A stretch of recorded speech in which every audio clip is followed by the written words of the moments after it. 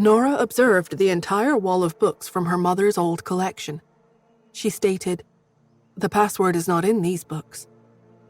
Justin hesitated but then asked, "Why do you say that?" Nora shook her head. Mother knew what kind of person Henry was. They didn't love each other. After she passed away, Henry would have definitely removed all traces of her at home, so she wouldn't have left the passcode in this house. Justin nodded. Some of the books in the study had not been read at all. Some of the books had not even been opened. It was obvious that Henry had bought them to show off. He asked, "Do you have any leads?" Nora nodded. She thought about something, then spoke out loud. "What is it that you can leave behind in the open, something that normal people wouldn't bother with?" Justin frowned. He thought of something and exclaimed, "The account book." Nora nodded in agreement. "That's right. It's the account book of Idelian Pharmaceuticals." With that, she walked out of the room. She did not have any attachment to this home that she had lived in for 18 years. To her, this was just a place to sleep. Henry and Wendy did not treat her well, so she did not have any feelings for them. She slept well over the years, at least. But in the end, she had no feelings for this place. Justin glanced at the room again. He was very curious about the place Nora had grown up in. However, he saw Nora's determined back and followed close behind her. Half an hour later, Nora brought Justin to Wayne's house. Wayne opened the door and saw her. He immediately shouted in excitement, "Miss Smith, are you finally returning to inherit the family assets?" Nora shook her head. "No, Wayne, but I did come here for something." She was silent for a moment before saying, "Back then, when Mother handed Idelian Pharmaceuticals to you, did she give you the accounts?" Wayne nodded. "Yes, I have it." He moved aside and let the two of them in. Then he went to the study room, picked up a bunch of account books and handed them to Nora. "These are for the past few years. The earnings of the pharmaceutical factory have always been stable. There are about $5 to $6 million every year.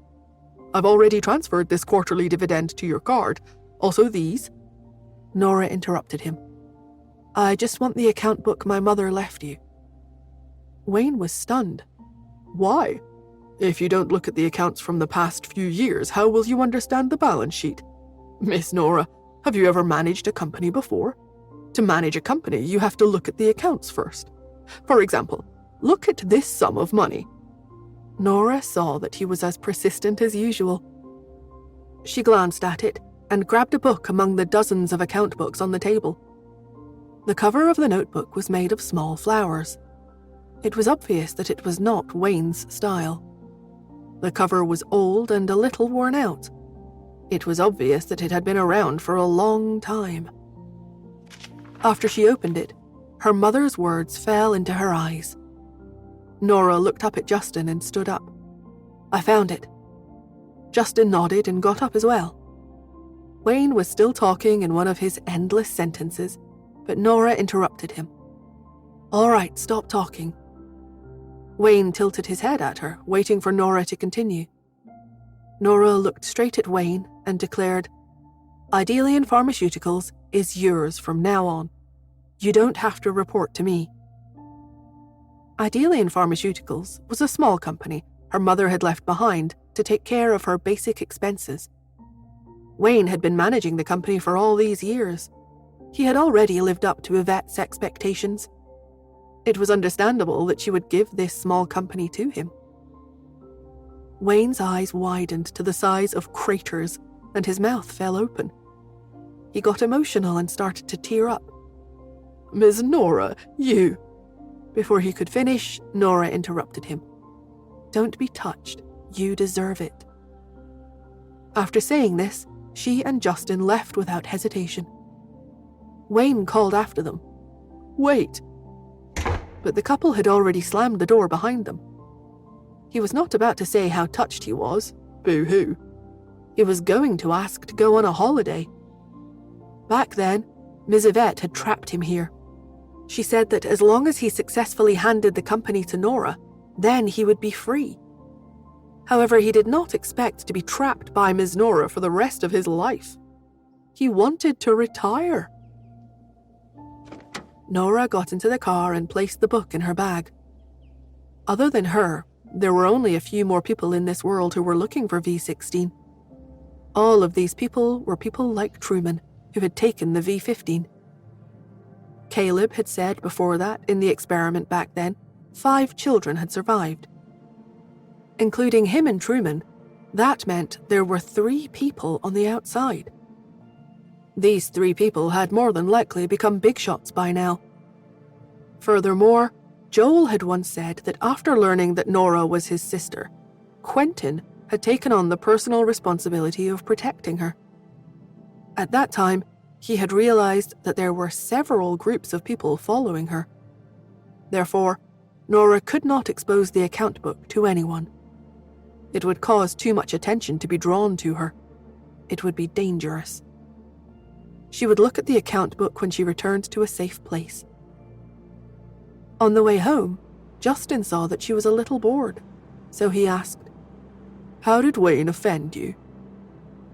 Nora suddenly became alert and looked at Justin in confusion and tilted her head. "He didn't offend me." Justin wondered out loud, "Then why did you use such a small company to trap him in California?" When Nora heard this, she was even more confused. Seeing her like this, Justin seemed to realize something and chuckled. "Don't tell me you honestly think this Wayne guy is only a manager." Nora asked, "Isn't that so?" Justin was certain now. Nora really did not know Wayne's true identity. The corners of his mouth twitched as he stated, "Wayne was a world-renowned biologist more than 20 years ago. He served as a biology professor at Stav University." When Nora heard that, she was stunned. Stav University was currently the top institution in the world, and the microbiology department of this institution was the top in its existence in the world. Her Wayne was actually a professor at Stav University. 20 years ago, he wasn't even 30 years old yet. Justin continued, "I don't know how he offended your mother, but he was trapped in California for more than 20 years. Now, because of you, he's going to be trapped for the rest of his life." Nora pondered over this revelation.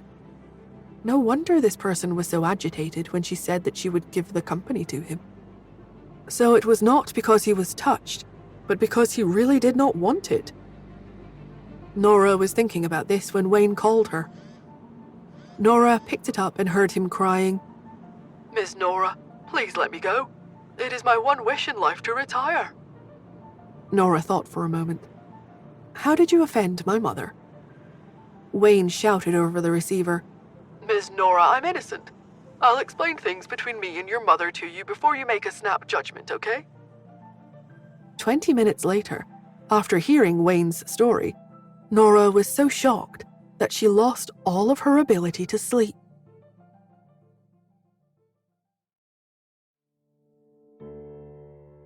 27 years ago, Yvette had become a pharmaceutical master in New York. Unwilling to accept the current situation, she went to the best university in Switzerland. At that time, Wayne was a rising star at Stav University. Everyone said that he would create a miracle in biology. Yvette went straight to him and stated that she could create a gene serum that could improve human genetics.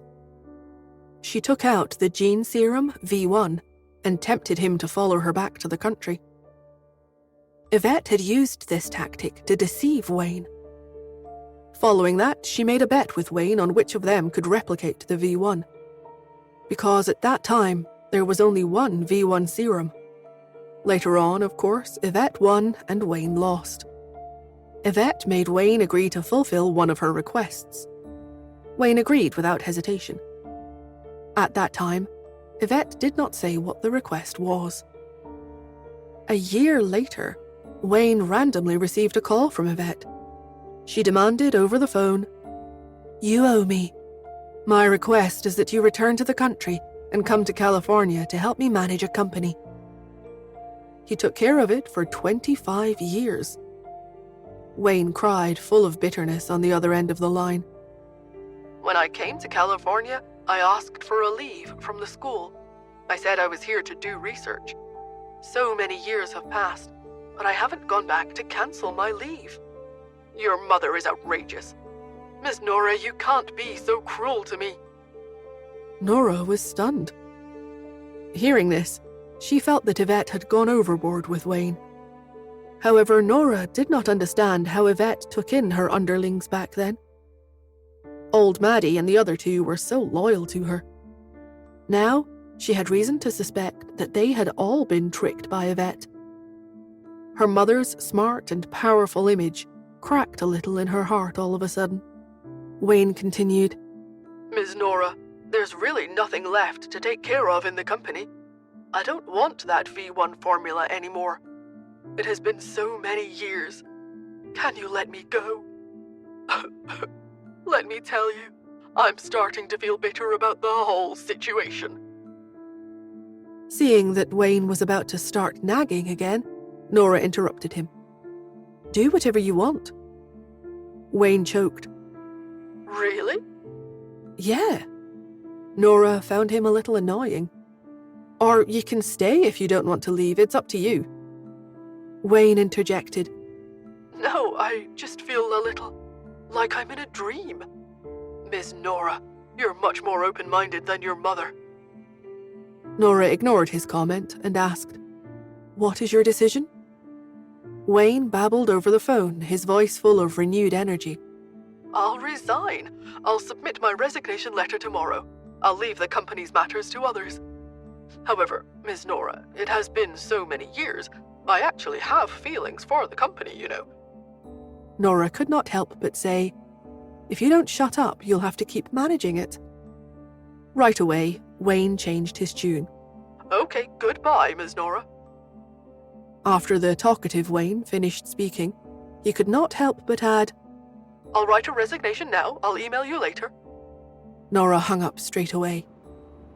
Then Justin suggested, Since you're here, do you want to visit Irene? No matter what happened to Henry, although unrelated by blood, Irene was her aunt and had been very good to Nora since she was young. After acknowledging the Smiths, Nora did not come back again. Since she was in California, there was no reason not to visit her. In fact, she sort of missed her aunt. At the thought of this, she nodded. Justin turned the car around and drove to the Blacks according to Nora's instructions. On the way, Justin got out of the car to buy some fruits when they passed by a fruit stall. After getting into the car, he lowered his voice and revealed, We're being followed. After we left your house, someone entered and began searching it. Nora lowered her eyes. Do you know who it is? Justin shook his head, careful to keep his tone calm and steady. My people are tracking him. Let's pretend that we came to California to visit an old friend and not expose anything. Nora nodded. Sure. Her heart sank. That meant there were many people who wanted the gene serum. More than she had originally thought. She lowered her eyes in thought as the car finally arrived at the Blacks. Her aunt, Irene, had married her uncle, Will Black, and then had a daughter, Lisa Black. This family of 3 treated Nora as if she was their own daughter. The Blacks lived in a small house, about 140 square meters. It was a small family. When the 2 of them arrived, they saw a few hooligans squatting in front of the house. Someone was smoking. Everyone was staring at them. When she saw them, Nora frowned. At this moment, a middle-aged man lowered his head and came out to throw the trash. When he went out and saw the gangsters, he shrunk back from them and turned to walk upstairs. However, before he could take 2 steps, someone chased after him and shouted, Will Black, when are you going to pay us back the money you owe us? Will Black? Nora, who had not gotten out of the car yet, was stunned. This hunchbacked man was her uncle. But what had happened that turned him so much older in just a few months? She frowned and was in thought when she heard Will plead, "I don't have any money." The man shook his fist at Will. "You don't have any money? As if. Doesn't your family own a small company? You can hand over the company to us." Will shouted in anger, "I won't do it." The person stepped forward all of a sudden and grabbed his collar. "Stop stalling. I'm telling you, the Smiths will not save you." Will was indignant. "On what basis can you force me to sell my company? I'm not selling it. Is there still any law in this world?" "Why?" The punk spat and continued, "You guys offended the Smiths. Let me tell you, we have Hunt Corporation backing us. Ms. Smith is President Hunt's fiancée. We have to help President Hunt vent his anger." Will was in disbelief. This was instructed by Nora? No, it's impossible." "Why not? Henry treated her so well, but in the end, she's not his biological daughter. She must be holding a grudge. Besides, Henry is dead, so why are you still alive?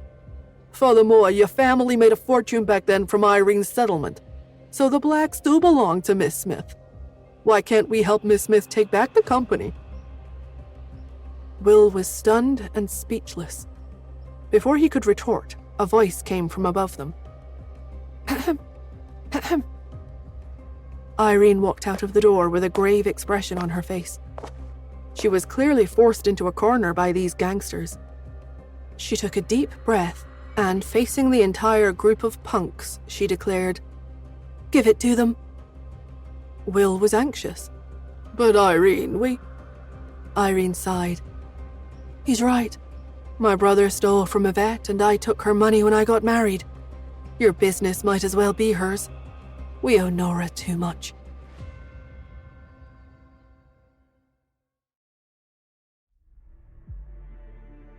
When Will heard Irene's command, he was silent for a moment.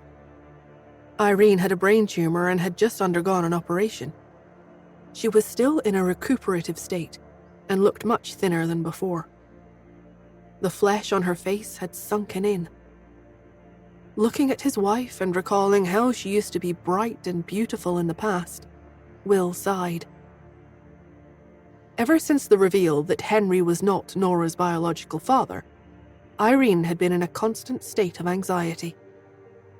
The thing she said the most every day was, "How could my brother be so shameless? Everything owned by the Smiths should belong to Nora. How could he be like this? He took the money Nora's mother had left behind and raised his woman and daughter, but he did not care if Nora lived or died. He owes Nora too much," she would say. "He owes Nora his entire life." She hated Henry very much, but a few days ago, news of Henry's death had reached them. When Irene heard it, she was stunned. At that time, Will thought that Irene would be depressed. Unexpectedly, she remained silent for a mere moment before sighing. "This is his retribution." She looked very calm, but from that day on she could not sleep at night. One day, Will woke up in the middle of the night to use the toilet. He saw Irene standing on the balcony muttering to herself, "Henry, why did you leave like that? You can't repay what you owe Nora for the rest of your life. Even when you leave, you take your debt with you." Irene became thinner and thinner every day. Will wanted to say that he had used Irene's settlement for his capital, and he was the one who had been managing the company bit by bit. That way they could return double the initial capital to Nora. They could also leave behind their retirement savings. However, when he saw his wife's appearance and how she spent her days in guilt, he had seen her pick up her phone several times and enter Nora's number, but she never dared enter it to call her. Will sighed and lowered his head. "Okay, I'll listen to you." He looked at the few hooligans and barked, "I'll give the company to you." Nora, who was in the car, frowned. Her hand was on the door handle. As she was about to get out of the car, out of nowhere, Justin grabbed her hand and whispered softly, "Wait a little longer." Nora was going to fight back and leave, but she glanced over at Justin instead. The moment she looked at Justin, she came to a sudden realization. These few hooligans were not hired by Nora or Justin. Then who had hired them? What was their motive? She narrowed her eyes. These were people up to no good. The conversation continued. After Will gave in, the few hooligans stood up. "All right, I'll get someone to deliver the contract as soon as possible." Will helped Irene up. However, before they entered the building, the hooligans behind them shouted, "Wait!" Irene turned around. The hooligans smiled. "Ms. Smith said that when you got married years ago, other than some money, there were also some books and jewelry. They were all left behind by Miss Smith's mother, so give them to us now." When Irene heard this, she pursed her lips. In the car, Nora and Justin understood that these people were here for Yvette's belongings after all. The two of them got out of the car. Nora shouted directly at them, "Wait a minute." Hearing her unmistakable voice, Irene's body trembled and she turned around as fast as she could. She looked at Nora in disbelief. Even Will was surprised and looked over. The two of them looked right at her. They did not expect Nora to come here. They all knew that these few hooligans did not belong to Nora. It was because they had clearly stated that they were under Mr. Hunt's direct orders. Nora would not be so heartless to them. It was just like how she had treated Irene back then. However, Irene did not want to call Nora. She felt that if Mr. Hunt had come to ask for it, she should give it to him. Moreover, she owed Nora this. As she was lost in a daze, Nora had already strode to Irene's side and called out to her, "Irene." Hearing this, Irene's eyes turned red. Nora was still willing to acknowledge her. This meant that Nora had never blamed her. She held Nora's hand. "You came at the right time. Please, take those things away." Nora frowned and was about to speak when the impatient hooligan shouted behind them, "What is it that you're taking away? Don't you understand? Those things are ours. You have to give them to us." Nora narrowed her eyes and looked at them with a gaze full of ice. "Who do you think you are?" To be honest, her heart ached when she saw her aunt's haggard appearance. She should have returned earlier to see her. With her aunt's kind and conflicted character, Nora should have known that she would feel that she had let Nora down. However, Nora had been so busy with Xander that she had forgotten everything and ended up forgetting her aunt. This was why Irene had lived so long in guilt. Nora was a little angry. When the hooligans heard this, they sneered. "Young lady, you're so young. I advise you not to interfere in other people's business. Let me tell you, we're from the Hunts." Nora narrowed her eyes. The hooligan continued, "Do you know the Hunts in New York? There has been a lot of talk about the fight for the throne recently. Unfortunately, the one who lost was Herman. Mr. Hunt is awesome. He can even win against his own father. He doesn't care about the few of you." When Justin heard this, he walked forward and asked, "Who instructed you guys to do this?" The hooligan sneered, "Who are you? Don't you see no one in the district dares to interfere? What are the two of you doing here? Why should I tell you who assigned me this mission?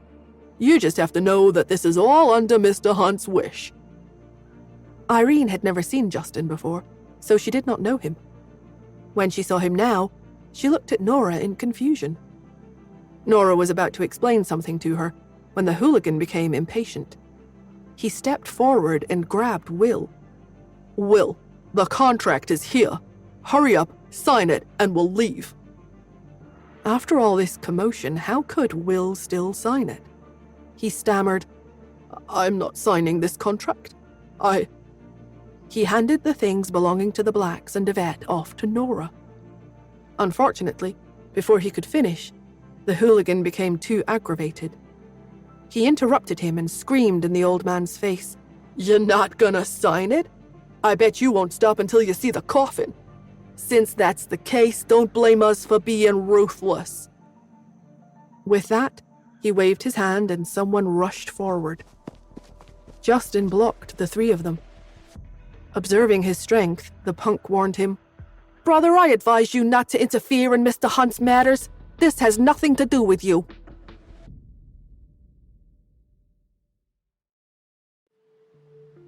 Mr. Hunt's matter wouldn't concern him. Justin narrowed his eyes. From the way Nora rushed out of the car, he could tell that she cared a lot about her aunt. Furthermore, back then in California, he had seen Nora almost drop her disguise to save Irene. Therefore, Irene was someone Nora cared for on a deep level. These few hooligans used his name to do evil. Wasn't this letting them leave a bad impression on her elders before he even met them? He sneered. "Mr. Hunt, why didn't anyone tell me?" Seeing that he was being so disrespectful, the hooligan waved his hand. "Since you don't know how to appreciate our kindness, don't blame us for being rude." As soon as he finished speaking, 7 to 8 people behind him rushed forward. It seemed like he was planning to restrain the 4 of them and force Will to sign the contract. The hooligan leader stood behind them, but he was a little hesitant. The leader had called again to urge them to settle this matter in a short time and take away all the things Irene had brought from the Smiths. Therefore, even if Will and Irene did not put up a fight, they had planned to use force today. He just did not know why 2 people came out and blocked his way all of a sudden. Since that was the case, he would not be polite. When the few of them ran forward, there was someone who looked at Nora and rubbed his wrist. "Boss, are we hitting women too? This little girl is quite beautiful." The leader slapped him on the head and said, "We're on a serious mission now. If this woman knows her place and leaves, I'll let her off easy this time." "Okie dokie, boss." The group of people thought that there was no doubt that they would succeed today, but they did not expect the 7 to 8 people would collapse and bite the dust within a minute. All the hooligans fell to the ground, and the one who had teased Nora earlier hit the ground hardest. Not only did the man in the suit knock him down, but he also buried his face to the ground.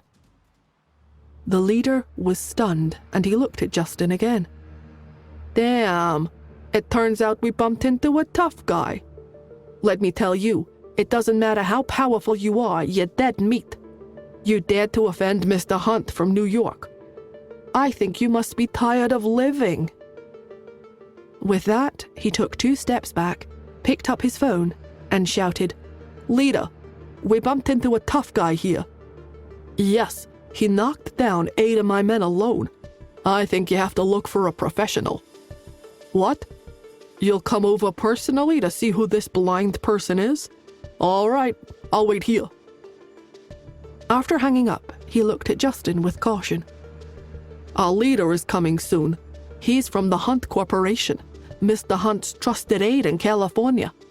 He's the person in charge of Hunt Corporation's power in California. I'm telling you, don't run if you dare to fight." Justin stared at him with a cold expression. When he heard his words, he narrowed his eyes and thought carefully in his mind. The person in charge of California was Zester West. When the hooligan heard this name, he nodded. "Yes, it's President Zester." "Ha, since you know him, you must have heard of his power, right? Let me tell you, President Zester is an expert from the Irvin School of Martial Arts. He has a close relationship with Mr. Hunt. You should have heard of him." Justin gritted his teeth and curled his hands into fists. How could he not have heard of him? Zester was his junior. Since his junior was out looking for a job, he, as the big brother of Irvin School of Martial Arts, had to help him. Therefore, he had let him join the Hunt Corporation. Justin did not believe that Zester had betrayed him and was doing all of this violence in his name. This was because he knew Zester better than anyone else. He was not a smart person. He was single-minded and could only carry out orders. It was impossible for him to have any bad intentions. This meant that someone else was using Zester. Who could this be? He could only wait and ask when Zester came over. He did not say anything else and turned to look at Nora. Nora did not want Irene and Will to wait downstairs. This could get dangerous. She held Irene's arm. "Irene, let's go upstairs." Irene nodded. The four of them walked upstairs to Irene's house. They entered and sat on the sofa in the living room, a safe distance away from all the hooligans. Irene looked up at Justin first. Justin coughed and stood up. He was about to introduce himself when he heard Irene say, "This is the bodyguard the Smiths arranged for you, right? Thank you so much for protecting us earlier. Please, take good care of Nora in the future and protect her." Justin paused. He stood there awkwardly and looked over at Nora. He saw Nora discreetly cover her mouth and giggle. The corners of Justin's mouth twitched and he decided to agree. "Okay, I will protect her." After saying that, Irene sighed and looked at Nora. "Nora, I know you're not behind those people out there. Mr. Hunt was the one who sent them here. I understand. These items are all yours. Mr. Hunt did the right thing. We should return them to you." Will added, "Yes, take them. Otherwise it'll only make Mr. Hunt unhappy. A person like him must have unpredictable moods. Nora, would it be difficult for him to get along with you if you get married?" Irene was nervous and asked, "Every time Lisa calls, she says that you're doing well. The Smiths love you very much and the Hunts love you very much. Even if on account of the Smiths they don't dare to neglect you. But what about Mr. Hunt? How does he treat you? Nora, don't be afraid, you can tell me. Marriage is not a small matter. You can't make do with it. Mr. Hunt must be domineering, right? If you're unwilling to get married, tell me. I'll help you, my dear." Nora couldn't believe her ears. How wrong they were about the entire situation. But it was funny in a strange way to hear them talking about Justin while he was standing right in front of them. How awkward. Seeing that Irene and Will were going too far, Nora pursed her lips and smiled. Justin coughed and interrupted. Irene, sorry to disturb you, but I have something to explain." Irene looked at him in surprise. Why was this bodyguard calling her by her name? As she was thinking, a clamor came from downstairs. "President Zesta, they're upstairs. 2 ignorant people came and insisted on protecting them. They're quite good at fighting. The men have all been beaten down." Then Zester's deep voice was heard. "Follow me. I want to see who's tired of living." The hooligan warned him again. "This person has some skills, you have to be careful." Zester sneered and scoffed. "Even 5 of him would not be enough in front of me. Besides, the only person in the world who can beat me is my big brother." As they spoke, the 2 of them went upstairs. The hooligan shouted from the door, "President Zesta, they're here." After saying that, he looked at Nora and Justin and proudly shouted, "You're dead." When Irene and Will heard this, they became even more nervous than they were before. Then they saw the burly Zester walk in. He entered the room aggressively, but the very next moment, his aura changed drastically.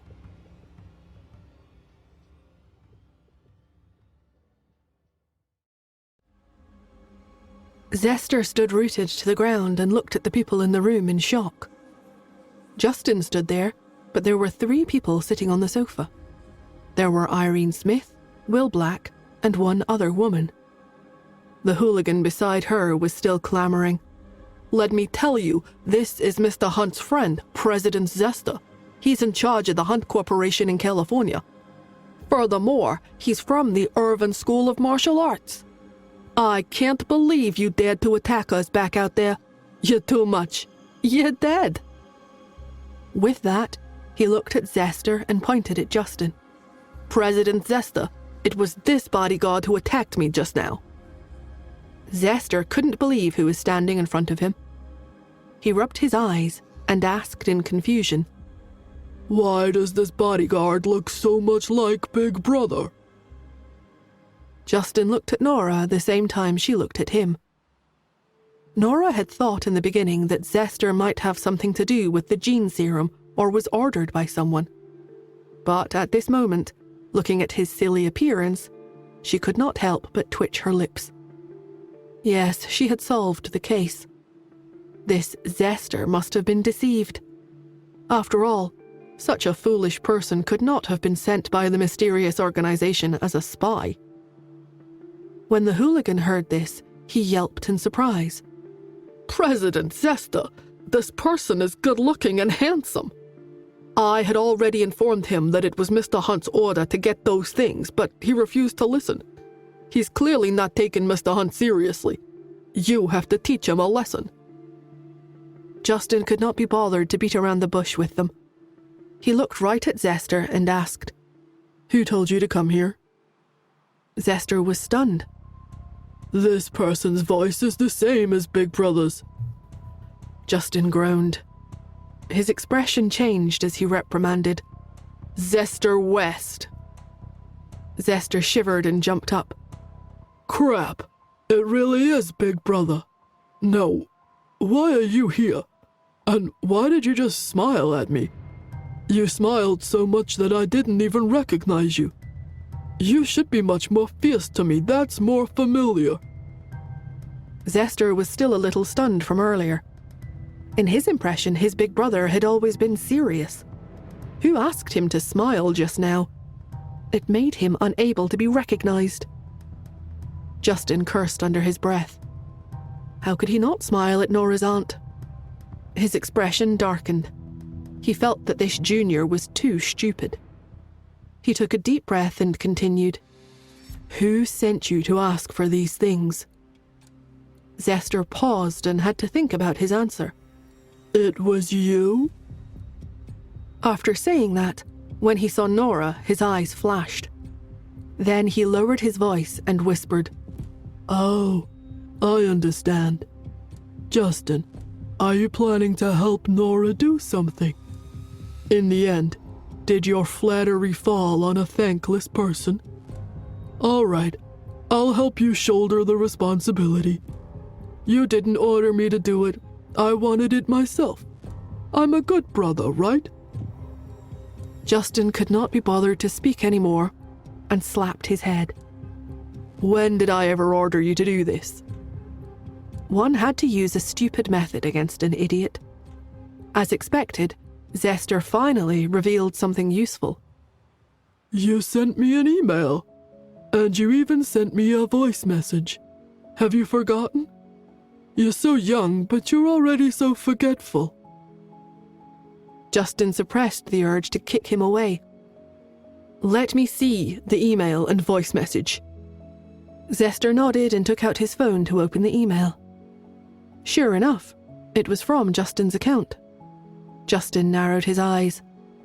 His email had not been used much recently, but there had always been a firewall in place. There were only 2 or 3 people in the world who could break through his firewall, so the hacker would be easy to find. Zester found the voice message and played it for him. The voice indeed was similar to Justin's, but he was sure he had not said those words. Justin narrowed his eyes. At this moment, Nora walked over and took Zester's phone. She looked at them. Nora stated, The voice is synthesized. Someone recorded parts of your voice to make this. Justin raised his eyebrows and smiled. Hearing one's own recorded voice would feel a little unfamiliar, of course. It was difficult to judge. He did not expect Nora to be so familiar with his voice. He could not help but smile after learning this fact about her. Nora did not know why this man was smiling at her.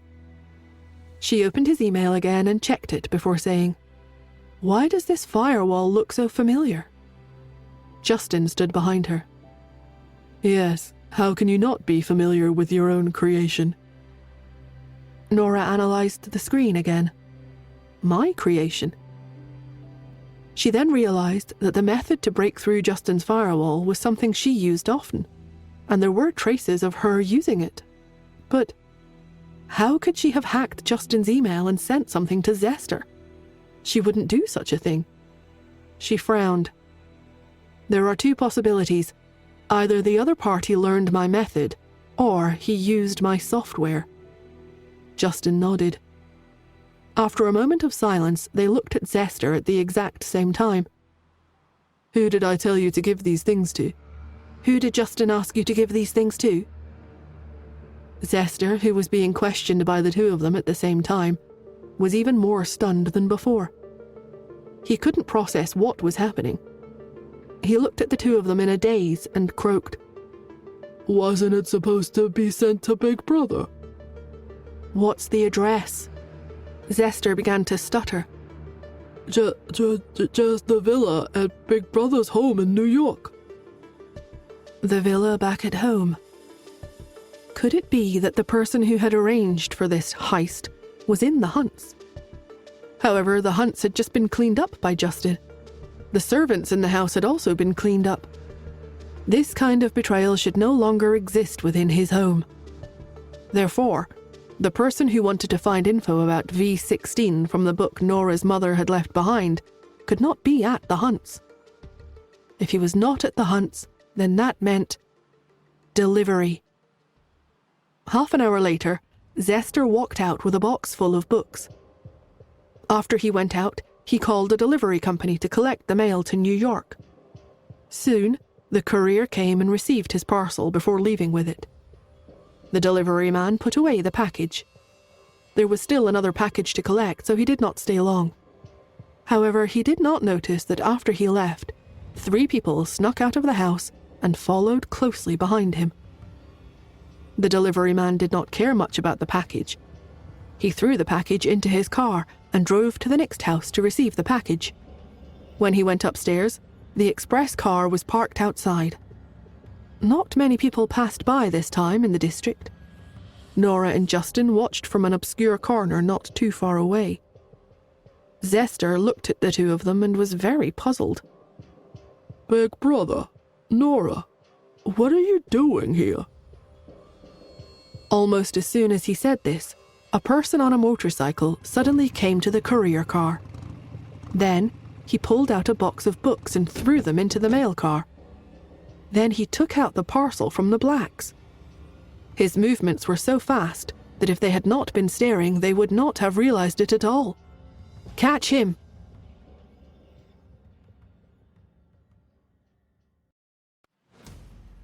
Justin's voice boomed. Catch him! Zester was simple-minded. Although he did not understand what Nora and Justin were planning, he rushed out to attack when he heard their command. The person on the motorcycle wearing a helmet thought that he was undetected. He turned a corner and was about to leave when he saw a huge, muscular man crawl out from behind the grass and pounce on him, scaring the living daylights out of him. He quickly turned the accelerator and wanted to rush over. But even though Zester was huge, he was very agile. After all, he was a member of the Irvine School of Martial Arts. He grabbed the handle of the motorcycle and jumped to the side of the motorcycle. Then, he let go of the handle, grabbed the person's shoulder, and pulled hard. The front wheel of the motorcycle instantly went high up, and the back wheel spun on the spot. In the blink of an eye, the motorcycle flipped over, and the person was dragged off the motorcycle. The motorcycle dropped to the grass beside him, and the person on it was successfully caught by Zester. The battle seemed intense, but Zester held the advantage the entire time. Seeing that the situation was handled, Nora and Justin walked over slowly. Zester pulled down the helmet of the motorcycle owner. It was a 15-year-old child. The child spat. Consider me unlucky to have fallen into your hands. Nora frowned. Who asked you to steal these things? The child pursed his lips. No one. I just like to play. What's wrong with that?" Nora still wanted to speak, but Justin stepped forward and grabbed the child's wrist, pressing him hard against the ground. A dagger fell with a clang. Nora narrowed her eyes. She had thought that this child was just a thief and had been instructed by someone. After all, he was so young. She did not expect him to be hiding a dagger. The moment the dagger fell, the child was quickly turned around and had his arm pinned down by Justin. In an inhuman way, he pulled his arm away and escaped Justin's firm grasp. Then he stood up and turned to run out. His movements were smooth and flowed like water. Zester did not react at all, and the child broke free. The child ran away as fast as he could. It was almost as fast as a 100-meter sprint. As he ran, he turned back and made a funny face at Nora. He was extremely arrogant. If it was anyone else, this child would have kept running and gotten away with what he did. Unfortunately for him, Nora and Justin were present. Nora did not move. Justin threw a small stone he had been playing with in his hand. Bang!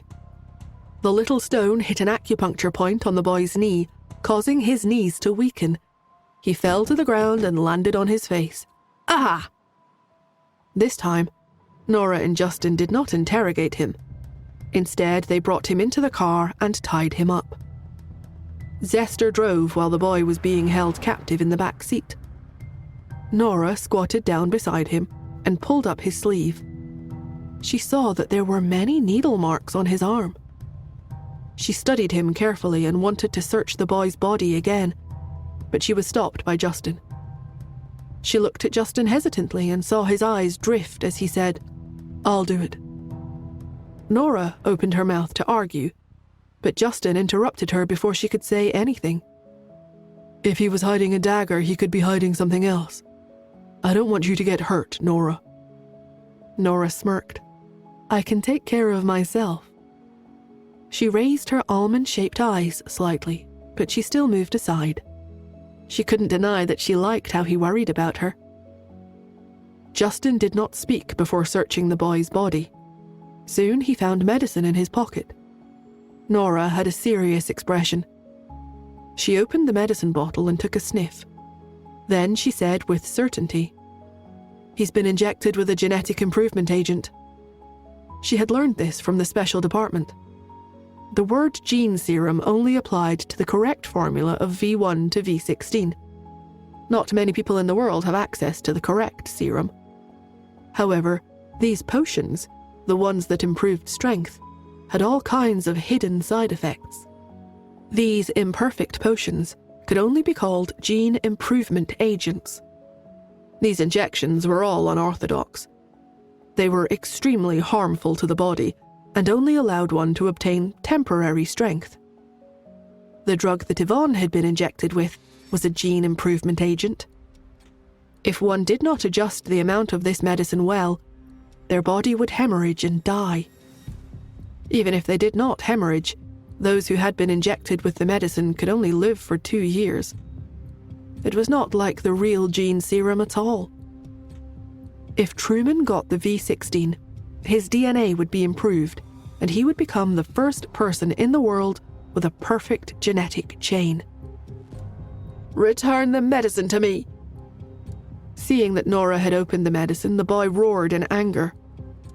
Although his hands and feet were tightly bound, he twisted them with all his might. Seeing how agitated he was, Nora asked, "Where did you get this?" The boy shouted, "I spent a lot of money on this before Jude gave it to me. Return it to me." Jude? Nora narrowed her eyes. Who is Jude? She thought maybe she had found an underground network. The boy sneered. "I know. You want to buy medicine from Jude, right? Then let go of me, or else I won't take you there." Hearing his words, Nora and Justin looked at each other and did not speak. Soon, Zester brought the two of them to a villa in California. The Hunt's old residence was in California, so Justin had a place to stay there. This villa was very big. Not long after the two of them entered, Howard swaggered in, and he looked at his younger brother from his second grandfather's family in the old residence. As soon as he entered, he shouted in a loud, obnoxious voice, "Justin, you're too much. Why didn't you inform me that you were coming to California?" Justin ignored him and looked at Nora, gesturing for him to greet her. However, Howard scoffed and ignored Nora. He only asked, "Justin, where's that weakling of yours? Doesn't he follow you wherever you go? Why isn't he here?" Hearing this, Nora looked up. Who is this weakling? Pete. He's so small and doesn't deserve to be my brother's son at all. Howard thought he knew what was best for Justin. He had always protected and admired Justin unconditionally. However, Howard felt that it was humiliating that Justin had a son with autism. Pete was not fit to be his brother's son. And now, Howard glanced at Nora disdainfully. This woman looked fragile. How was she any different from those young ladies of wealthy families in the city? She was clearly spoiled. Other than having a good family background, what else about her could measure up to Justin? In Howard's opinion, Nora did not deserve Justin. In this world, the only person who could match up to his brother was Quinn School of Martial Arts' big sister.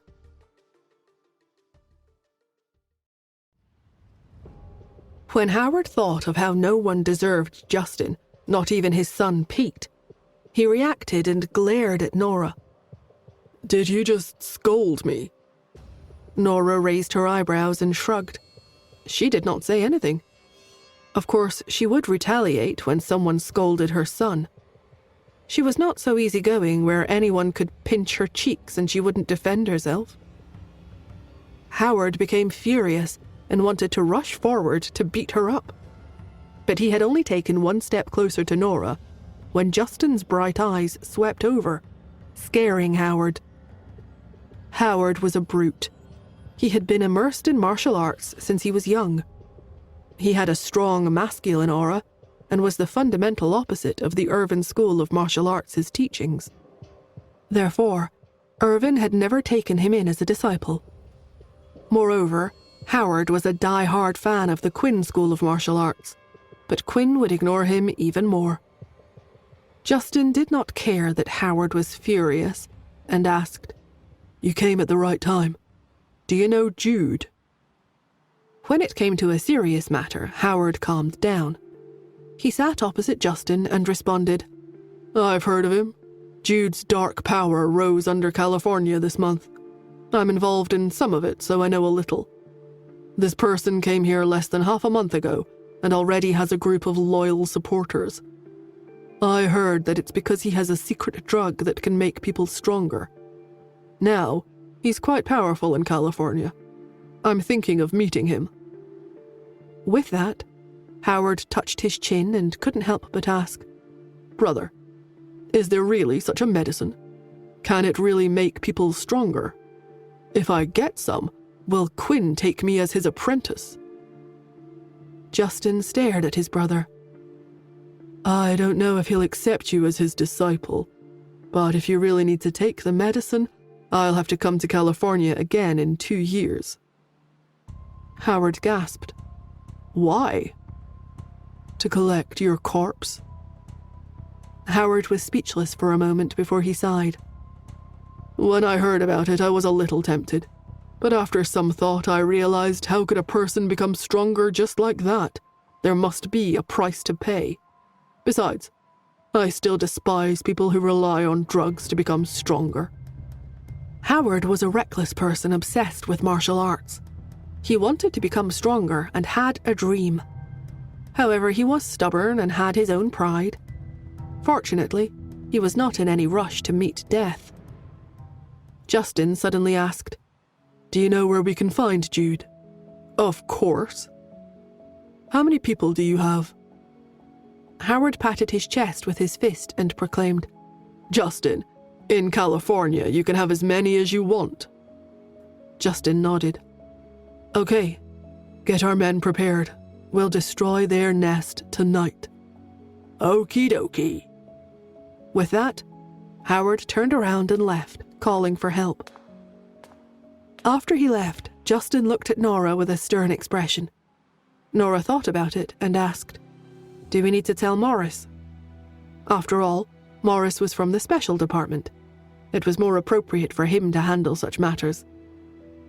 The secret organization and the gene serum were both being investigated by the special department. Justin was silent for a moment before agreeing. "All right." Nora picked up her phone and informed Morris about the plan. It was illegal for them to fight in private, but if Morris came, they would be assisting the officials. After receiving her call, Morris decided to send someone over as soon as he could. At night, a group of people gathered in an abandoned steel factory in California. Morris and Brenda rushed over, but the other members of the special department had not arrived yet. Howard led more than 100 people and was explaining to Justin, "These are all men we trained with. Justin, command them without any worries." The group of people instantly stood up for Justin. They shouted in unison, "Big Brother!" Justin surveyed the crowd that Howard had put together. "Thank you for showing your support." He glanced over at Nora, who nodded in support. She looked out at the crowd. It looked a little like a gangster meeting. Nora felt that it was funny. However, the next moment, Howard suddenly pointed his spear at her. "Justin, why did you bring her here?" Nora did not expect to be threatened by Howard. She raised her eyebrows, but before she could say anything, Brenda butted in unhappily. "Who is she?" "Howard, why have you been so rude since your childhood? Don't you know that she's Justin's wife? Shouldn't you be calling her sister-in-law?" Howard pursed his lips. "Get lost. What right does a woman like you have to order me around?" Brenda sneered. "Because I can beat you down." Howard was at a loss for words for a moment. Other than Justin, Brenda was the only one in the Hunts who could fight. Otherwise, she would not have been able to work with Interpol. However, Howard went on coldly. "I can't argue with you, but it doesn't matter if you come. After all, you can fight. What is she doing here? Is she here to hold us back? There will be many clashes there. It will be a real fight. Who will protect her?" "I can protect Nora. Besides, there's Justin too. Why are you so arrogant?" Brenda defended. Howard sneered. "You're protecting her? Is your mission here to protect her? Besides, Justin, how can you use yourself to protect her? There are so many of us here to protect you. A woman who doesn't know martial arts is useless in a fight. Is she joking?" Brenda continued to defend her. "But Nora knows medicine. She's our forensic doctor." "Forensics don't charge into battle. Besides, we're here to catch people today, not to see a doctor. Are you kidding me? People should know their limits. Keep her here and tell her to be obedient. I don't want her to piss her pants in fear and blame me later." Brenda was furious. "If Justin wants to bring her, what can you do about it? Or do you want to argue about his decision too? Are you disobedient? Besides, as a man, shouldn't he protect his woman? Justin, tell me, should I let Nora in?" Justin watched as the two of them argued. Howard's words were simply laughable. He raised his eyebrows and stated, "Okay, I'll protect Nora." Nora rolled her eyes at the three siblings fighting. What kind of stupidity was this? She raised her almond-shaped eyes slightly but did not speak. She could not be bothered to argue with this imbecile. But Howard did not give up. "See, Justin, you should find a wife like Quinn's School of Martial Arts' big sister. No matter what you do in the future, she will never hold you back. This woman can't compare to her. But she should at least learn some basic martial arts moves, right?" Nora continued to stare at Howard. She did not fight with him, which made him even more annoyed. Howard took a deep breath and walked to Justin and Nora's side. He waved his hand. "Let's go." Forget it. He would help protect the person his brother liked for the time being. But he will have to take the opportunity to take a photo of this woman's frightened and crying appearance and make his brother despise her.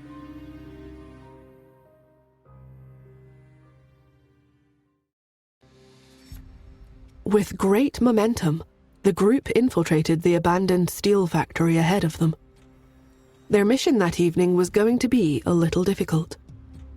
The 100 or so men were all ordinary people, whereas some of the men under Jude's command had taken the gene improvement solution. In comparison, it appeared that ordinary people were at an extreme disadvantage. Fortunately, Howard had gathered a very large group of people, and they were launching a surprise attack. Most of Jude's subordinates were not there. There were only about 30 people there. Therefore, Howard was full of confidence and felt that he would definitely win. "You guys go in through this door. You guys over there go in through that door." Howard gave the men instructions for the formation so that they could prevent the enemy from escaping. They not only had to capture Jude today, but they also had to prevent news of their attack from getting out.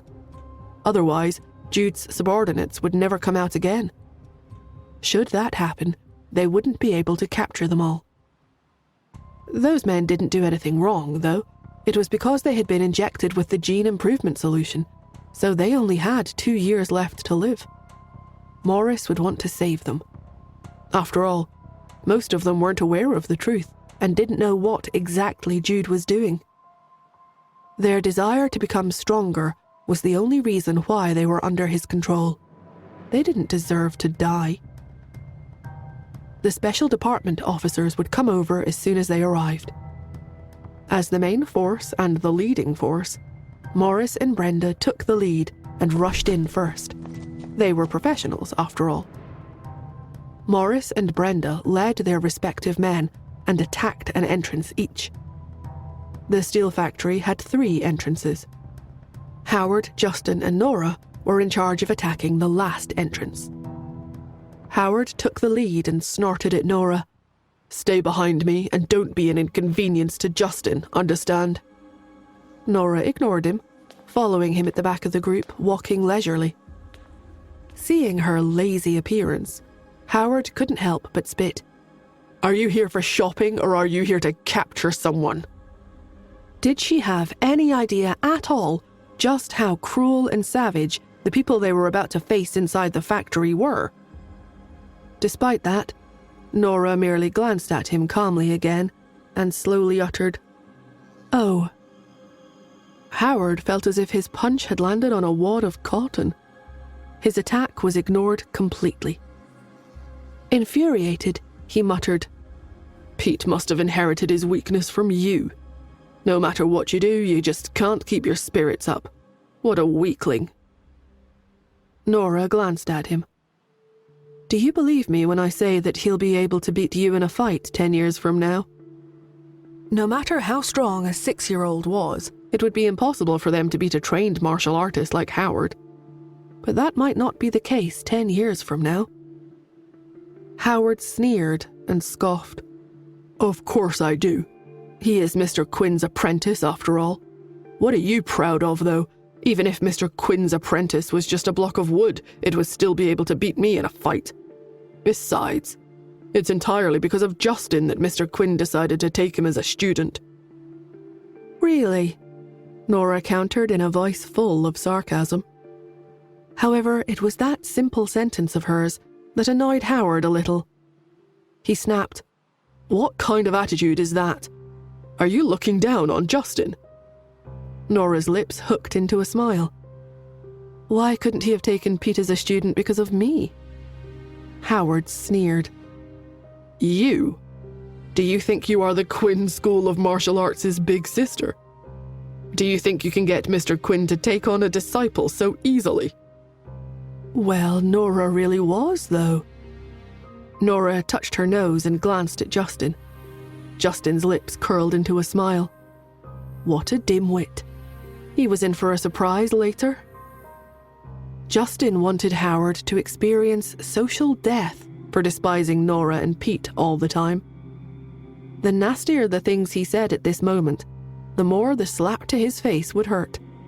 Therefore, Justin did not bother explaining Nora's identity to him. Amidst Howard's complaints, the group finally charged into the factory. At the sight of them, someone shouted, "Who are you people? What do you want?" He'd only just spoken when Howard rushed over, his fist striking the man and putting him in a daze. Even his teeth had come loose and he spat out a few. After he punched the man, Howard deliberately turned around to reveal the man's miserable appearance to Nora. He'd thought that the woman would be terrified at the sight, or at the very least turn pale, right? Unexpectedly, Nora glanced at the man, and then she yawned? What kind of a joke was this? Should she be yawning at an exciting moment like this? Howard was stunned. But the next moment he understood. The woman must have incredible mental resilience. Otherwise, Justin would not have brought her here either. So that meant she wasn't that useless after all. At least she didn't burst into tears like other women. When Howard thought of this, he continued to rush forward. Over where Brenda and Morris were, their fight advanced rather quickly, causing Jude, who was in the abandoned steel factory, to rush towards Howard's group with a few of his martial arts experts. He was planning to break through them and fight his way out. Nora followed behind Justin at a slow pace, while Howard and his men were clearing the way. Then they encountered a group of people in a corridor. There were 8 of them in total. The one surrounded by the others had to be Jude, who had long hair and blue eyes. He was big and stout and had bulging muscles all over his body, making him look very fierce. "Damn!" Howard exclaimed. "Why did we have to run into 8 of them?" "What's wrong?" Justin asked. Howard replied, "Those 8 men are known for their fighting skills, especially Jude. I thought they would split up and flee one by one, but look, they stayed together, and we even ran into each other. Justin, my men are no match for them. If we force our way through, they will become injured." Howard didn't want his comrades, who saw him as their leader, to die for nothing. Those 8 men were too strong. His brothers would only end up as casualties in the battle. Howard stepped back and wanted Justin to take action. Justin analyzed the situation and directed, "Okay, stand back, all of you." Following his instructions, Howard led his men to stand behind Justin. Seeing this, Jude laughed and said with a wicked smile, "Not bad. That's pretty gutsy of you. In that case, I shall show you how powerful I am today." Then he pointed at Justin. "That guy should be the strongest among them. I'll keep him occupied while the 7 of you rush out." "Yes, sir." Justin murmured to Nora behind him, "I will deal with Jude. I'll leave the rest to you." Nora nodded. Among the 8 people, Jude was the only one who looked like he could put up a fight. The rest were no big deal. As Nora was about to reply, Howard, who mistakenly thought that Justin was speaking to him, declared loudly, "Don't worry, Justin. Leave the rest of them to me. Even if I die, I will never give them a chance to leave." Nora rolled her eyes, not believing her ears. Jude's henchmen posed no threat at all to Nora. She was confident that her skills would overpower all 7 of the men. Did he really need to be so dramatic?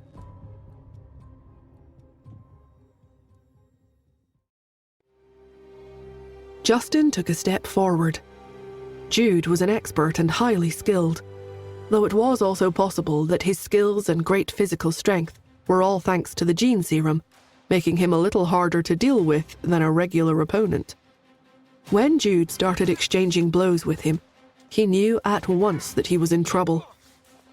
At first, Jude had thought that the people at this entrance would be easier to deal with, since those at the other 2 entrances were all professional police officers, but it seemed that he'd made the wrong choice. He turned his head and barked to the people behind him. "You guys, break your way through first." Only when they left would Justin be distracted, which would give him the chance to escape.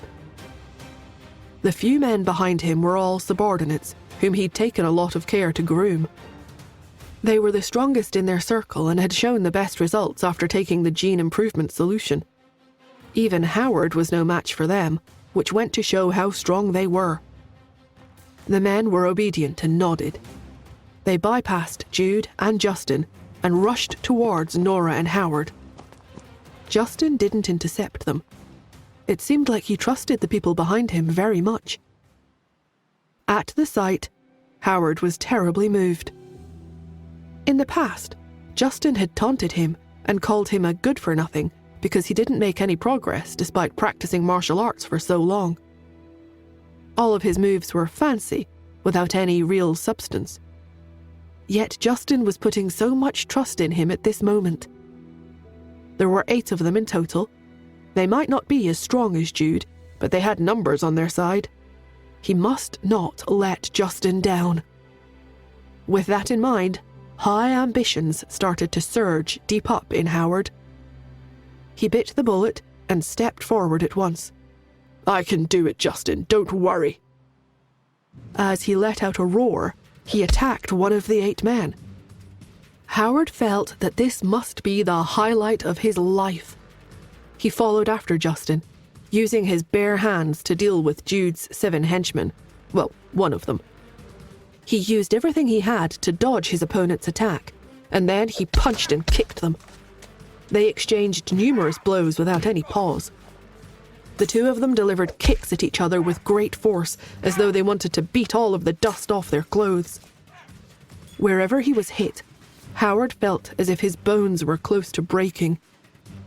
The pain was so great that he was close to losing all his strength. But he must not admit defeat. He must not bring shame to Justin. So, Howard gritted his teeth and continued to strike the opponent hard. Ha! With a great shout, Howard finally knocked the man down onto the ground. The 2 of them were equally matched, but with his determination he had beat him. When he held the man under him, Howard felt that he had done it. He had succeeded. He raised his head in excitement, only to suddenly realize that he had only stopped one of them, and there were still 6 left. The people behind him only knew moves without any substance. They could handle ordinary people, but not any of these 8 opponents. The 6 men must have already sent all of the people behind him flying by then, right? While not fatal, they would definitely suffer injuries. No, wait. That woman. Howard looked behind him to check on Nora and see if she was hiding in the corner and shaking in her boots. He wondered if Justin would be mad at him for not protecting Nora well. While he was thinking about it, he turned his head to the side, only to see the 6 men, who he had thought were all incredibly powerful, had all collapsed onto the floor beside him. All of them lay there, unable to get up. Nora stood beside them and dusted off her hands without a care in the world, as though she was the one who had defeated the 7 men. Howard looked at the people behind him and praised them. "Not bad, guys. Out of those 7 tyrants, I didn't expect you guys to be able to stop 6 of them. Who's the one that's so impressive?" As soon as he said that, his men all looked at one another. At last, all of them looked at Nora. Howard snapped his head toward the person they were all looking at. Why were they looking at Nora? What was that supposed to mean? But when he looked at the men again, they looked like they had no intention to do anything. Howard was not like the brainless Chester. He couldn't help but frown and think. Half a beat later, he stared at his men in disbelief and barked. "What are you guys looking at her for? It can't be Nora who did this, right? Did she beat them all with her beauty? What kind of a joke is that?" The men nodded in unison. Then they looked at Nora in shock again. At first, they had thought that she was a girl with a weak personality, After all, she had such a good temper. Howard had scolded her for so long, but she didn't fight back at all. But when they looked back on the brutal scene they had just witnessed, they felt like their world views had been turned inside out. Who would have thought that a delicate woman like her would be a master martial artist? Stunned, Howard frowned. "No way, you guys." Before he could finish speaking, the man underneath him suddenly pushed Howard away and ran out. "Stop him!" Howard shouted. The next moment, he saw the man running up to Nora, ready to attack. Watching the man rush at Nora made Howard feel great alarm. In his opinion, the person that he had intercepted was the strongest among the 7 of Jude's henchmen. Although he didn't like his sister-in-law very much, for Justin's sake, he couldn't let her get hurt. Was that guy running up to Nora to take her hostage and force everyone into retreating? What bad luck. He knew it. Women were trouble. Why did she have to come? As soon as the thought formed, he stepped forward to rush over. But his leg had only just reached out when he saw the man reaching towards Nora. At some point, there was already a dagger in his hand. He jabbed it right at Nora's neck. "Don't move, or I'll..." But before he could say, "kill her," Nora had stretched out her hand, grabbed his wrist, and exerted a little force. The dagger in the man's hand fell to the ground, and his wrist made a crisp snap sound. Howard had just beaten up the man, but even all the pain he'd suffered now couldn't compare to the sharp pain he was currently feeling. The pain made him turn limp, and he slumped onto his knees in front of Nora. To everyone, Nora seemed to just be holding his wrist with only a light amount of force. With her eyes slightly raised, she asked in a low voice, "Are you getting down on your knees to beg me for mercy? That's not quite appropriate, is it?" The whole place was quiet. Even the thug had fallen into a daze from the pain. He looked at Nora in astonishment. Where on earth did the delicate woman get all that physical strength from? On the other side, Howard looked at them in astonishment. He swallowed and looked at his men. "So, she really was the one who beat up all these men?" His men, who only knew useless moves, lined up in a row in silence, and then took a step back in unison so that they were all one step further away from Nora. Then, they nodded together. Howard's body went numb. How was that possible? By the time the situation here was resolved, Justin had finished dealing with Jude. At this time, Morris and Brenda also rushed over from the other 2 entrances. By then, Nora had let go of the last man's hand. The man's wrist was drooping and was limp. His bones were obviously fractured. Upon seeing the men collapsed on the floor beside Nora, Brenda raced toward her at once and sent the man with the limp wrist flying with a kick. She glared at Howard with fury in her eyes and demanded, "What's wrong with you? How can you let him rush all the way up to Nora? What if he scared her?" She held Nora's hand and assured her, "Don't be afraid, Nora. I'm here." Howard blinked at her. His lips moved, but no words came out. He wanted to explain, but before he could say anything, Nora glanced over at him, scaring Howard so badly that he shut up at once. Nora didn't want Brenda to know that she was very strong. After all, she found Brenda's protection of her very heartwarming. Howard, who looked like he was in a huge dilemma, took the blame and gasped, It was my mistake." Brenda looked at Howard with deep suspicion. She didn't expect him to give in to her so fast. She and Howard had always been fighting with each other. Why was he all of a sudden giving in this time? However, she didn't want to spare too much thought on those issues at the moment.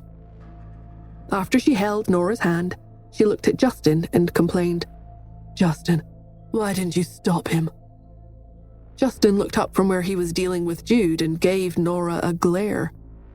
Nora interrupted Brenda. All right. Nora patted Brenda's hand comfortingly. After she calmed her sister-in-law down, her gaze swept across the people present. Howard's men straightened their backs and shivered in unison. Nora's gaze then swept across the people on the floor. Her little sidekicks reacted, and they walked over to arrest everyone lying on the floor and escort them out. After tying them all up, Brenda informed her, "Nora, we found their R&D base. I will take you there now." Nora nodded. To be honest, she had wanted to see how these gene improvement solutions with unknown chemical components were made for a long time now. But when she entered their laboratory with Brenda, she found that everything there was very plain and crude. This was no R&D base at all. "What's going on?" Brenda turned to the side and grabbed Jude. After Jude was arrested, he had known right away that there was no escape for him. He gave in and explained, "We don't have a base or anything like that.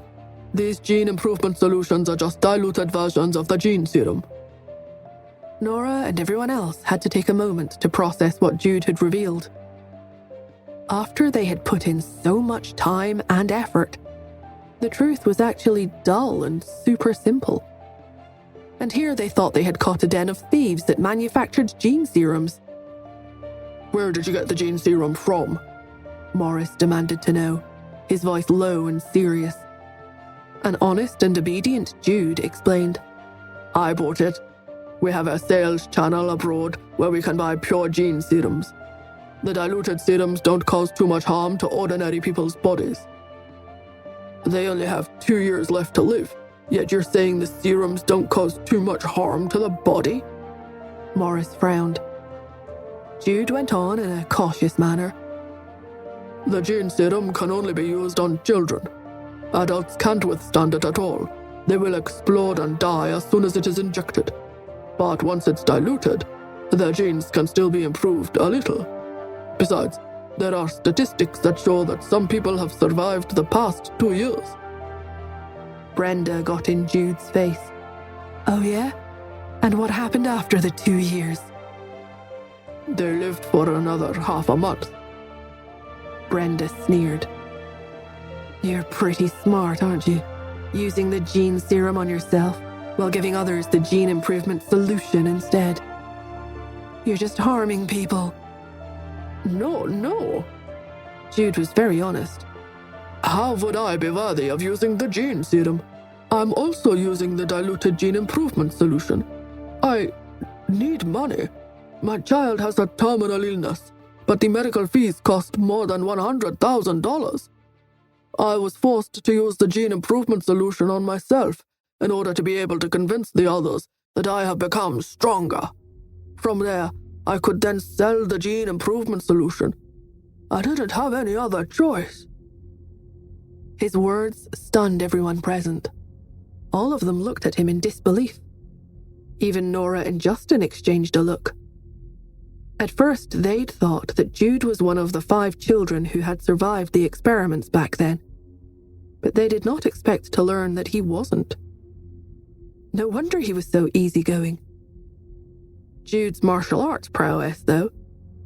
He had kept Justin occupied for 3 minutes all by himself. At present, there were large skill gaps in the martial artists in the country. Apart from Irvin and Quinn, the strongest were Big Brother and Big Sister. The other disciples didn't have bodies well suited for martial arts. Moreover, in these modern times, no one was working that hard to practice martial arts either. As a result, apart from a few top martial artists, the rest were all really mediocre. This was also the reason why Big Brother and Big Sister were so popular in the circle, and why their statuses went by unopposed. Because there were very few in America who could even last 10 moves with Justin. The diluted gene improvement solution alone could improve a person's physical genome this much. In that case, how strong would people who had been injected with gene serums and whose genes had been improved to the best of their ability be? All of a sudden, Nora and Justin felt that even they might not be their opponent's match should they ever encounter them. Their hearts sank. It was also in this instant, in the face of absolute power, that Nora finally realized how terrifying the gene serum was. No wonder her mother had been driven into a corner and chose to die back then in order to protect it. Her expression darkened. When she thought of how those 5 people were after the V16 that Xander needed, she felt panicked, scared, and at a loss. The V15 gene serum was so powerful. If they were injected with the V16, wouldn't they all become superhumans? While she was thinking, at some point Howard had sneaked over to her. Earlier, he had been overbearing and arrogant toward her, and had reprimanded her whenever he wanted to. But now he was cautious around her. He asked in a soft voice, Nora, you must be from the Quinn School of Martial Arts, right? The Irvin School of Martial Arts didn't try to win by physical strength. It was like how Justin hadn't subdued Jude with one move. Only the Quinn School of Martial Arts would use such open and over-the-top moves. Nora admitted it with a grunt. As soon as she did, Howard spoke again. Then, are you Linda from the Quinn School of Martial Arts? Have you met Big Sister before? The martial arts-obsessed teenager scratched his head. I wanted to ask Big Sister to be my teacher. Do you know where she is? What is she like? How can I please her? Nora looked at the young man's dedicated attitude and sighed. I don't need to be pleased.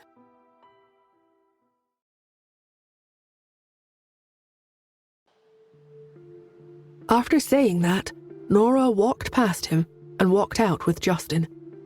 There was no point in staying any longer in the laboratory. They were going to interrogate Jude to find out who was giving him the orders so that they could find the mastermind hiding behind the entire operation. It was only when the two of them reached the entrance that everything clicked and Howard realized what Nora meant. His eyes widened in disbelief, and he stared at Nora from the back in shock and astonishment. Howard watched the 2 people leave. Because the door was a little narrow and 2 people could not pass through it at the same time, Justin decided to take half a step back in order for Nora to walk out in front of him. She passed Justin by with a calm demeanor, without saying anything, and without feeling like anything was wrong. Howard couldn't believe his eyes. Since when did Justin ever give way to others? He had always been the leader of the family, yet here he was, stepping out of the way in order to let someone else walk by him. The wheels in Howard's head started to turn as he tried to make sense of Justin's actions. In addition to being in love with Nora, it must be because that person was worthy of him treating her this way. This had to mean that Nora really was Big Sister. No wonder Justin, who was always very protective of his own, didn't say a word when Howard had bad-mouthed Nora. On top of that, Howard realized he'd even given him a half-amused look out of the corner of his eyes. At that time, Howard thought it was because Justin liked Big Sister. But he realized why now. Howard felt like he had been slapped in the face, and he was distressed. He had done something very bad and mocked Big Sister. Was it too late for him to apologize? With that in mind, Howard jumped up and followed after them as fast as he could. On their way out, Nora kept thinking about the problem she was facing and how badly she wanted to know the specifics of the key to the V16 serum. After the incident with Jude, she couldn't wait around anymore. She started to walk faster. Justin was following close behind her. When the two approached the car, Justin was about to open the car door for Nora when a figure darted over, opened the car door, and said as humbly as he could, "Nora, be careful not to knock yourself against the top of the door." Nora blinked in surprise. She had been so caught up with thinking about the V16 serum that she had forgotten about Howard's existence. "I know how to get inside of a car." She glanced over at Justin, but he only shrugged. He was used to his brother's behavior at this point. Howard looked at Nora with a smile. Ever since he learned that Nora was big sister, he wanted to suck up to her as much as possible. Nora, what do you think of my martial arts? Do I have any hope of entering the Quinn School of Martial Arts and becoming your student? Nora thought for a while. Suddenly she thought of an idea and sighed. Let's get the old man to teach you instead. She then picked up her cell phone and called Quinn. Quinn was very loud. He hollered, What's up, sleepyhead? Nora touched her nose, not used to someone calling her by a nickname. She coughed and informed him over the phone. I found you a disciple. You took a disciple for me, but I didn't agree to it. You took them in so casually. If you want to take on a disciple, then take one for yourself, Quinn retorted. Next to Nora, Howard felt as if his heart was in his throat when he heard Quinn. He had met Quinn before. Back then, when he was in New York, Quinn didn't even show Justin any courtesy. Wasn't Nora being a little too impolite with him? Would Quinn expel her in a fit of rage? As he was thinking about it, he heard Nora say in a calm voice, I've already told him to go to New York to look for you. Quinn was silent, but then he grunted, He'd better bring a present. Okay. Okay? What do you mean, okay? You no-good disciple, you? Before Quinn could finish, Nora hung up the phone and looked at Howard in silence. Quinn is old, so he's a little grumpy. Don't mind him. Howard was frozen on the spot like a statue. He'd never imagined that Quinn would agree to teach him just like that. Along with that, Nora had the complete upper hand in her talks with Quinn. Nora and Justin then got into the car, left the place, and headed straight to the Hunts family home, leaving Howard in a daze. Even if outsiders were tailing them, they wouldn't be able to enter the guarded residence. Jude was then taken away by Morris and Brenda. Everything else was taken care of and they had nothing to worry about. After returning to the family home, Howard asked, Nora, why didn't you bring Jude back? Nora was puzzled. For what? Interrogation? Howard frowned and replied, Yeah, didn't you catch him to find out who was the one giving him the orders? Nora thought about it, then responded, Aren't Morris and the others more skilled when it comes to interrogating prisoners? Why should she bring the prisoner back and do it herself instead if there were two experts who were doing it? If she was free from that responsibility, she might as well use the time to make up for lost sleep instead. Thinking about the amount of sleep she had to catch up on, Nora curled her lips in disdain. Howard was surprised by how strongly Nora had reacted to his question. He didn't say anything more on the topic. By the time they arrived at the family home, it was already 10 p.m. After entering, Nora and Justin ate dinner without rushing and then went to their room to rest. After the two of them entered, a servant in the Hunts family home quietly walked to a hidden corner of the home, took out his cell phone, and made a call. The servant whispered, It doesn't look like they have found the code book, or else they would have been in a hurry to read it. The person on the other end of the call said something, and the servant replied, Okay, I understand, sir. After saying this, he hung up the phone, made an excuse to leave the room, and went up to the door of the room Justin and Nora were in. While no one else was around, he pressed his ear against the door and listened to the voices inside. Nora was whispering to Justin, Don't be so anxious. Slow down. Then Justin responded in a low voice, Nora, don't move. Let me do it. Are you satisfied? What followed were suggestive sounds which made the eavesdropping man blush. After the man listened for a while more, he turned and left. He then took out his cell phone and sent a text message. I am certain that they didn't find the code book. But inside the room, the servant was wrong. Nora sat on the sofa with the ledger and the code book she'd found in her hand and was reading it leisurely. At the edge of the bed, Justin had put one hand on the bed and was pressing down hard, causing it to creak. He continued his performance. "Nora, does it feel good? Nora, do you want more? Nora, let's do it again. What? One more time? Are you trying to squeeze your husband dry?" Nora found it hard to focus on the code book. She kept looking over at Justin, finding it hard not to laugh at how seriously he was taking his performance. The man was simply too shameless. Although they were only acting, Nora couldn't help but blush. The corners of her lips spasmed. "Did you take some kind of drug? How many times do you plan to do it in one night?" Justin chuckled. "I'm very strong. Why don't you try me?" The man was becoming more and more bold after the two of them got together. She would have wanted to do more than play pretend with him right now, but she had to stay focused on her task and decipher the code. She lowered her head and continued to look at the code book in her hand. 5 minutes later, she had the code deciphered. As she stared at the new information, Nora slapped her forehead in surprise. Sensing her peculiar reaction, Justin ended his solo exercise on the bed and strode over to her. When he saw the Morse code translations recorded in her notebook, he frowned. "That's it." Nora heaved a quiet sigh. "I knew it. Mum must have set up another trap for us. What should we do?"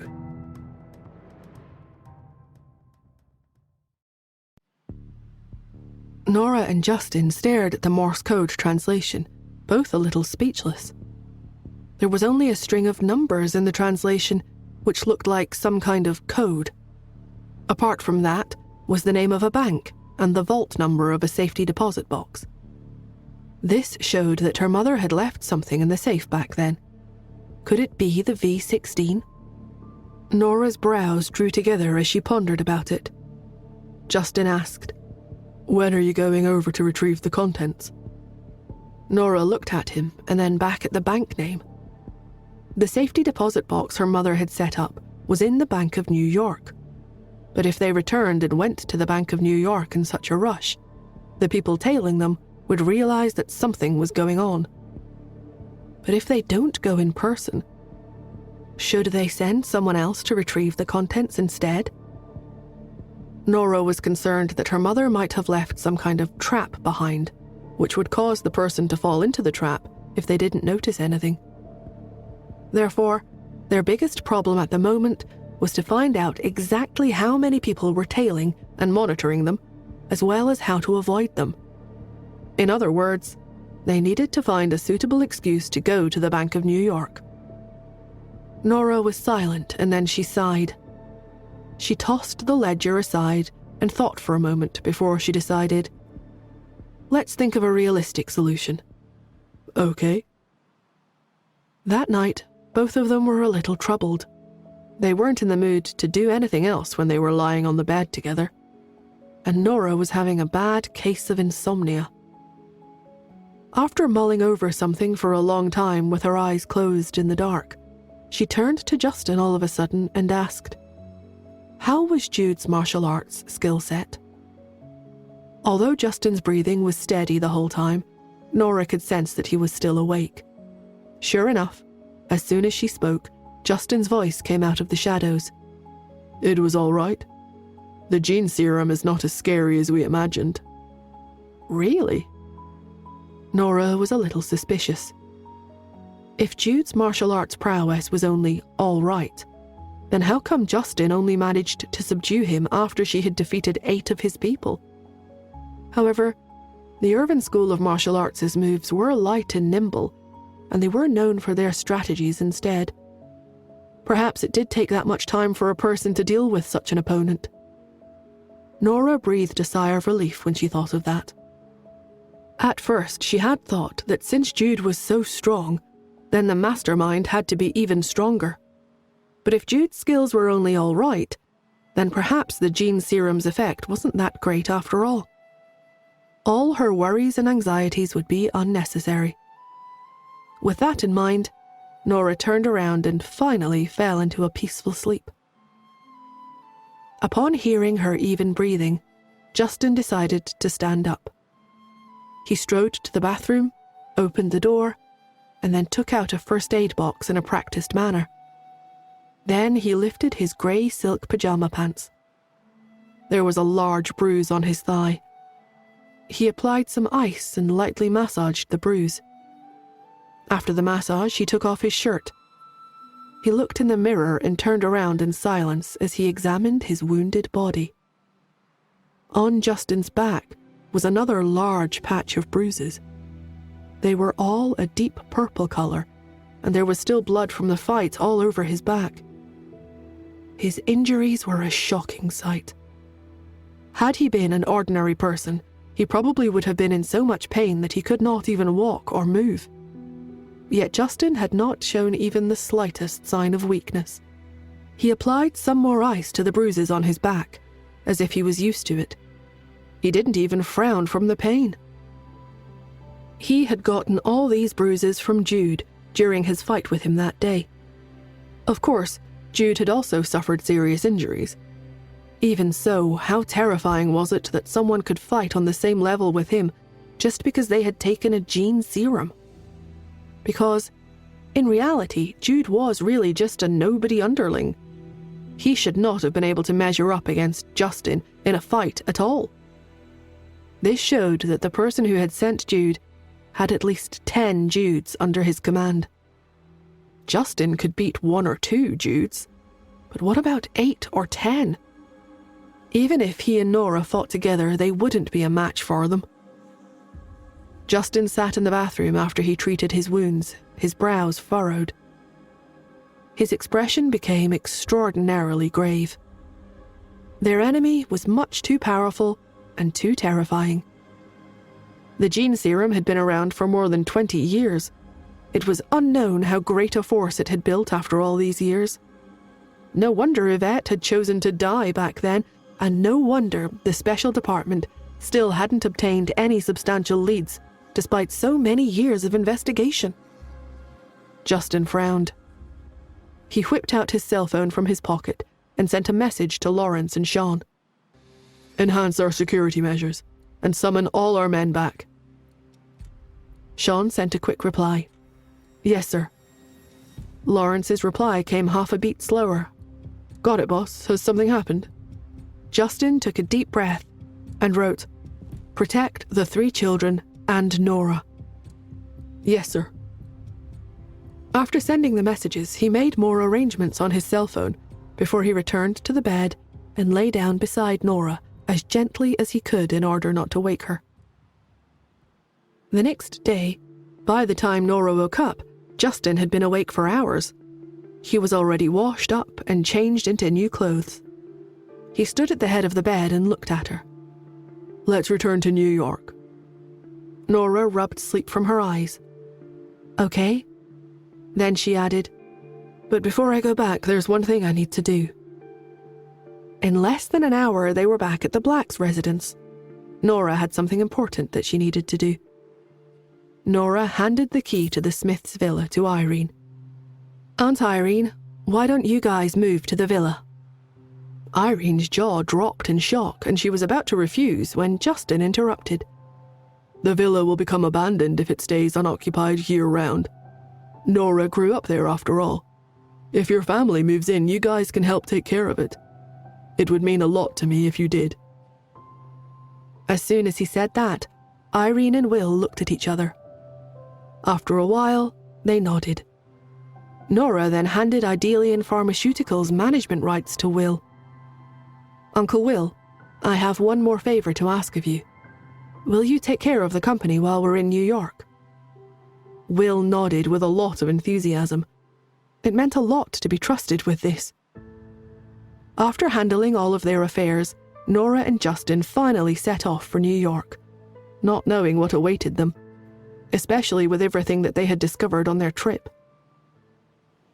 At the same time, far away in Switzerland, a cruise ship was drifting on the sea.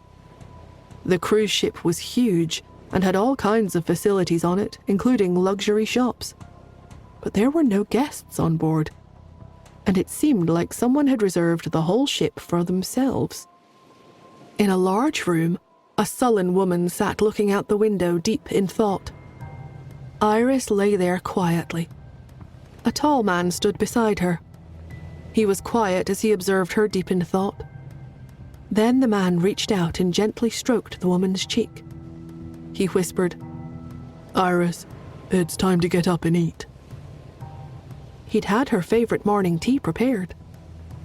Iris did not respond. She just kept looking out of the window.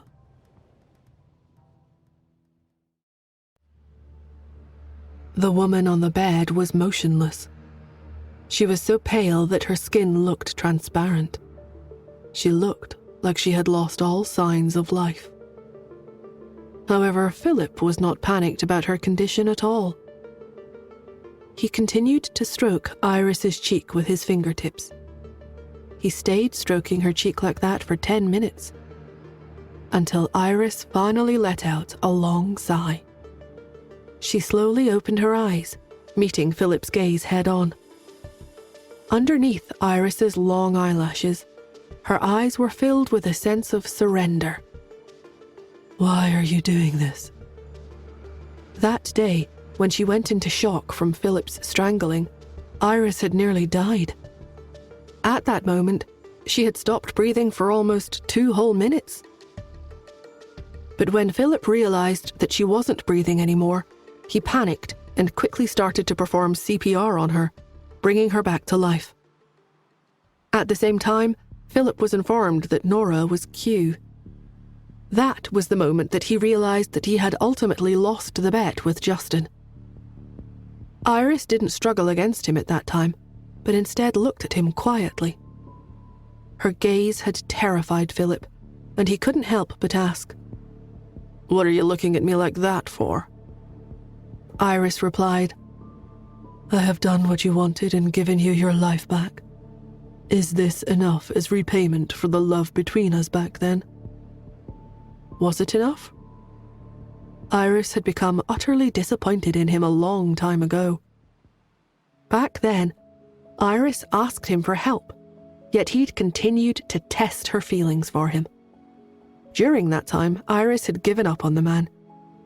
If one asked her whether she loved him, Iris's love for Philip was certainly not as deep as Philip's love for her. After all, to Philip, love was everything. However, that was not the case for her. She had never been someone that obsessed over love. Compared to romantic love, family affection, friendship, and even her life itself were more important. But Iris did not know if she could say in total confidence that she did not love him. Philip was a person that she found hard to forget and let go of. Despite 5 years passing since her marriage to Herman, and after having Justin, Iris had still been shocked at that moment when she met Philip once more. After all, he was her unforgettable first love. How could she possibly not have loved him? However, Iris had made her choice. She had sealed her heart and would never give herself and Philip another chance. She and Philip both owed each other. Philip owed her a debt of trust, whereas she owed him unwavering love. Only with much difficulty had he finally seen true love in her.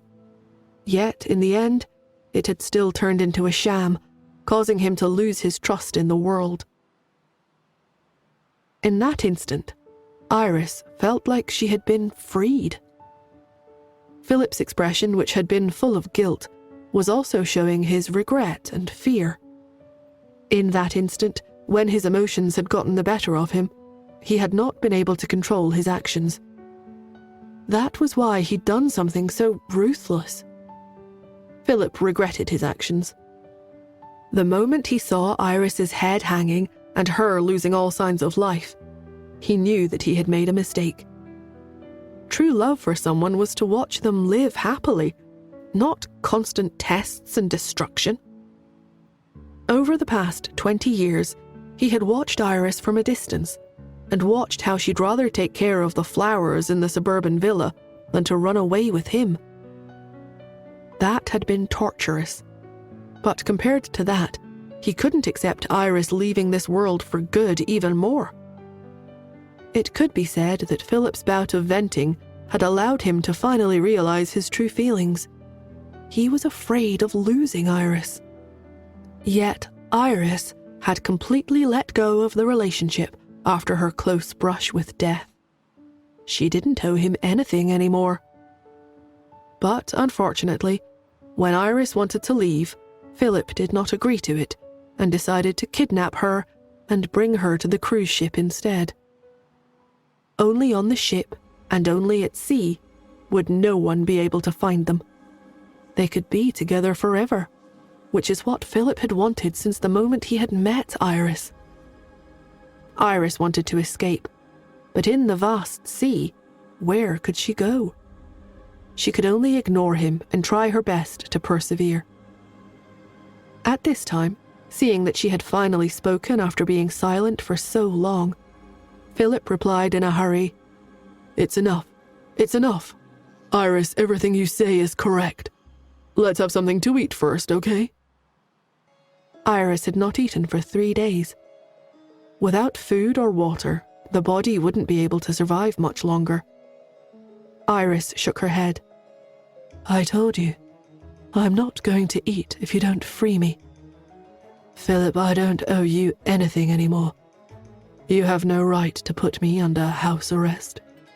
Philip heaved a giant sigh when he heard this. He muttered, "I'm not putting you under house arrest. I just want to start over with you." "That's impossible." Iris was weak, so her voice was a little low. She sighed. "Nothing can happen between us anymore. There are no more ties or debts between us." Her firmness made Philip panic. He wanted to say more, but Iris closed her eyes, turned over, and continued to rest on the bed as if she had fallen asleep. Philip stared at her back, at a loss as to what to say. He could only back away quietly and leave the room in silence. Upon hearing him leave, Iris breathed a quiet sigh of relief. However, not even 5 minutes later, the door was opened again. Philip smiled and his voice was surprisingly joyful. "Iris, I've thought of a solution." Iris opened her eyes. When she turned to look over at him, she was stunned. "What are you doing?"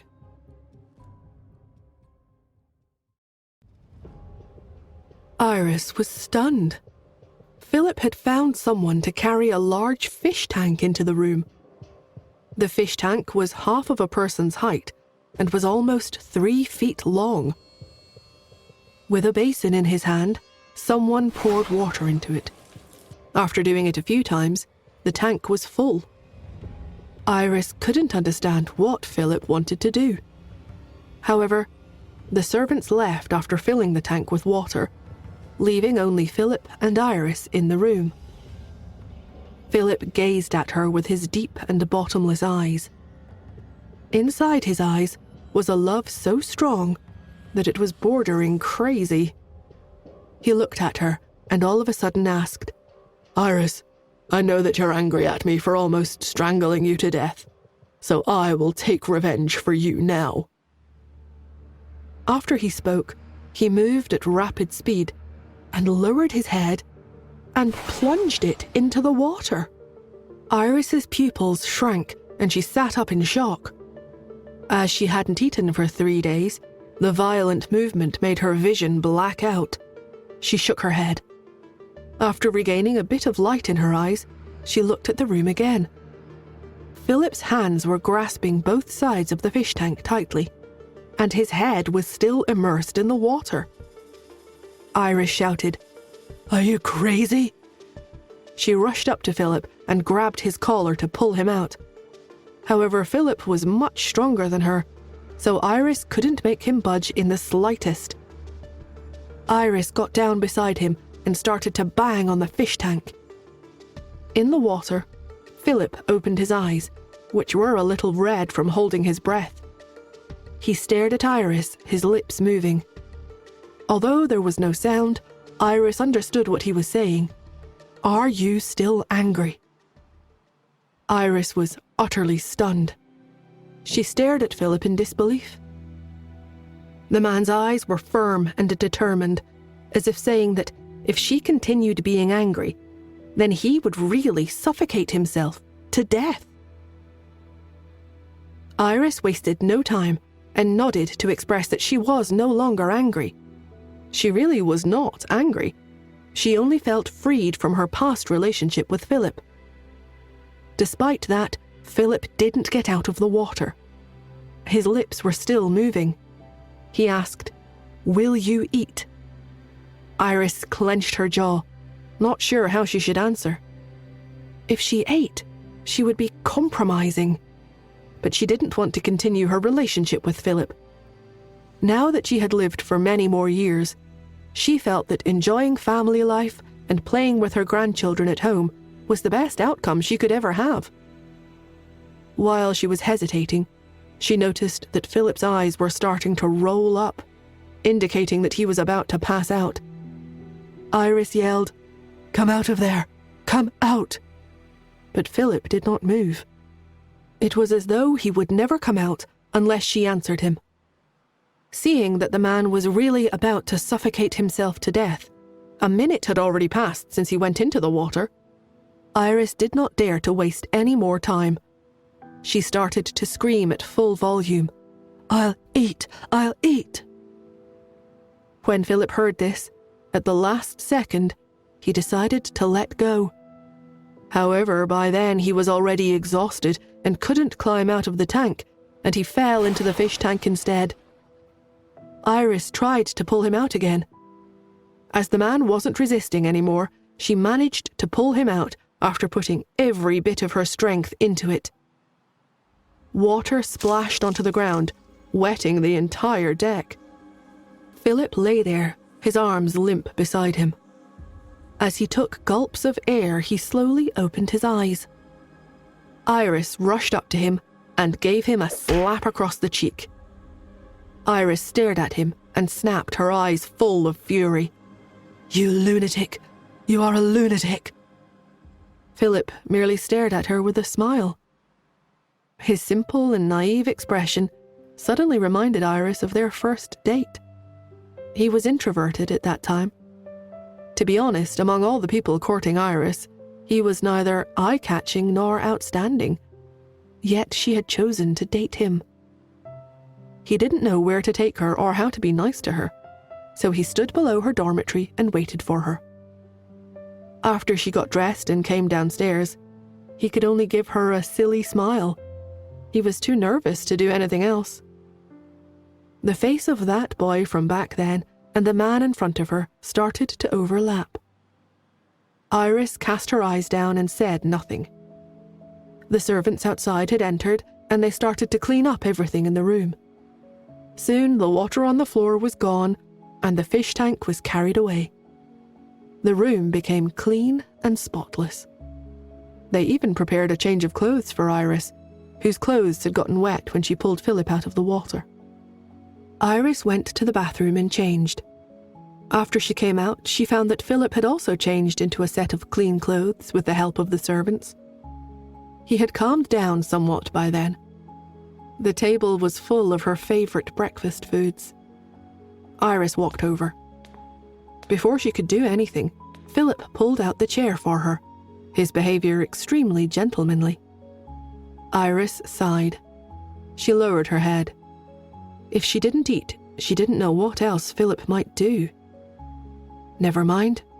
She would decide to take all of her years of growing flowers in the suburban villa as a vacation. She made up her mind to eat and drink a healthy amount from now on. Otherwise, if her health suffered, how was she going to go back, enjoy family life and play with her grandchildren? As for Philip, she lowered her eyes. She'd treat him like a stranger. Seeing that she was willing to eat, Philip broke into an excited grin. He was gleeful like a child would be. He sat opposite her and kept offering her different dishes. However, she didn't eat any of the food he served her.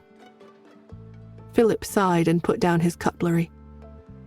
Iris, I know you still blame me for everything that has happened, but I will make up for what I've done, slowly but surely. I promise that we will be able to return to what we were like in the past. Iris wanted to say that it was impossible, but when she looked up, she saw Philip staring at her and muttering, It'll definitely be possible. I won't allow it not to be. Definitely. Absolutely. Iris decided to shut up. After she finished eating, she felt a little more energetic. Although she was still rather weak, she didn't want to lie down in the room anymore. Yet she didn't want to be alone if she were to go out for a walk either. She wanted, even less, to be with Philip. While she was deep in thought, Philip smiled and remarked, Iris, look who's here. Iris turned to see Mrs. Landis walking in. At the sight of Iris, Mrs. Landis stepped forward and called out, Mom. Iris was surprised. Philip sighed. We're going to have to drift at sea for a while. I was afraid that you would be lonely, so I brought her here too. With her accompanying you, you will probably have a very good time here. By the way, you can go shopping. The cruise ship has everything, and there isn't any limit to your purchases at all. They were on a tourist cruise ship.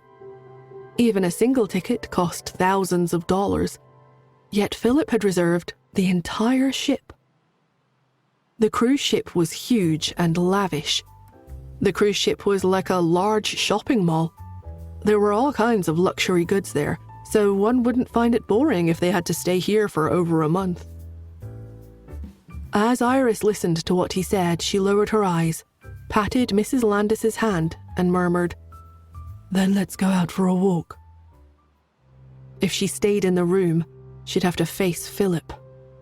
She might as well relax, calm down, and protect herself before that had to happen.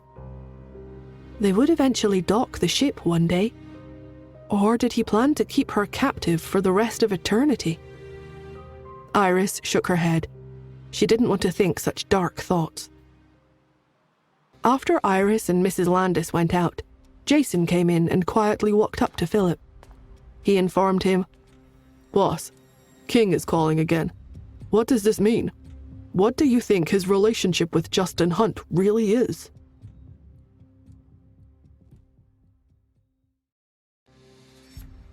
Philip narrowed his eyes when he heard this. To be honest, when he abducted Iris, at first he had planned to take her away, but he hadn't expected the Hunts to be so capable. On top of all of this, Justin was not as simple as it seemed. Justin had driven them into such a corner that it was almost impossible to leave New York in secret. After all that, when Philip wanted to return back to his home turf, he had received a call from King, ordering him to send Iris back home safely. Philip realized it then. No wonder King had sold him the shares at such a high price.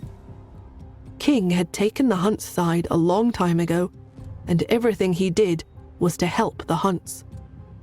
He couldn't figure out the relationship between King and the Hunts, but he didn't dare to offend him either. So he had put on an obedient front and pretended to obey his instructions, but decided to take Iris to the cruise ship instead.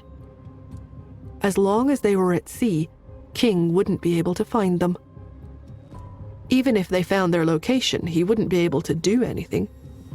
This was why he'd taken Iris to the ship. Of course, there was also another reason. When they were in college, he'd once asked Iris where she wanted to go on a vacation the most. Iris had replied, I don't like sports. Mountain climbing and all activities that make people sweat and stink are my worst nightmares. I like ferry vacations. I can travel around the whole world on a cruise, and it won't tire me out either. This most elegant way of travel was her favorite. At that time, Philip had said that he would take her there in the future. To Philip, bringing Iris onto the cruise ship was his way of fulfilling the promise he had made all those years ago. Thinking of this, Philip took the satellite phone from Jason. King's deep voice came from the other end. Philip, Iris hasn't hasn't returned home yet. Philip replied. Yes, she and I still have some old promises that we have not fulfilled. We're having a lot of fun, so please don't worry, Mr. King. King fell silent for a while. Finally, he roared. If anything happens to her, I will make you die a terrible death. His harsh words shocked Philip. The main reason why no one dared to stand up to King in the group was that he really was like a king. When Philip inherited his Imperial League account as a child, King had already been in the group for as long as 40 years. He could remember like it was yesterday that someone in the group had questioned King's position and actions 30 years ago. Their century-old business empire had gone bankrupt within a month. King had used actions to prove his position and status. The empire had gone bankrupt because he ordered it to. Since then, no one in the group dared to ever go against him again. Philip was a fierce and savage man through and through, but even he was afraid of King. He thought for a while, but still decided to ask, May I know how you are related to Justin Hunt? Why do you protect that family so much? King sneered. Don't ask things you shouldn't be asking. All you need to know is that Iris is a relative of mine. Anyone who hurts her will have to pay the price. Iris was his relative. That meant that they were related by blood. Philip was stunned. He'd thought that as long as he got over his own issues, he would be able to be with Iris again, much like how Herman had agreed to divorce Iris when he manipulated the Hunts in the past. Iris had agreed to Philip's terms and stayed in the suburbs for more than 20 years and never remarried.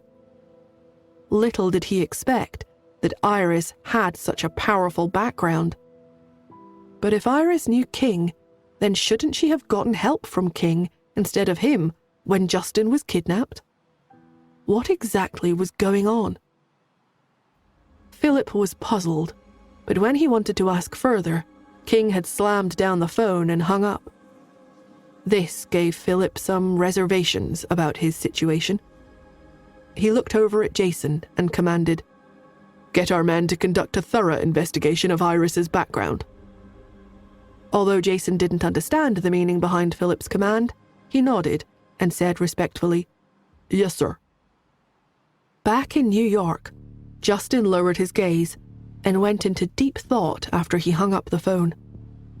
He paced in his office, going over all of the possible solutions to this problem in his head.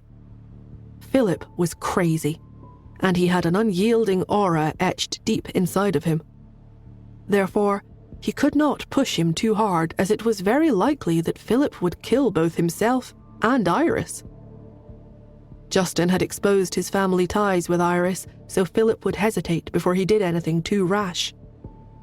Of course, Justin was now certain that he understood Philip very well. The man loved Iris very much and was reluctant to hurt her. Or else why would he hold back for more than 20 years? Boss, we have found their whereabouts. Philip owns a cruise ship that left the shore 3 days ago. Those who had booked tickets have all received refunds and information about compensation from the cruise ship. Therefore, we're guessing that Madame Iris is on the cruise ship. Sean reported his findings. We have contacted the people on the cruise ship. We have an informant there, and he has passed us a message saying that Madame Iris is fine. He reports that Philip has been begging her for forgiveness. He frowned and went on. The troublesome part is, although we have pinpointed the cruise ship's location, there are too many of Philip's men on board, while we only have one informant. So we have no way of snatching her back. Additionally, if we dispatch a helicopter or a ferry to take her back, given the commotion it would cause, we won't be able to completely guarantee Madame Iris's safety at sea. Therefore, we may still need to wait for her to return safely by herself after she and Philip resolve the issues between them. After confirming that Iris was safe for now, Justin was relieved. He lowered his head and looked at the map on the table. Get someone to monitor them at all times. Dispatch a ship to follow them from a distance and make sure they don't discover the ship. But If any problem arises, they are allowed to approach and carry out a rescue operation. Yes, sir. Sean took out his cell phone and made the arrangements. After the arrangements were made, he looked at Justin, only to see him staring at the location of a certain bank on the map. Sean asked, "Boss, what's wrong?" Justin was silent for a moment. Then he muttered, "Station all of our men in New York near this bank. Nora and I will be going there within the next 2 days." "Yes, sir." Sean turned to leave, but before he stepped out, Justin stopped him. "Get a few of our men to follow me out tonight." Sean's heart sank. Justin was the Irvin School of Martial Arts' big brother. He was more than capable of protecting himself in most dangerous situations. The reason why he brought so many bodyguards with him was so that he could weaken the enemy's attention on him. Yet he was bringing his own men with him this time. What kind of dangerous mission was he going on? Sean lowered his head and offered, "I'll go with you." "No, it's fine." Justin stopped staring at the map and looked into Sean's eyes. His aura was deep and intense as he spoke. "The Hunts and the Imperial League need you." Sean met Justin's gaze head-on. "Understood, sir." It felt like Justin was leaving his last words, which made him feel rather uneasy. Sean hid how uncomfortable he was feeling from Justin and called a few of their most skilled men over. Then he watched as Justin led the men and entered the darkness. At the same time, Nora slipped out of the Hunt Manor and left undetected. She was going to the bank to see what on earth her mother had left her.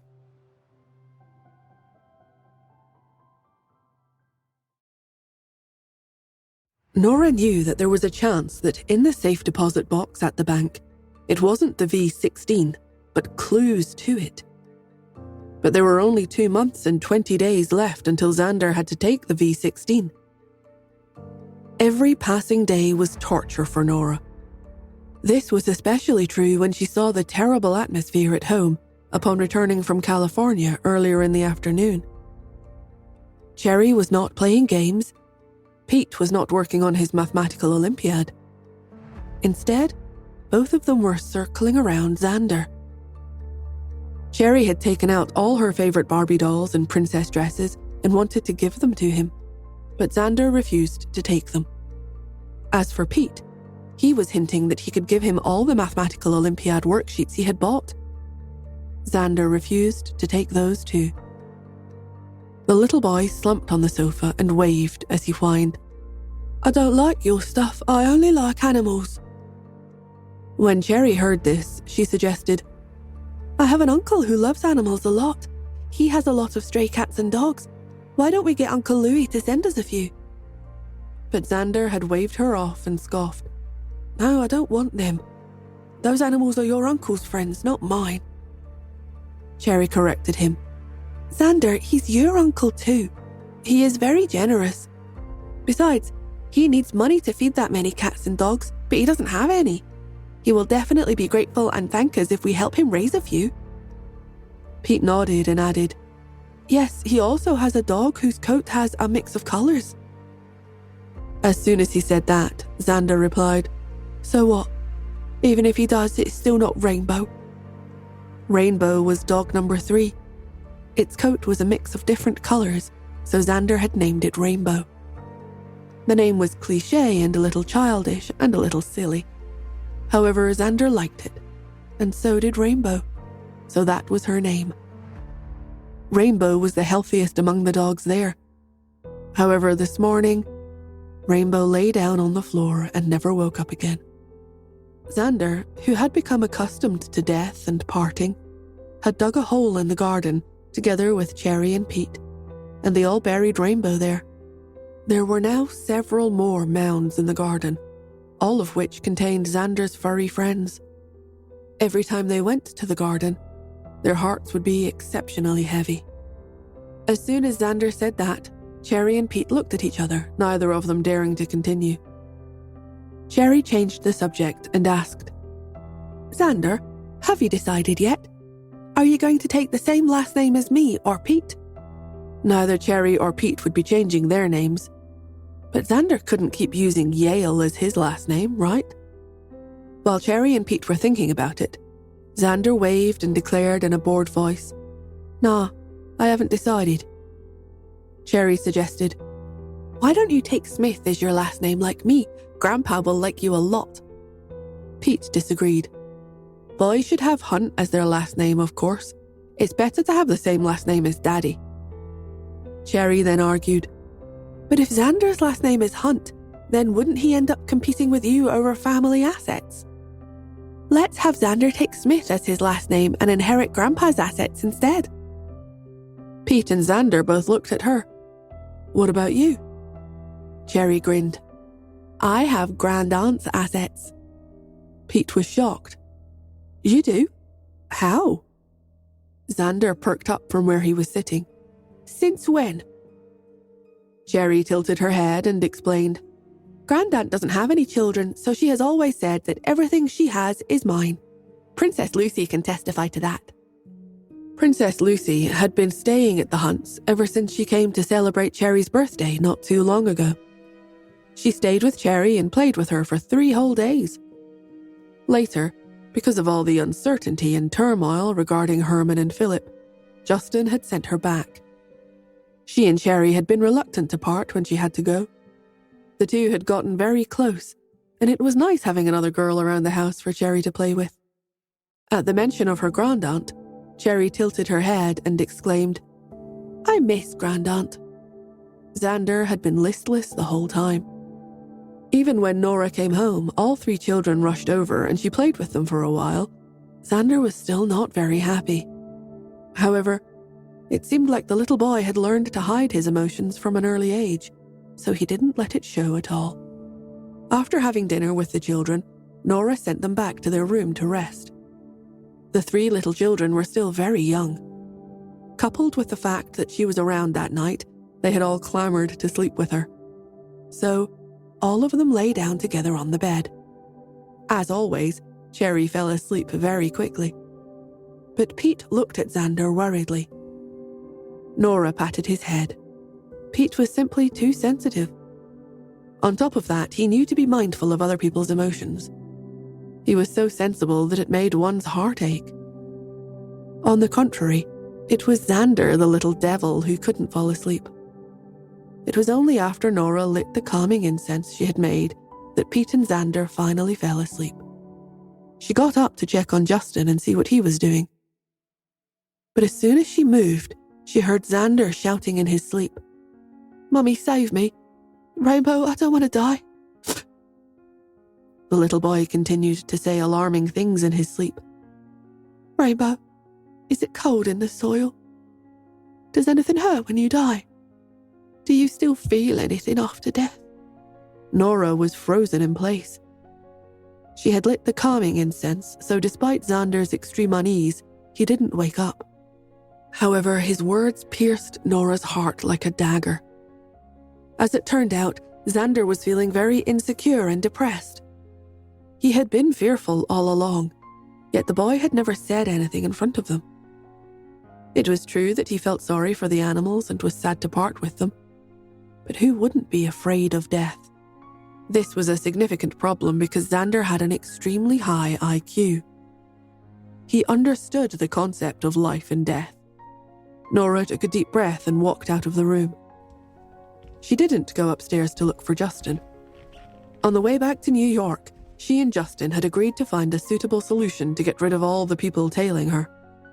After that, they would go to the bank to retrieve the things there. But she couldn't wait around anymore. After Justin's fight with Jude, he had become extremely cautious. This made the perceptive Nora realize that the people tailing them could not be ordinary people. According to Caleb, the 5 children who survived back then had all become big bosses in different places.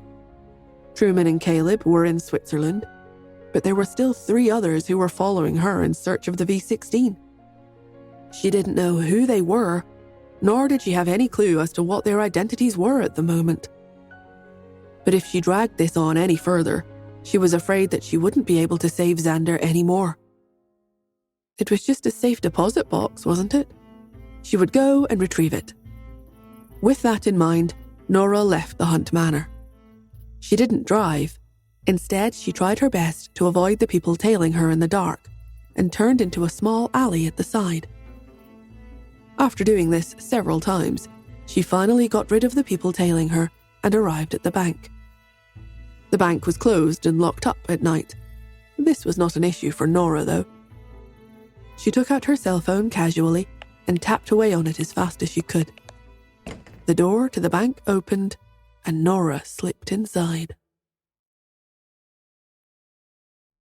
It was pitch black inside the hall. Nora turned on her cell phone as soon as she entered the bank. On the screen was the layout of the bank.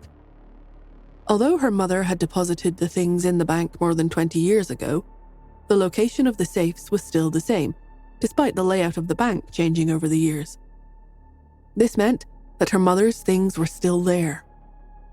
Nora remembered, clear as day, that it was safe number 06, and the password was her birthday. She walked toward the safe deposit boxes, careful to not make a sound. There was no staff inside, only security officers patrolling back and forth. However, it was very difficult for them to spot her. Nora was in full black clothing, so she blended in with the complete darkness. Light-footed and nimble, she headed straight to the safety deposit boxes. But after she passed by 2 rooms, she was stunned to hear footsteps behind her. Nora's pupils shrank, and she darted into the corner next to her as fast as she could. When she looked behind her, she caught a shadow flashing past. It seemed that it was very unsafe here tonight, and she wasn't alone here. The thought made Nora bite her lip. Her first thought was that she hadn't managed to avoid the people tailing her and had been followed. Aside from professionals like Morris, the only ones who could follow her without her noticing were people more skilled than her in martial arts. Someone more skilled than her in martial arts? Was it Jude's boss? Could that person be one of the 5 children who had survived in the gene serum laboratory? It could only be one of them. Nora broke into a big frown. Her mind ran at high speed. What should she do? Since he had followed her here, he must know by now that something was up with the bank. Even if she turned around and left, it would be difficult for her to dispel the other party's suspicions. Even if he didn't know that the safe in question was number 06, now that he had locked onto the bank, all he needed to do was just check all the safes and he would find the clue. Therefore, she had no way out. Tonight, she, Nora Smith, must retrieve the V16 that her mother had left behind. Otherwise, it was highly likely that she would be caught by the other party. With that in mind, Nora took a deep breath. Then she stopped herself and decided to go on the offensive. She would test the black-clad man's skills first. Bam! The moment she launched her attack, the two got into a fight. The other party responded quickly. Before her fist could connect, he was already blocking her attack and counterattacking. In a single exchange of blows, Nora concluded that he was definitely someone whose genes had been modified with the gene serum because his physical strength was too great. Nora had been practicing martial arts for as long as she could remember. Since she was a child, she had been relying on her natural talents to come this far. On top of that, she went on to become the Quinn School of Martial Arts' big sister. This was the first person in her life to give her pressure and threaten her skill set. Her almond-shaped eyes widened until they were big and round as she stared at the person in front of her. In the darkness, the man's eyes shone a terrific green. He wore a baseball cap and a facial mask, revealing only his eyes. The way he stared at Nora was as if he had spotted his prey. When he was blocking Nora's attack, the man chuckled and taunted her. "Is that all you've got?" He had an accent. It was obvious that he was a foreigner. In this instant, Nora felt angry at herself for not training properly. If she had been a little more diligent, then she might have had a chance if she went at her opponent with full force. She took a deep breath. "Who are you?" "You don't need to know that. Just be obedient and hand over the V16. Then I will spare your life." The man moved toward her one step at a time. "Resistance is futile. All my genes have been improved and I have no flaws. I am the most powerful fighter on Earth now. Without any firearms, you won't be a match for me at all." The man spoke confidently and arrogantly. How could she use firearms here, though? If she did, all the security officers would come running in an instant. Nora was in a half squat, ready to attack. She knew that she was not the man's match, but she couldn't go down without a fight. The V16 was Xander's. She would never accept defeat and give in to anyone else when that was at stake. She took a deep breath and sneered, "Try me." The man seemed a little surprised at her reaction. Nevertheless, he let out a low chuckle and scoffed. "Truman is right. You are too stubborn for your own good. You hold out hope until you are faced with the grim reality. In that case, I shall show you how strong I am." The man stepped forward abruptly and closed the distance between him and Nora. Nora had just exchanged a punch with the man, so her fingers were still hurting. How would she possibly dare to still fight him head on? Thus, the moment the man got near, Nora tucked and rolled. A scalpel suddenly appeared in her hand, going straight for the man's throat. The scalpel was her weapon. She had always been a tough woman who met challenges head on. She didn't believe that the man was really stronger than her. But the next moment, not only did the man evade her attack, but he struck her wrist. Nora had always had a lot of physical strength, but her hand was in severe pain at this moment, and she lost all the strength in her hand in an instant.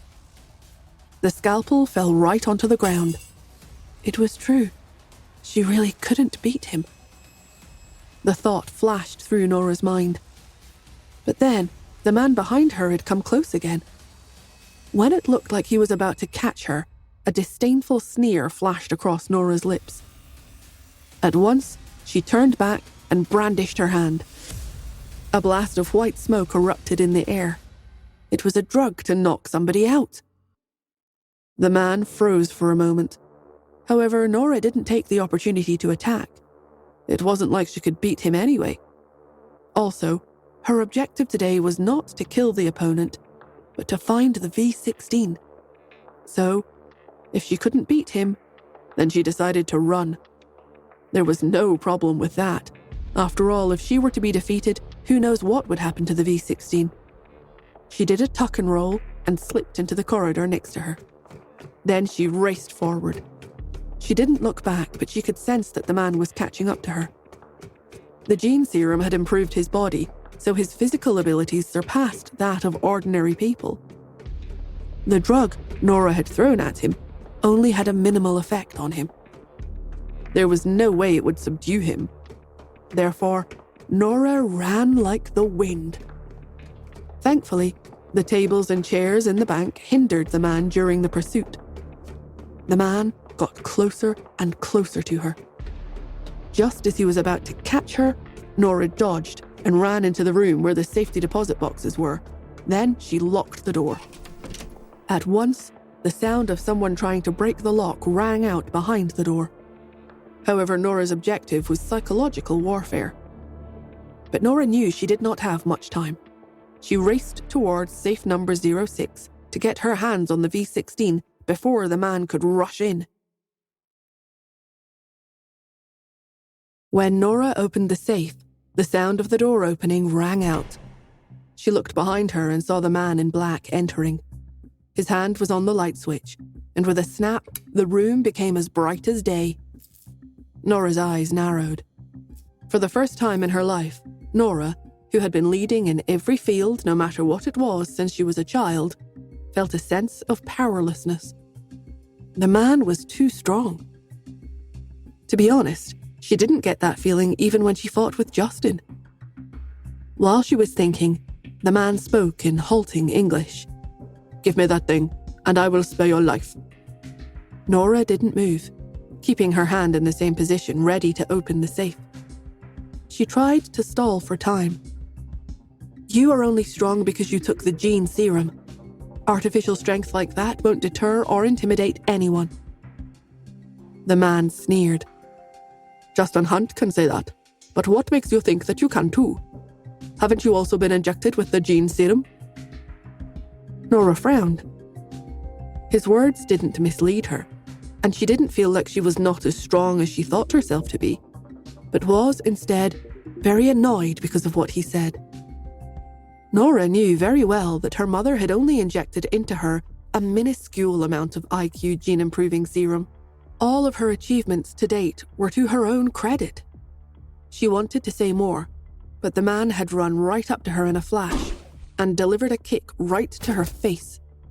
His movements were ruthless, merciless, and icy cold. Should the kick have struck Nora, she would likely die on the spot. She didn't have time to look at the safe. She could only dodge. She'd only just dodged the attack when the man's other leg came at her with another kick. The look in his eyes was icy and carried disgust for Nora. "I gave you a chance. Since you don't cherish it, then forget it." He swung his fist again. Nora dodged awkwardly and asked, "Do you have a grudge against me?" She was trying to guess his identity by talking to him. The man sneered. "Don't bother guessing. You don't know me, but I know your mother. If it wasn't for her, I wouldn't be in this state today." Nora frowned. "Weren't you only a few years old when my mother died?" "If she hadn't developed the gene serum, would we have become tools for their experiments? I hate disgusting hypocrites like you. You say that we are wicked and that the world should lock us up, but in reality, was it our choice that we became like this?" The man was speaking more, but every word of his was cold and frosty. He stared at Nora and roared, "So, you all deserve to die." As soon as he said that, he threw another punch. Nora retreated again, only to find that her back was already against the wall. The man was attacking her again and again, and she had to take multiple steps backwards, but now she had been forced into a dead end. Nora could only raise her arm to block his attack, but she knew that the man was strong enough to break her arm and crush it. She closed her eyes and listened to the man coming nearer and nearer to her. The moment the man was about to strike, she opened her eyes at the last moment. The best form of defense was the offense. How could Nora sit around and do nothing? Without thinking about it, she put all her strength into her leg and kicked the man's abdomen. The man only had two choices. Either he would pull back his arm, which would allow her to dodge the bullet, or continue to attack and Nora would fight him to the death, even if it meant that she would suffer a more serious injury herself. Now that the lights were on, the security guards would discover the situation here in no time. If she stalled for enough time, someone would eventually come. As long as the V16 did not fall into the man's hands, Justin would still have a chance of obtaining it for Xander. Nora narrowed her eyes. But she did not expect that the man would choose the second option without any hesitation. Nora's leg connected with his abdomen. In spite of that, the man didn't stop, and his fist went straight for Nora's arm. Another thud rang out, but the pain of having an arm broken didn't come, which took Nora by surprise. When she regained her senses, she realized that someone's leg had intercepted the black-clad man's fist from the side. The blow made the man in black stumble and take a step back. Before Nora could see who her rescuer was, she was pulled back by her shoulders. A solid and strong figure then stood in front of her, blocking her from the man in black. Nora stared at the person in front of her. Even though he was dressed in black clothes, suitable for moving around in the dark, and a baseball cap, she still recognized with just a glance that he was Justin. The man in black had put all his strength into the punch. Although Justin kicked at his fist, he shouldn't have been able to withstand the punch. Yet it seemed like Justin's leg was completely fine. Nora thought of how Justin was always forced into fleeing around the room whenever she fought with him. Now that she thought about it again, though, the man had been going easy on her all this time. He was obviously much stronger than her. Nora looked at the man in black again. Even though he had been kicked by her and had also exchanged blows with Justin, the man took a few steps back as if he was completely fine. He was not injured at all. The man looked at the two of them and chuckled softly. "You overestimate yourselves." Then, without saying anything else, he stepped forward without hesitation. Justin and Nora looked at each other. The two of them joined forces. They took a step forward and fought with the man. Despite fighting 2-on-1, the man still seemed to be having an easy time. They couldn't go on and continue fighting with him like this. The thought had only just flashed past Nora's mind when Justin grabbed her arm and pushed her toward the safe. "Hurry." Justin had only uttered a single word, but Nora understood what he meant. At once, she reached toward the safe. The man was infuriated when he saw this. He bypassed Justin and attacked Nora. Nora didn't care. With full assurance, she entrusted Justin with her safety and went on opening the safe. The man wanted to rush over, but Justin kept him occupied. But the moment Nora opened the safe, her pupils shrank. Because inside the safe was nothing but a bomb. The bomb was triggered the moment she opened the safe, and it instantly started to display a countdown of 20 seconds. Next to the bomb was a tiny box. Was this the trap that her mother had left her? If someone else who did not know the password opened the box, the bomb would probably have gone off the moment the door was pried open.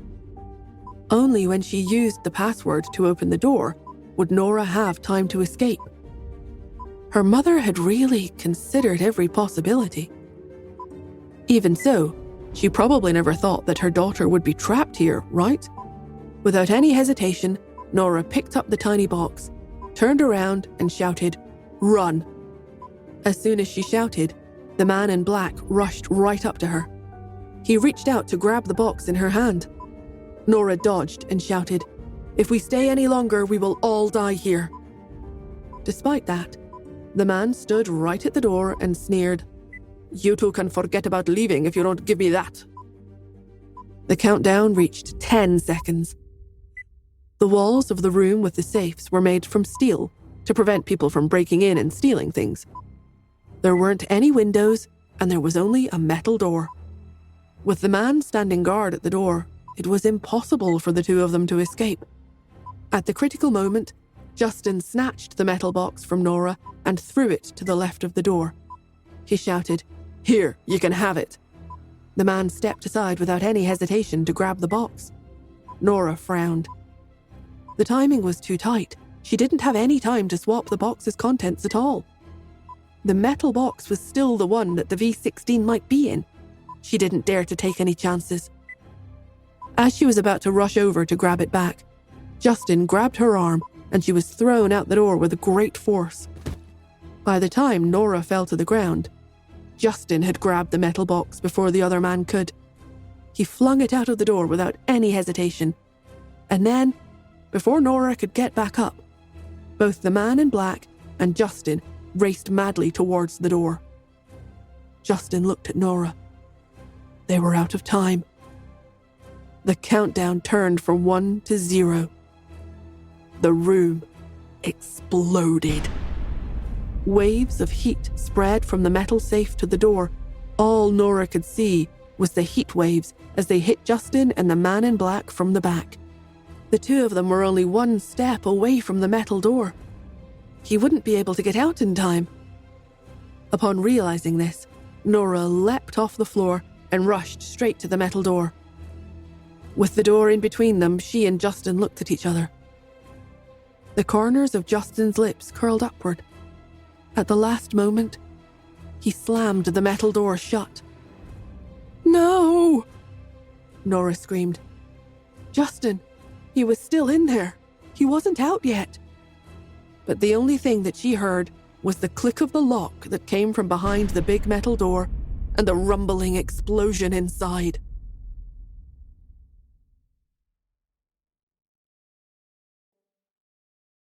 A metal door separated the two worlds. Nora used all her might to kick and stomp at the door, but no matter what she did, she couldn't open it. She could only watch helplessly as the fire in the room got bigger and bigger. The explosion finally attracted the security officer's attention, who immediately called the firefighters. Nora stared at the door. Her facial expression remained calm and collected the whole time. Even when people started rushing to the scene, she made sure to slip the metal box into her pocket. Soon, the fire was put out. The firemen were able to pry open the door and rush in. Everything inside had been blown up and burned to ashes. On the ground lay a charred, unrecognizable corpse with only the bones left. There was only one corpse. This filled Nora with hope. The man in black and Justin had both been inside, so how could there only be one corpse? Right away, she looked at Morris, who had come over upon hearing the news, and ordered, "Do a DNA check." Morris didn't have Justin's DNA data, but Nora did. In order to do a comparison with Xander's DNA, she had retrieved samples again. This meant Lily had accurate data of his DNA. Morris nodded at her request. Some people came to investigate why they were in the bank late at night and why a bomb went off. However, Sean promised to compensate the bank for all their losses, while Morris stated that Nora was the special department's legal advisor, so it was perfectly normal for her to come over and conduct investigations.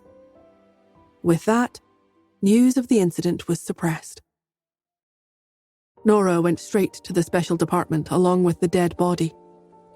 When she returned once more to the familiar place, all the people around her who had once wronged her felt so guilty that they didn't dare to face her.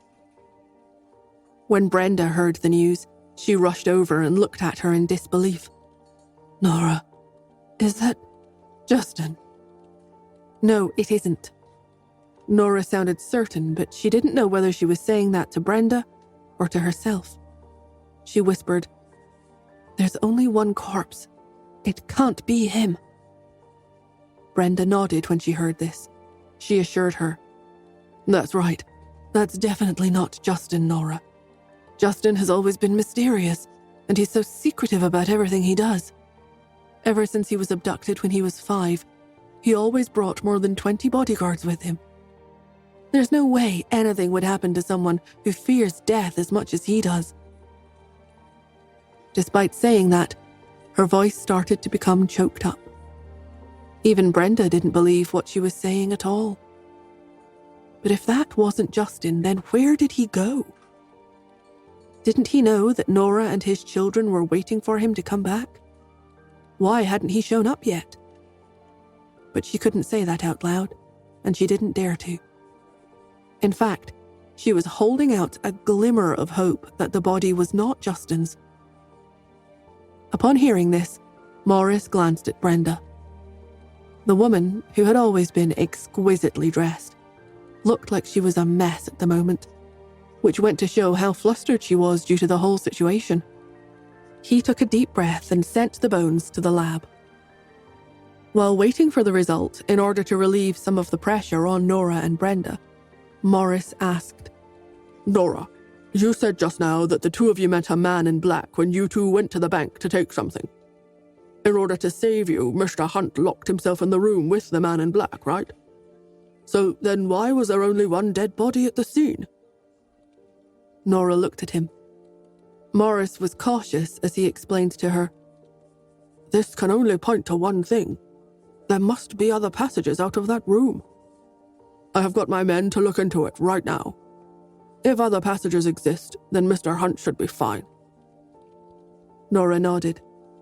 "Yes, that's exactly it." Seeing that she looked flustered, Morris let out a soft sigh. He asked, "So, did you get what you wanted to take from the bank?" Did she get it? Nora raised her head slightly and stared at Morris. A while later, she shook her head lightly and replied, "It was taken away by the man in black. He was waiting at the bank because he wanted to take it from us." Her voice became softer and softer toward the end. One could hear dejection in her voice. At this moment, Morris's cell phone rang. After he answered, a touch of joy came over his expression. He looked at Nora and said, "My men found a tunnel in the room, so Mr. Hunt may have left from that tunnel." However, Nora's heart sank when she heard him.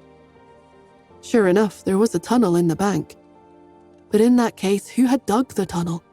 And how would Justin have known that there was a tunnel to begin with? While she was contemplating, chaotic footsteps came rushing from the door of the lab. Herman's furious roar then came over. "What's going on? What has happened to Justin?" Before Nora could speak, Lauren approached Nora and in an accusatory tone spat, "Miss Smith, why did the two of you go to the bank in the middle of the night instead of sleeping? Why was there an explosion? I heard that this only happened to Justin because he had to save you. Who exactly have you offended? Why did this happen?" Herman's eyes were all red. It was obvious that he was heartbroken and devastated over what had happened to Justin. He stared at Nora and demanded, "Come on, talk. What's going on?" Nora clenched her jaw. She did not explain, but Sean, who was next to her, replied, "It's Mr. Hunt who invited Miss Smith to the bank. He wanted to show her some of the things he'd prepared for their wedding, but he did not expect to encounter a robber." Sean also lowered his head. "Miss Smith has nothing to do with any of it." "She doesn't. How can it have nothing to do with her?" Lauren yelled furiously. "If it wasn't for the wedding, would he have gone to the bank in the middle of the night and end up giving the robbers a chance to attack? In my opinion, Nora has cursed the Hunts. Ever since she appeared, the Hunts have been really unlucky." Her words made Herman feel even worse. Nora's eyes were still lowered and she did not speak. She was still reenacting in her mind everything that had happened earlier. Everything had been such a blur that even now she still hadn't figured out what exactly had happened. The man in black had only appeared at the bank because he followed her there. In that case, how come Justin also showed up at the bank? On top of that, how did he even happen to be in the room where the safe deposit boxes were? Had he done the same thing as her and gone to the bank to look for the box? But because he knew that it was dangerous, he didn't tell Nora because he didn't want to drag Nora into it. While she was thinking, Herman sat on the bench next to her. Lauren supported Herman by the arm. "Herman, you must hang in there. Justin is no longer around. If something also happens to you, what are the Hunts going to do?" Upon hearing this, Herman understood something. He straightened his back abruptly and agreed. "You're right. I mustn't collapse. Now that Justin is gone, I'm the only one who can handle the Hunts now." Lauren nodded. "A kingdom mustn't go without a king, even for a day. Similarly, the Hunts must not be missing a president either. Now that Justin's fate is unknown, you have to bear responsibility for the family and the company." They were clearly planning a complete overthrow. The sight filled Sean with anger. It hadn't even been determined whose charred corpse it was, yet these two were already starting to think about the family inheritance. They didn't have a conscience at all. He looked at Nora angrily, only to see the woman say coldly, "Justin's fate is not unknown. He's still alive." "If he's alive, then why didn't he come back to look for us?" Lauren countered. "To be honest, we all know deep down that the corpse has to be Justin. Nora Smith, this is all your fault, so stop pretending like you're that loyal and in love with him. Do you really think I don't know what you're thinking? You're just concerned about your position as Mrs. Hunt and how Justin's assets will be distributed, right? I tell you this, your children are still young, so don't even think about taking over the company. Herman is the rightful successor to the company now." Nora clenched her fists. She took a deep breath. But as she was about to speak, the door to the lab was thrown open, and the doctor in charge of the DNA lab came out. At once, Nora made her way over to him while Brenda and Lauren also rushed over. The group of them surrounded the doctor. Herman wanted to go forward, but he didn't dare to. Instead, he stood behind the crowd in a daze. Before Nora could say anything, an anxious Lauren cried, "Doctor, the charred corpse. Whose is it? Are the results out? Is it Justin?" Everyone looked at the doctor at the same exact time. Nora stood opposite the doctor. She stared at the doctor's lips, only to see him say word by word, "Based on the DNA samples provided by Miss Smith, we have confirmed that the body is, without a doubt, Mr. Justin Hunt." That one revelation of his caused the entire place to fall silent. Everyone looked at the doctor in disbelief. As for Nora, her expression was calm and her eyes cast down. It looked like she was thinking about something. The entrance to the Hunt's manor was jam-packed with people, and more cars were approaching in the driveway. Nora was the first to get out of the car. She saw Mrs. Hunt, who was at the entrance, take a step forward. Her hands shook as she asked, "Nora, where is Justin?" "The DNA result shows that the corpse isn't Justin's, right?" Nora was silent. She couldn't bring herself to speak. Another car came to a halt. Herman, Lauren, and the others got out of the car. As soon as they did, Herman looked at Mrs. Hunt. His knees gave way and he fell onto the ground. In tears, he cried out, "Mom." His behavior made Mrs. Hunt realize what had happened to her grandson. Her eyes widened and she staggered backward. Her vision turned dark and she was about to faint. Fortunately, Fanny carried the Zabe Corporation's calming pills with her at all times, so she quickly fed her a pill and stabilized her condition. As Mrs. Hunt gasped for breath, the shocked old lady cried, "What on earth is going on?" Herman was heartbroken. Even though he and Justin had a complicated relationship with a strained past, Justin was still his son, and he had always been proud of him. Now that his son was dead, how could he possibly not be sad? Lauren took the opportunity to speak. "It's all Nora's fault. She wanted Justin to show her what he'd prepared for their wedding in the middle of the night, so he took her to the bank. But they ended up being targeted by crooks who took the valuables and killed Justin in an explosion." Mrs. Hunt staggered backward again. She took a deep breath and looked at Nora. Nora did not explain. She couldn't reveal the matter about the gene serum. Besides, she was very flustered, and her mind was in a mess at the moment, so she didn't have anything she wanted to explain right now either. She merely stood where she was, gazing in the direction of Justin's villa. The 3 children were still there. She wondered how they were. While she was thinking about the kids, Lauren came forward, pointed at her, and snapped at her. "It's obvious at a glance that you're from the boonies. How dare you ask for money and gifts in the middle of the night? Is money all you can see? Nora, you are the one who killed Justin." At once, the people around them started whispering to one another, and all of them pointed at and gestured to Nora.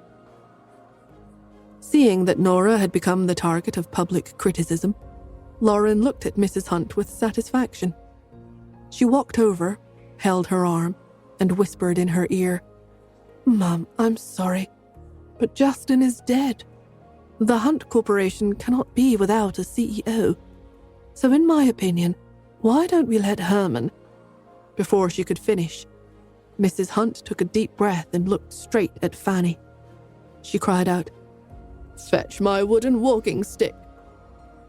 Fanny hesitated and looked at Mrs. Hunt. Mrs. Hunt, becoming angrier by the second, stomped her foot. "Go!" Fanny could only hurry into the house. A while later, she came back out with a walking stick. The walking stick was made of thick, solid wood, and it hurt a lot if it was used to hit someone. Mrs. Hunt took a deep breath and took the walking stick from Fanny. The walking stick was very heavy. When she took it from Fanny, she paused for a while. Brenda, who had followed closely behind the others back to the manor, had parked the car by then. At the sight, she raced towards them in a panic and shouted, "Grandma, what are you doing? This isn't Nora's fault. Please don't hit her. If Justin was still here, you know he wouldn't let you do that." Next to her, Lauren sneered, "Brenda, how can you be so insensible? If it wasn't for her, Justin wouldn't have died. Why are you still defending her? Do you have a conscience or not?" Brenda, however, put herself in between Mrs. Hunt and Nora. She shouted, "Grandma, wake up. This has nothing to do with Nora. No one expected an accident like this to happen. Besides, Nora must be the most heartbroken among us all right now." Mrs. Hunt didn't listen to her. Instead, she muttered to the security guard next to her, "Pull her away." "Yes, Mom." Someone stepped forward and held Brenda back. Even though she could easily take them in a fight and get physical with them, she didn't want to make a huge scene. She rolled up her sleeves and shouted to Nora, "Nora, hurry up and go. Don't be stupid and let her hit you." But Mrs. Hunt had already started to raise the walking stick. When Lauren saw this, her lips immediately curled into a wicked smirk. Justin was dead, and to make matters worse, Mrs. Hunt was about to hit Nora. Those 3 little bastards had lost their shield. From now on, the Hunts would belong to Herman. She would see who else was going to fight with her. She looked at Nora and snapped, "Nora, Mum is so old. If you even have a bit of conscience in you, then just stay still and let her vent her anger. Otherwise, wouldn't you be letting down Justin even when he's dead?"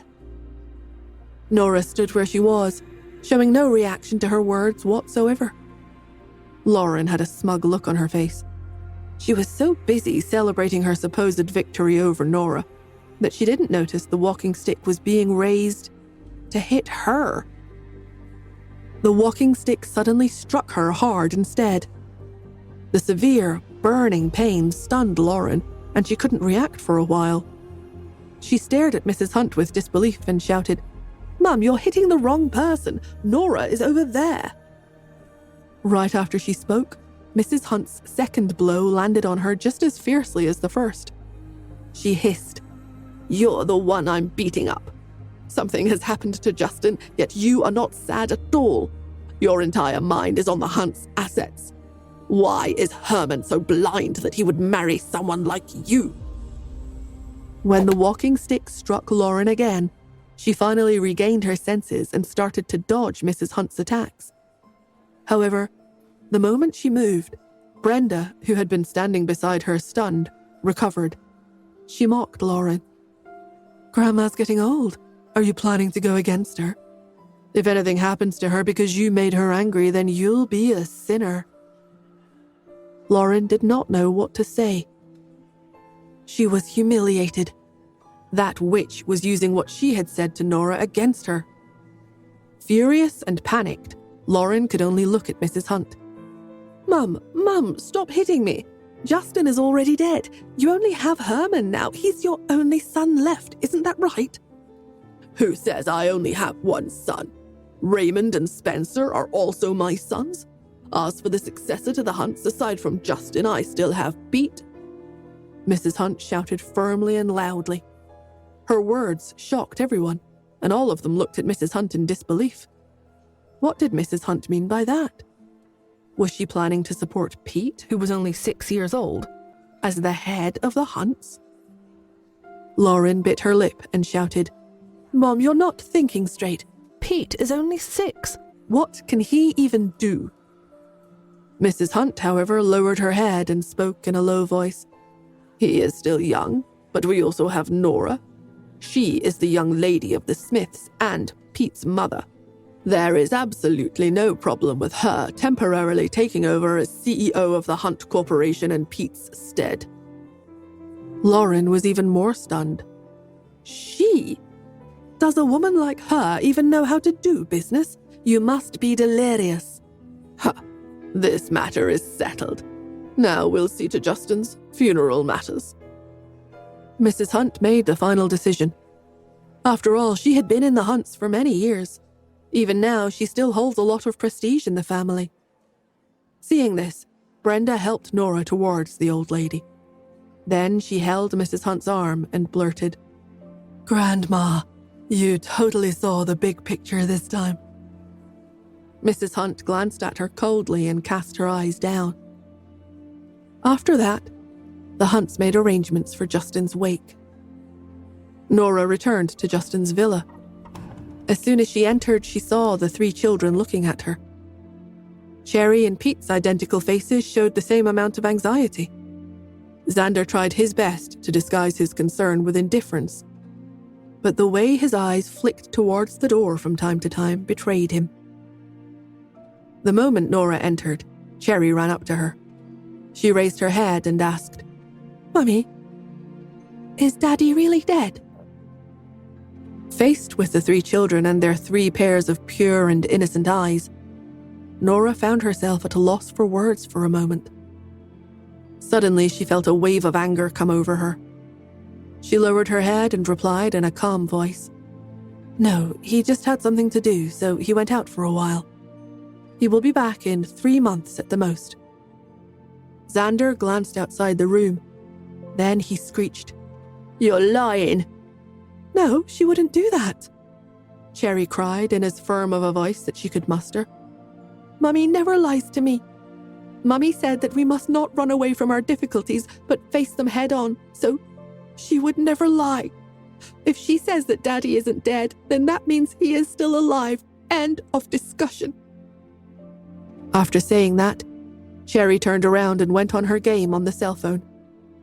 Pete and Xander glanced at each other. Then they looked at Nora in unison. Nora ruffled their hair and sighed. "Try not to worry. I'll go upstairs and change first." She had to attend the wake later, so she needed to change into formal clothes. She also needed to go upstairs to see what was in the metal box that Justin had exchanged his life for. Was it the V16? Or was it a clue to its whereabouts? Or was it nothing? Was it really worth his life in the end? Although the 3 children could sense something was wrong with their mother, they didn't dare to say anything else. They were obedient and nodded. Nora went upstairs and gave Lily a call. "Are the test results of the bones out?" Lily spoke in a calm manner, and her voice sounded very reassuring. Nora started to get her hopes up. Maybe this meant Justin was still alive. But then Lily replied, "Yes, it's out, boss. The results of the DNA comparison with Mr. Hunt's are..." Nora drew the curtains and sat on the sofa, her grip on the phone tightening. The events from the previous night were resurfacing right before her eyes. When Justin pushed her out, he whispered 3 words into her ear. "Nora, trust me." From the moment the man in black showed up, all the way until she and Justin both appeared in the room where the safe deposit boxes were, every single second had been too rushed. She and Justin hadn't said a word to each other at all. At that moment, she could only put her trust in him, go with the flow, and get out of the room. After that, she saw the metal box flying out and hid it in her clothes. But when she looked back, Justin was already closing the metal door. The sound of the bomb going off in the room and the click of the lock on the metal door were like boulders that weighed down on her heart. He had told her to trust him. But when Morris and the others carried out the charred body, regardless, she had still been filled with disbelief and unable to trust his words at all. That was why she had impulsively gone to the lab along with the corpse. As there weren't any records of Justin's DNA in the database, Nora could only get Lily to send over the records of the samples she had taken in the past. When Lily sent them over, she had hinted to Nora that Sean had changed the DNA records on the way. At that moment, Nora had become a little relieved. but she was still worried. It wasn't until she returned to the room, answered Lily's phone call, and heard her say loud and clear, "The DNA comparison results show that it's not Mr. Hunt," that she finally became completely relieved. After hanging up the phone, Nora did not change her clothes right away. Instead, she took out the metal box from her clothes and put it on the coffee table. Then she sat on the sofa and was quiet for a very long time. What was in the metal box no longer mattered to her. What mattered was, what on earth was Justin doing? Why did he fake his death? And why did he prepare a dead body? Was he the one who had put the bomb in the safe? What was his purpose in doing this? Nora couldn't figure it out at all. As she was pondering over these questions, her cell phone rang and snapped her back to reality. She answered the call. Caleb's voice came from the other end. "I heard that Mr. Hunt is..." He gave a slight pause. Then he asked, Are you okay?" "I'm fine." Nora lowered her eyes, her voice calm and flat. Caleb breathed a sigh of relief. As he was about to say something, Nora heard someone snatch the phone from him. Truman's shrill voice then rang out. "You're such a good-for-nothing. That barbarian snatched away the V16 from right under your nose. You're so useless. No wonder even Justin Hunt died. He deserved to." Nora's grip on her cell phone tightened. Even if she knew that Justin was faking his death, she still couldn't help but get angry over Truman's outburst. Right after, Truman sneered and continued, "My little servant, why aren't we cooperating with each other?" Nora narrowed her eyes. Cooperating on what? Truman scoffed. "Like me, Xander only has a little over 2 months left to live, so let's cooperate. I will go to the barbarian and take back what your mother had left. If it is a clue, then you will solve it. Once you get the antidote, you are to give me a share of it. I guarantee that I won't make any more trouble for you if you do." Nora balled up her hands into tight fists. "Why should I trust you?" Truman let out a low laugh. "Do you have any option apart from trusting me when you couldn't even beat that barbarian in a fight? What else do you have to be so arrogant about now that your husband is dead? If you want to save Xander, the only thing you can do now is beg me for help." Nora hung up on him right away. She looked at the metal box in front of her again. She began to understand Justin's objective at this time. The man in black alone was so powerful that neither of them could beat him in a fight. Yet, he was only one of the 5 genetically modified humans. If Truman, Caleb, and the other 2 were added to the equation too, how would she possibly measure up to them in a match? Nora had thought that she'd thrown everyone off her trail before she went to the bank.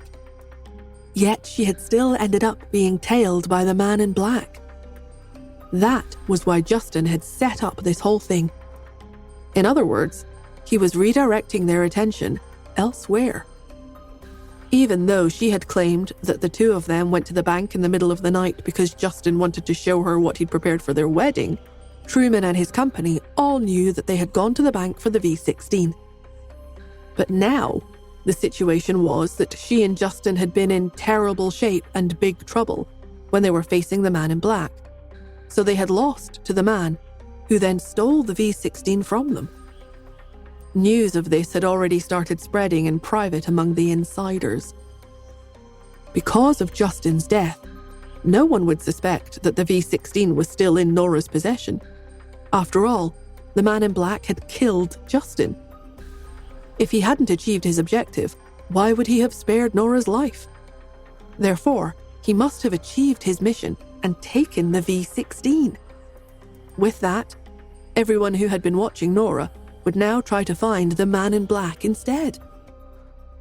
Nora might not know who the man in black was, but the other 4 people among the 5 successfully genetically modified children did.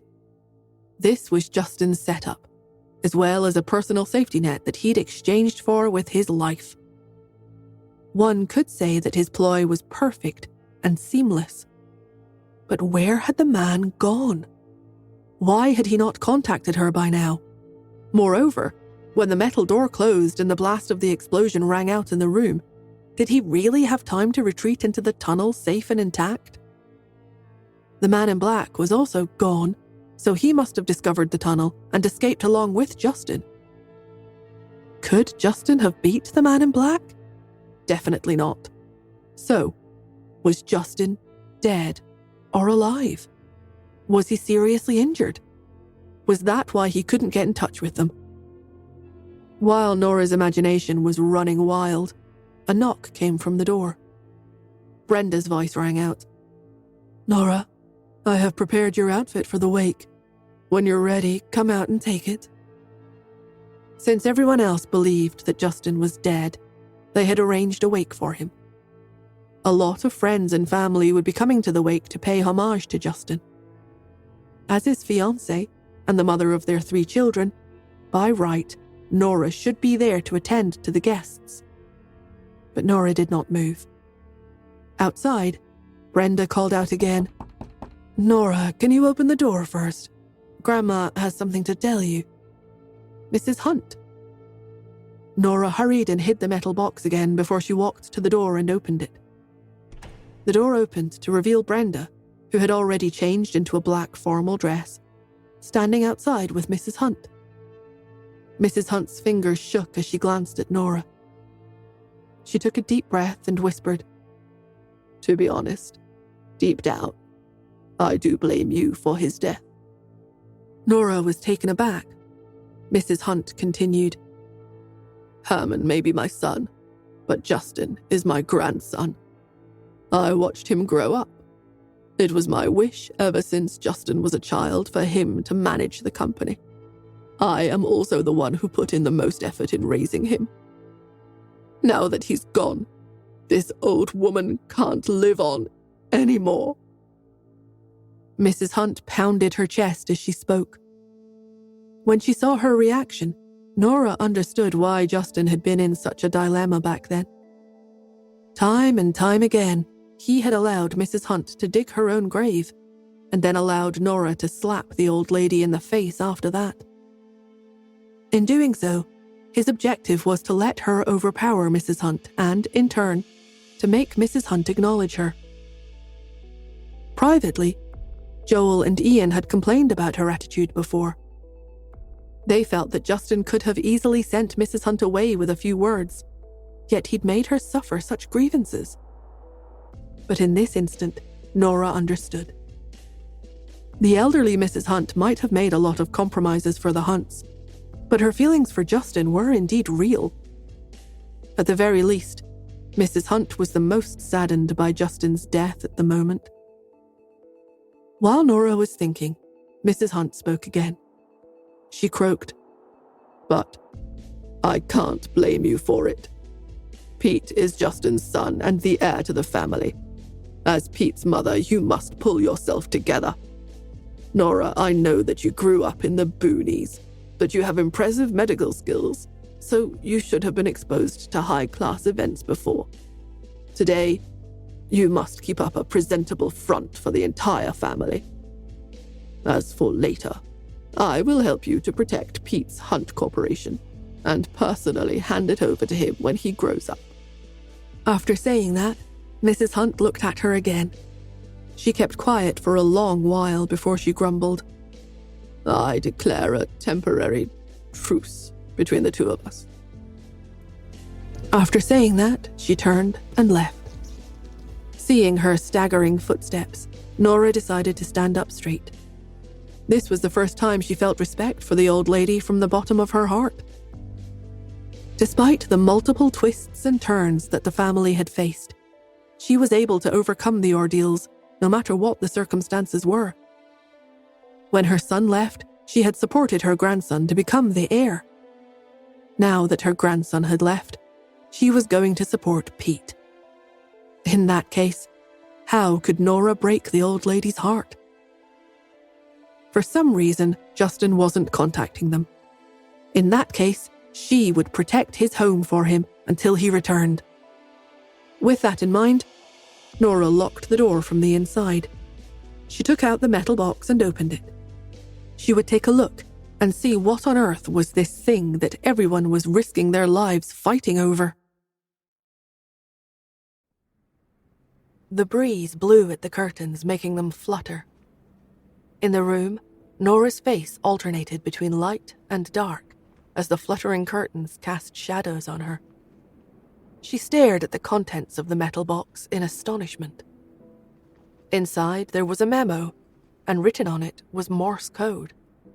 However, she already had the key to the Morse code's uncommon encryption, so it only took her 2 minutes to decipher the code on the memo. Stav University, Archives number 004. Nora read the last part out loud. Archives number 004. What could that mean? Nora didn't have time to look up anything. She tossed the metal box under the bed, tore up the memo, went into the bathroom, and flushed it down the toilet. She had more pressing matters to attend to. As Justin's fiancée, Nora helped out at the wake, while the 3 children played in the villa. Freddie even peeked at them from the door. When he found that the 3 of them were playing, he shouted, "Why aren't you guys crying because your father is dead?" Cherry was furious. "You're the one whose father is dead. There's no way Daddy would die." Freddie scoffed. "Why not? They are holding a wake for your father right now. He's dead, and he's not going to come back. The 3 of you are fatherless children from now on." Right after he said that, Xander reached into his pocket and took out a slingshot. Then he picked up a pebble, aimed it at Freddie, and fired. The pebble struck Freddie right on the mouth, making his lip bleed. Freddie burst into tears and ran away crying. "Boo! The 3 of them are teaming up and bullying me." Cherry screamed at him as he ran away. "That's right. If you lie and say my daddy is dead ever again, it's going to be a lot worse for you next time. Right, Pete?"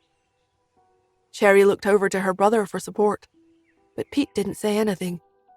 He was staring at the ground, deep in thought. 3 days later, the Hunt family buried the body in the cemetery. The dead are gone, and the living must look forward. At the wake, no one dared to make things difficult for Nora because Ian and Joel stayed with her the entire time, refusing to leave her side even for a moment.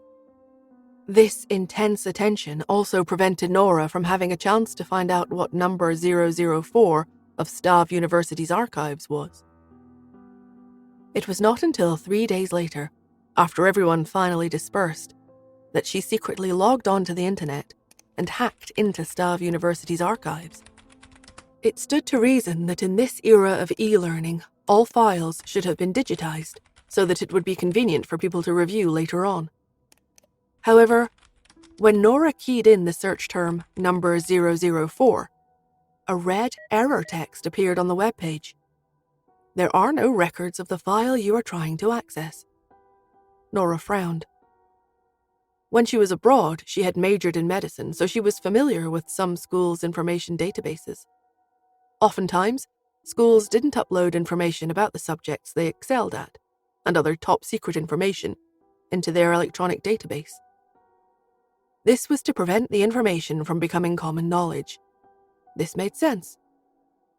Given how mysterious the V16 was, why would they digitize information about it and make it convenient for her, a hacker, to steal the formula anytime she wanted?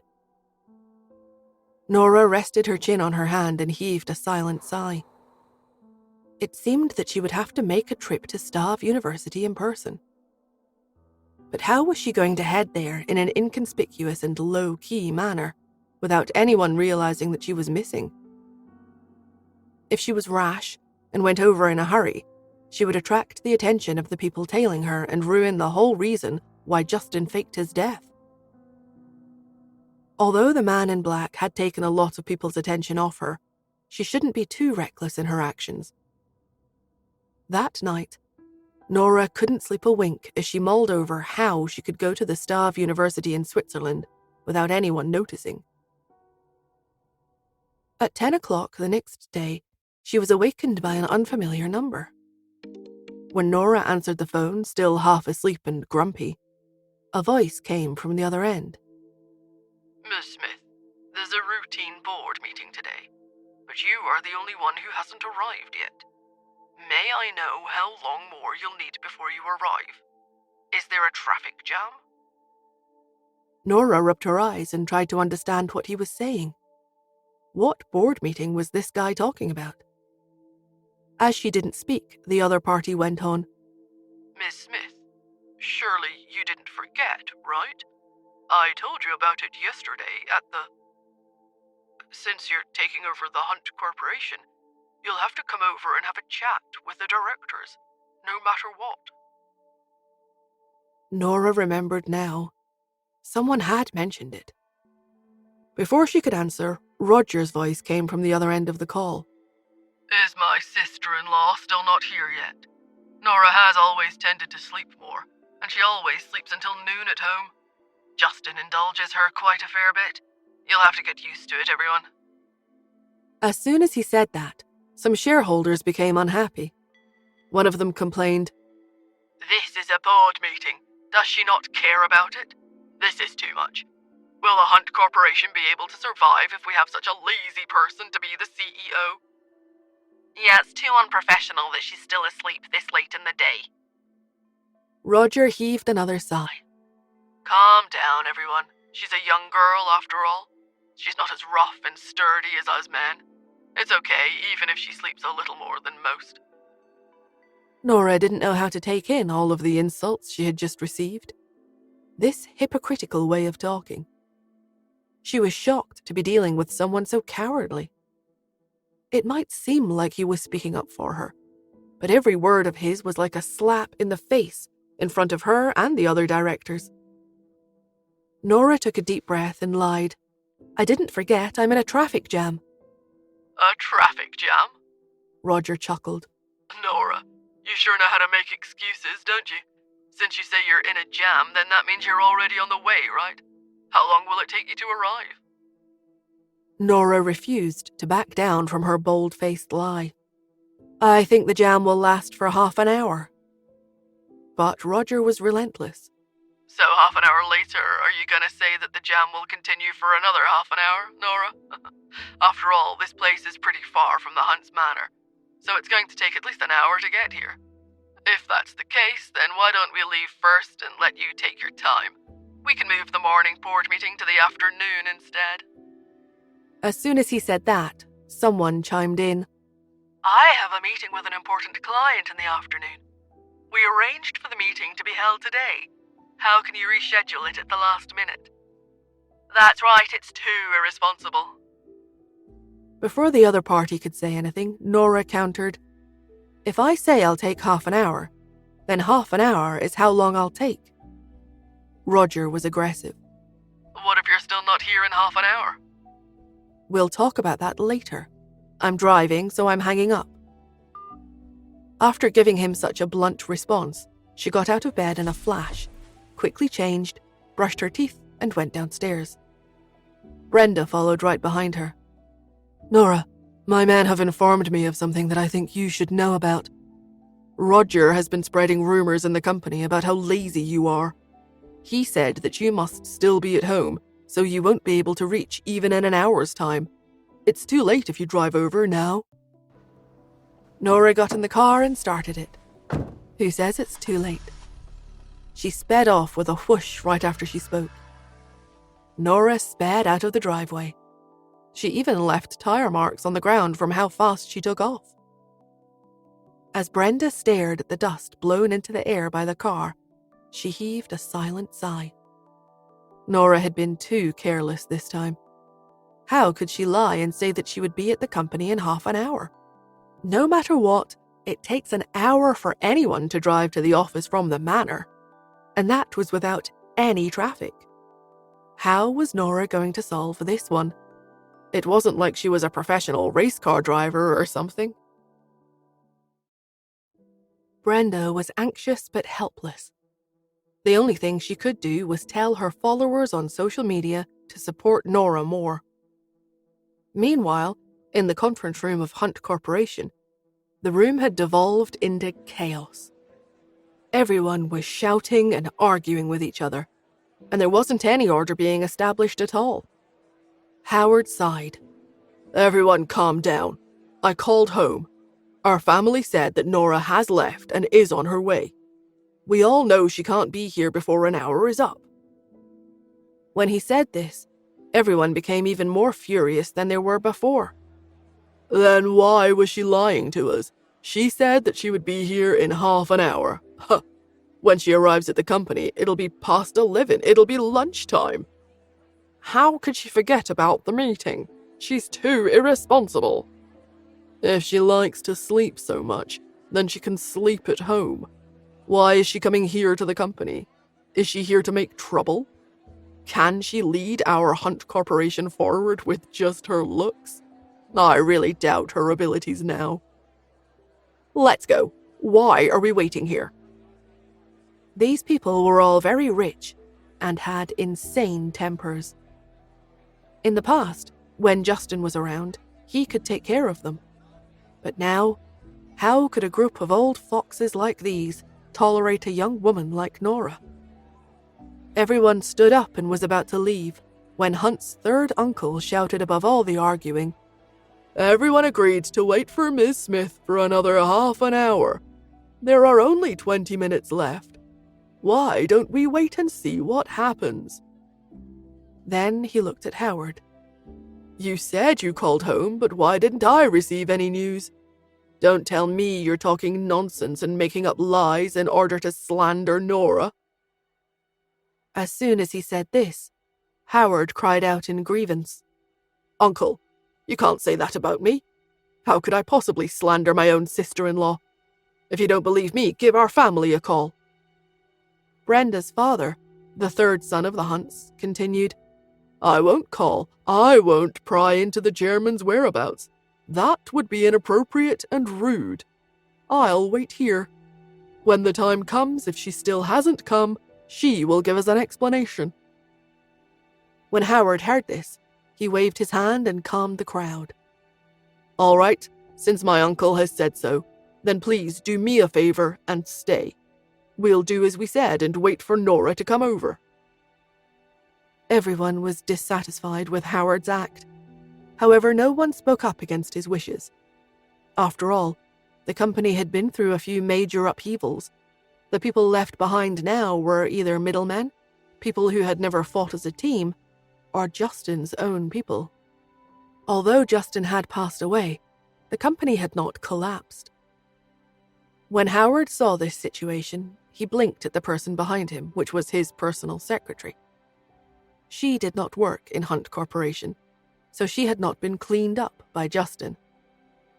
At this moment, the secretary declared, "Everyone, we're certain that Miss Smith has left the house a few moments ago. She definitely won't be able to reach the office on time. Since that's the case, why don't we discuss if Miss Smith is suitable and if she has the ability to be the chairman?" Everyone fell silent. Although everyone was dissatisfied with Nora being late, they respected Justin very much. However, what the secretary said next made everyone question their support. The secretary sighed. "We're all doing this for the good of Hunt Corporation and President Hunt. Besides, Miss Smith is only acting as the temporary chairman. Her future position belongs to Justin's heir, Peter Hunt. If Miss Smith is so reckless and can't even be on time for a meeting, then will you allow her to handle Hunt Corporation's future?" Her words hit the nail on the head. Justin's untimely death was sudden and shocked everyone. They were all flustered. Over the years, Justin had handled every single problem that was thrown at the company with complete and utter grace. No one could measure up to him. Even when everyone had different opinions about which way to handle the company, they would still earn money as long as they listened to Justin. It didn't even matter if they lost money. As long as they were sincere about the company, Justin would choose to lose his own money in order to keep the company expanding, He had this kind of magic power that made people want to support and submit to him. But now, was Hunt Corporation really going to be managed by a woman who only knew how to sleep? Everyone began to think long and hard about the future of the company. Brenda's father frowned and scolded. "Is the board of directors meeting something a secretary like you can enter as you please? Justin has only been gone for a few days, and you're already teaming up to bully his widow." His tone was heavy as he spoke. Everyone's faces heated up. At this moment, Howard stood out. "Uncle, the company is not a family business. All family businesses face destruction. This is what Justin said when he was still alive, so he never let anyone favor relatives. This is also why everyone admired him. So now, are you being biased and protecting Nora? Are you really not going to care about the company's future?" His uncle sneered. "The future of Hunt Corporation lies with Peter Hunt. Over the past 10 years, our rise has been too fast. Now is the time to calm down and fight at a steady pace. In another 15 years, when the company is handed to Peter Hunt, there will be a new beginning." Howard sighed. "You want us to stay in the same spot for 15 years? Uncle, you can, but do the directors here have to be forced to do that? Business is like sailing against the current of the ocean. If we don't advance, we'll retreat. Is $1 million from 10 years ago the same as $1 million 10 years later? It's different. The property will go down in value. We can only maintain our current status by constantly improving. Uncle, I know you're thinking of Justin, but I think if he was still around, that he would never hire an employee who's so casually late to lead us." His uncle mumbled, "She's only half an hour late." "Spare me, Uncle. You know that Nora can't reach the office in half an hour? Besides, she's lying. She clearly just left her house," Howard scolded him. He was about to hurl another insult when, all of a sudden, the door was thrown open, and Nora strode in. The moment Nora walked in, the entire conference room fell silent. Howard rubbed his eyes in confusion as if what he was seeing had to be wrong. The smile on his face froze. The servant at home had informed him that Nora came out of the house 20 minutes ago. How could she have arrived in such a short time? Did she fly over? When he was stunned, Third Uncle roared, "Nora, you're here. I knew it. How could you have forgotten such an important meeting? You must have left long ago." With that, he said in a low voice, "However, Howard said that you left the house moments ago. I wonder which servant told him that. This isn't good. You've left an impression on us directors that you're lazy." Howard knew that he had lost this round, but his expression did not change. The smile on his face returned to life as he backtracked. Yes, I must have made a mistake there. Fortunately, you've arrived. Otherwise, these uncles would have waited for you for an hour. Nora, did you oversleep till late this morning? Even if there was a traffic jam, you should never be half an hour late to a meeting, right?" Although Nora arrived within half an hour, it could not change the fact that she was late. Nora narrowed her eyes slightly. She did not explain and walked straight to the host chair. After sitting down, she swept her calm gaze over everyone and apologized.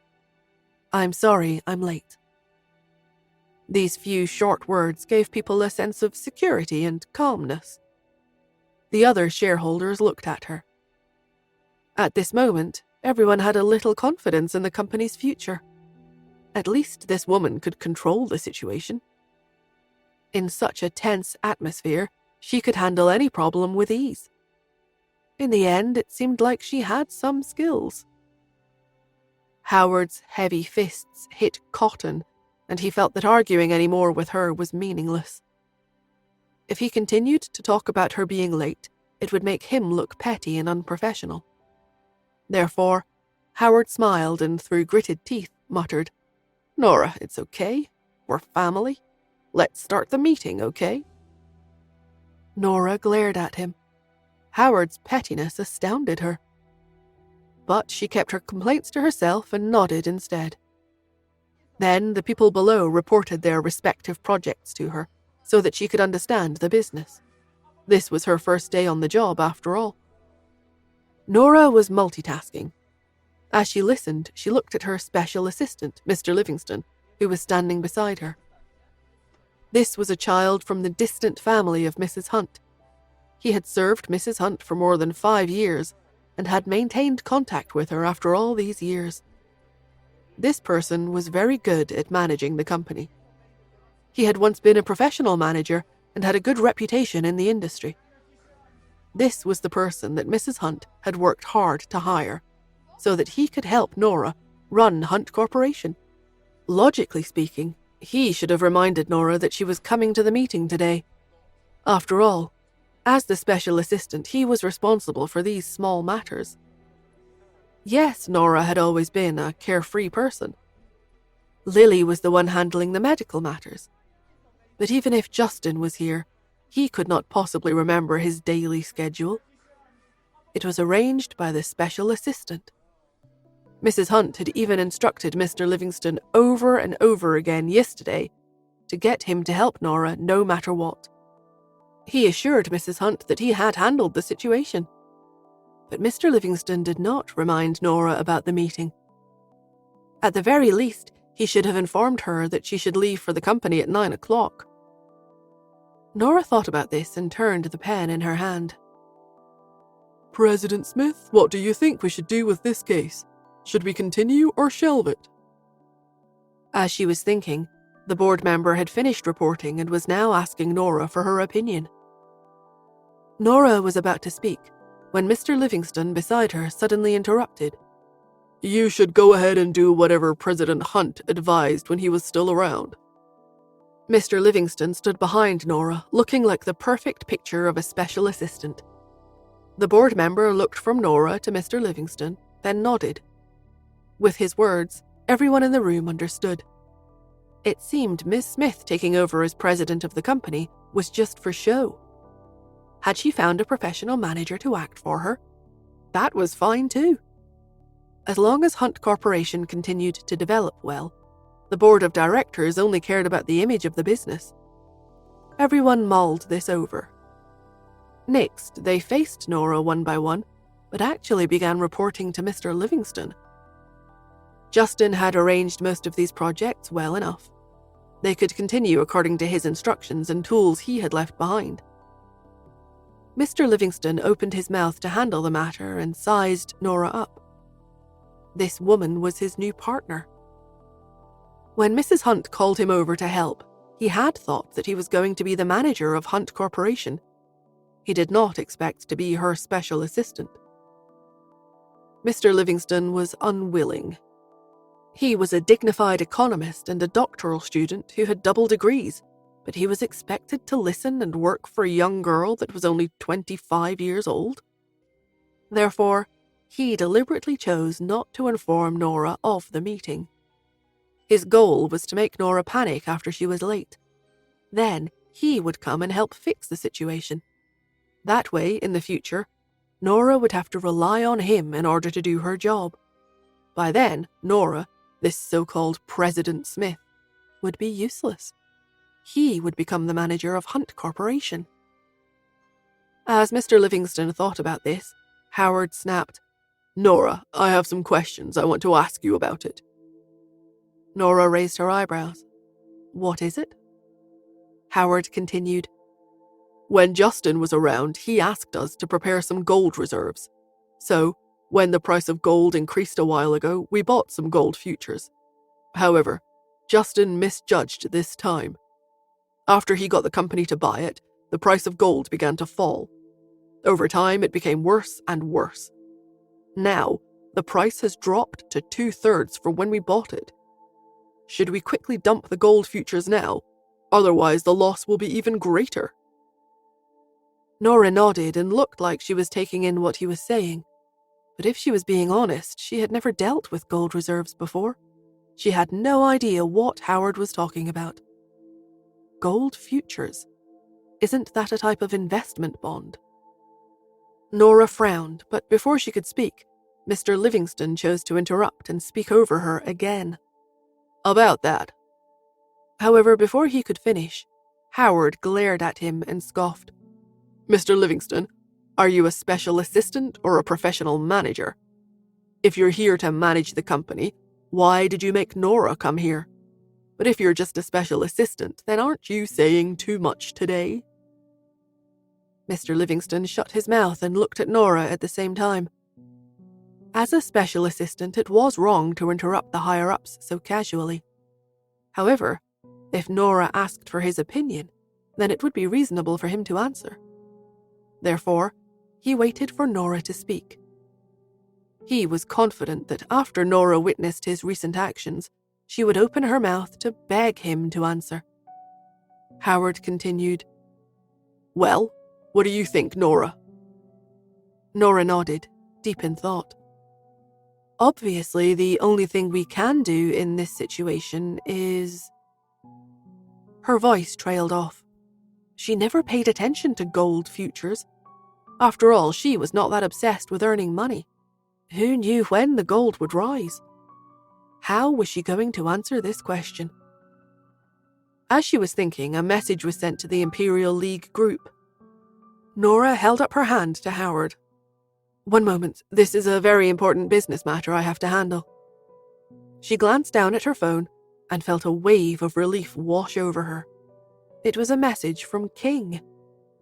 Gold will triple in value in the next 3 days. The Imperial League could only be accessed through a special encrypted web page. If one didn't log in, they wouldn't be able to see the information inside. Nora was not interested in economics in the past, so she did not care much about this organization. However, ever since old Maddie said last time that he wanted King to support her unconditionally, she had begun to pay attention to the Imperial League. In order not to miss any important information sent to the chat, Nora had written a small program. As long as someone sent a message, she would receive a notification on her phone. That was why she had received such a notification. Looking at that message, Nora raised her head and looked around. Her first thought was that King had to be monitoring her. Otherwise, why would the message about the gold be sent directly to her? Wasn't this too much of a coincidence? She had never believed that there were any coincidences in this world. However, she did not know anyone else in the Hunt Corporation. So what was going on? She frowned and was in a daze because she could not figure it out. This behavior confused Howard and made him think that Nora did not know anything about the question he had about the company's gold reserves. He smiled, thinking he had fooled her, and snorted, "Nora, I don't think you know what to do." "That's true. I know this is the decision Justin had made before. You don't want to overthrow it, but things have turned out badly enough for us. It's better for you to face it positively. Besides, this is a company, not a place for you to be emotional. Nora, I hope you can wake up. My suggestion is to throw away the gold in our hands. Otherwise, if the price of gold continues to fall, we might lose all of our capital." When Mr. Livingstone heard this, he pursed his lips. He could tell that among the board of directors, the others were still considered polite and friendly to Nora. They only wanted what was best for the company. Howard, on the other hand, was troublesome. Mr. Livingston could tell that he had an ulterior motive. He wanted to make Nora look like she was stupid in front of everyone for his own personal gain. However, this was a good thing for Mr. Livingston. He wanted Nora's position, after all. But if the people on the board of directors were not like Howard, how could he get what he wanted? Therefore, he had to make the atmosphere more tense and create some business conflicts. Only then could Mrs. Hunt and Nora trust him. Mr. Livingston decided to keep his mouth shut. He did not speak and planned to act according to the situation. Howard made things difficult again. Nora snapped and came back to her senses from deep within her thoughts. She decided not to think about it anymore. She looked at Mr. Livingston and saw that his eyes were fixed somewhere else. He did not have the intention to speak at all. Technically speaking, he should have warned her about everything that was going to be discussed in this meeting. He was her assistant, after all. Then Nora understood. She pursed her lips and raised her almond-shaped eyes to look at Howard. There's no need to throw it away. Futures always rise and fall.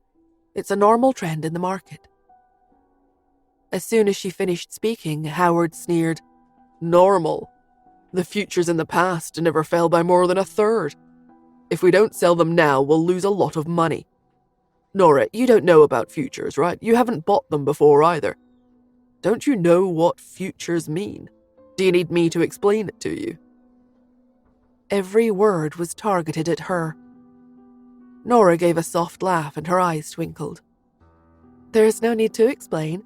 Although I don't really understand, let me ask you, when Justin was around, did he ever make a wrong decision?" Everyone shut their mouths. Justin was a business genius, and he did not lose money doing business. The company lost a few projects, but other board members were the ones who insisted on doing them, not Justin. Sometimes, Justin would give them face and let them do it, which was why they lost money. This resulted in losses and wins on the account. But in the end, Justin was brilliant on his own and had never lost money. When Howard heard this, he was stumped. His eyes darted around and he said with a crooked smile, "Nora, Justin is a business genius. We don't deny it. Over the years, the Hunts have climbed a few steps under his lead. However, the futures have changed a lot in the past few years, and gold has started to fall rapidly over these past few days. If Justin was still around, the losses would have stopped long ago." With that, he gave a fake look of sadness as he swept his gaze across the room. Nora lowered her eyes. "Yes, let's leave it like this." With that, she did not give Howard time to speak again. She looked at the others and declared, "It's a project set by Justin. You don't have to bother asking what to do with it anymore. It's getting late. Everyone, leave your projects behind and go have lunch." The board of directors meeting today was supposed to let Nora meet everyone, so there was no need to say everything. Moreover, with the words Nora had said to Howard earlier, everyone thought of Justin's glorious achievements and did not dare to speak anymore. So they all stood up. Okay. Everyone handed the project books they had sorted out to Nora and left one after another. A thick stack of information quickly appeared in front of Nora. After everyone left, Howard stood up with a smile. He had long been marginalized by Justin and was only responsible for buying some gold futures. Howard looked at Nora with disrespect. "Nora." "In the company, please call me President Smith." Nora interrupted him. Her tone was firm and commanded respect. "This is not a family business.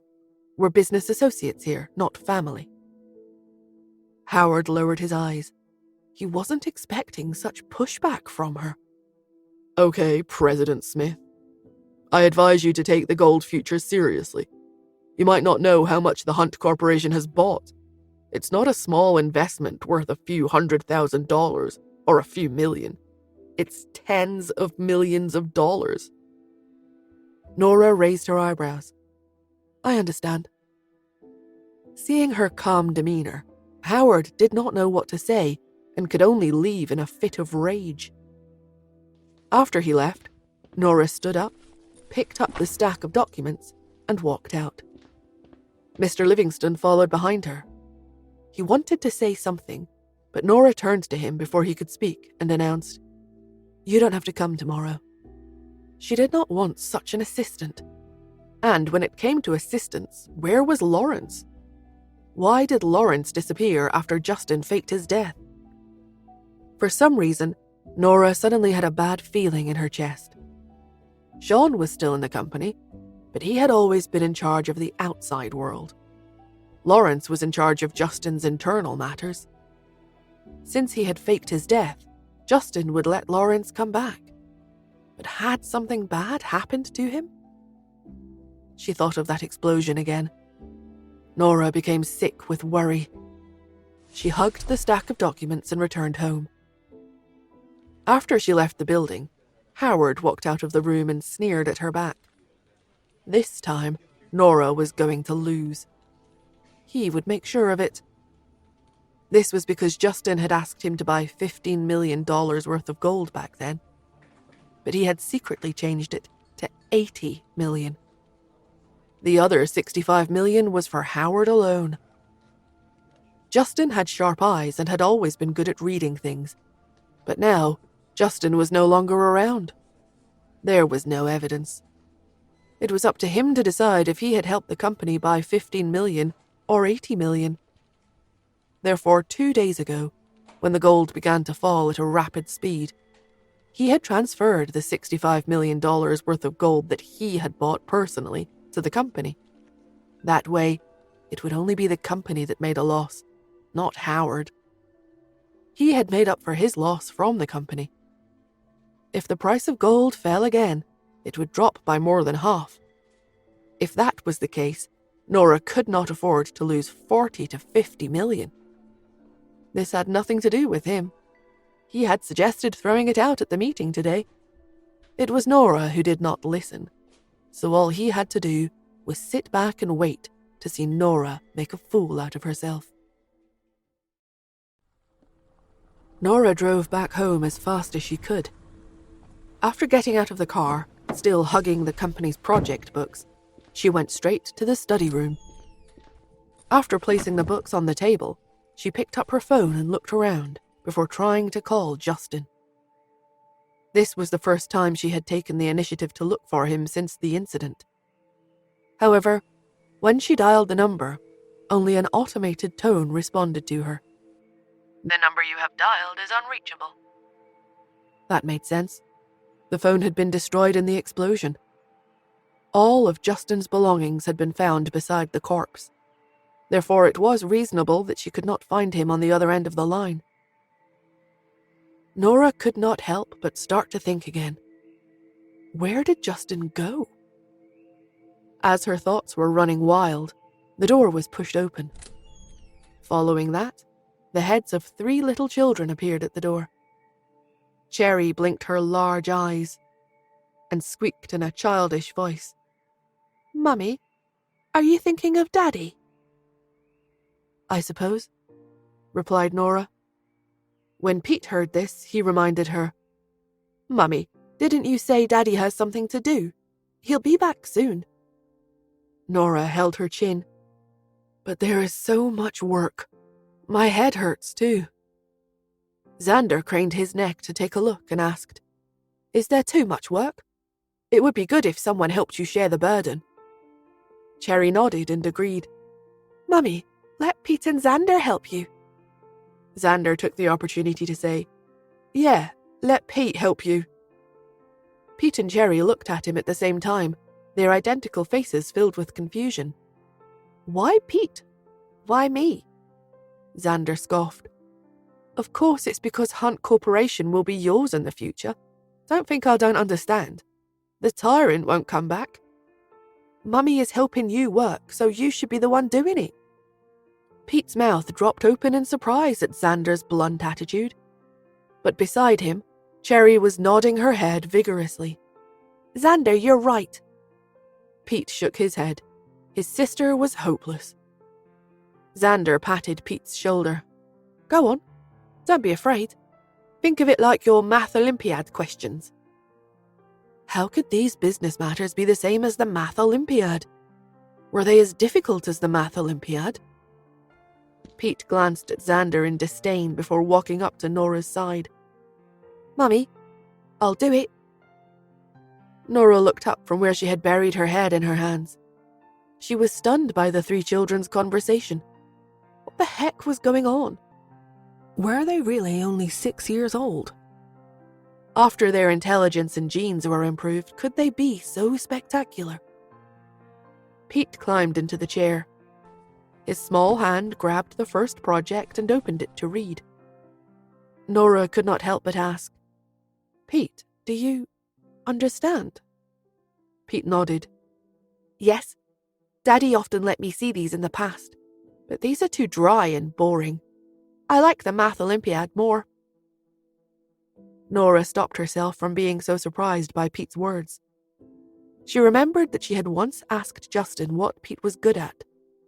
Justin's words were, "He's a business genius." Now she finally understood what this meant. She grimaced and decided to stand up and give him her desk. Pete counted the projects. "Mummy, you guys should go and rest first. It'll probably take 6 to 7 hours to finish reading these." Faced with such an impressive and crazy son, Nora felt that she should get used to it. She sat on the sofa beside him, and Cherry and Xander sat beside her, as obedient as ever. This was the scene Mrs. Hunt saw when she entered. Her little great-grandson was reading professional business documents. The woman sat on the sofa and emptied her mind to Cherry and Xander. The scene was tragic. Mrs. Hunt's expression changed as she asked, "Why did you fire Mr. Livingston?" Nora replied, "Did he complain to you?" Mrs. Hunt frowned.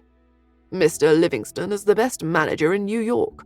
You don't know anything about business. If you fire Mr. Livingston, what will you do next?" Nora lowered her eyes. "Don't worry, the company is fine." "Are you okay? Why do I hear that Howard is fighting with you? Howard is now spreading the news that you won't let him sell the gold futures. He said that he'll lose $50 million to the company as soon as he takes over. Even though Hunt Corporation doesn't care about $50 million, if word gets out that you're acting like this only a day after taking over, they'll say that you're incapable." Ever since Mrs. Hunt decided to reconcile with her, Nora knew that she was really doing this for the Hunts. After Justin's funeral, this old woman had lost a lot of weight and looked much older than she did before. Since she was so sad, Nora could not bear to let her continue to suffer. She assured the older woman, "Don't worry. I have information from a reliable channel here. Gold prices will rise." Mrs. Hunt frowned, not trusting her. "What channel?" King's existence could not be revealed to the outside world. Therefore, Nora could only say, "A friend." "A friend?" Mrs. Hunt sighed. "It's not that I don't trust you, but if you had such channels, you would have made a fortune a long time ago, right?" Nora considered her words. What Mrs. Hunt was saying to her was true, but to Nora, money was not the most important thing in the world. She only cared about the health of her children and sleeping. So she did not take every opportunity to earn money. The corners of her mouth twitched. As she was about to speak, Mrs. Hunt went on, "Is your friend actually reliable? Don't be fooled. They have a lot of traders in this industry. They invested $80 million this time. It's not a small sum." Nora replied in a calm voice, "Don't worry. He's reliable." Mrs. Hunt still did not believe her. Mr. Livingston, who was following behind Mrs. Hunt, piped up, "Miss Smith, I know you want to establish your power, so you're anxious, but I have a lot of information here. The gold market has been too turbulent in recent times. It's not good. Fighting Howard within the gold market like this is like playing with fire. It's too dangerous. I suggest you listen to Howard and dump your investment. Even if the gold prices really increase later, it's still Howard's fault. Why won't you do this?" When Nora heard this, she looked at him. "Your information is not reliable." Mr. Livingston was furious. Impossible. Miss Smith, you've been studying in the medical world for far too long, so you might not understand the relationship between us businessmen. It's all built on interests. There are only interests between us. In order to obtain this information, I have paid a big sum. How much did you pay, or how much did you give? Nora only glared at him. From her expression, everyone knew that Nora did not give anything for the information she received. Mr. Livingston sneered. Why don't we make a bet? If you lose, then you have to listen to me from now on. If you win, I'll resign. Since Mr. Livingston had spat such harsh words, Mrs. Hunt trusted his judgment much more than Nora's. She stood up and looked straight into Nora's eyes. Listen to Mr. Livingston on this matter. Nora, I know you want to help the Hunts, and even more so help Pete protect the Hunts. But you have to keep your eyes open, and not let others find any loopholes. It's best not to trust your so-called friend so easily on a matter you don't understand. Mrs. Hunt then turned to Mr. Livingston. Don't lower yourself to her level. Saying that you want to resign is an angry remark. Don't worry. Nora has neglected you this time. I'll pay you double. When Mr. Livingston heard this, he nodded. All right.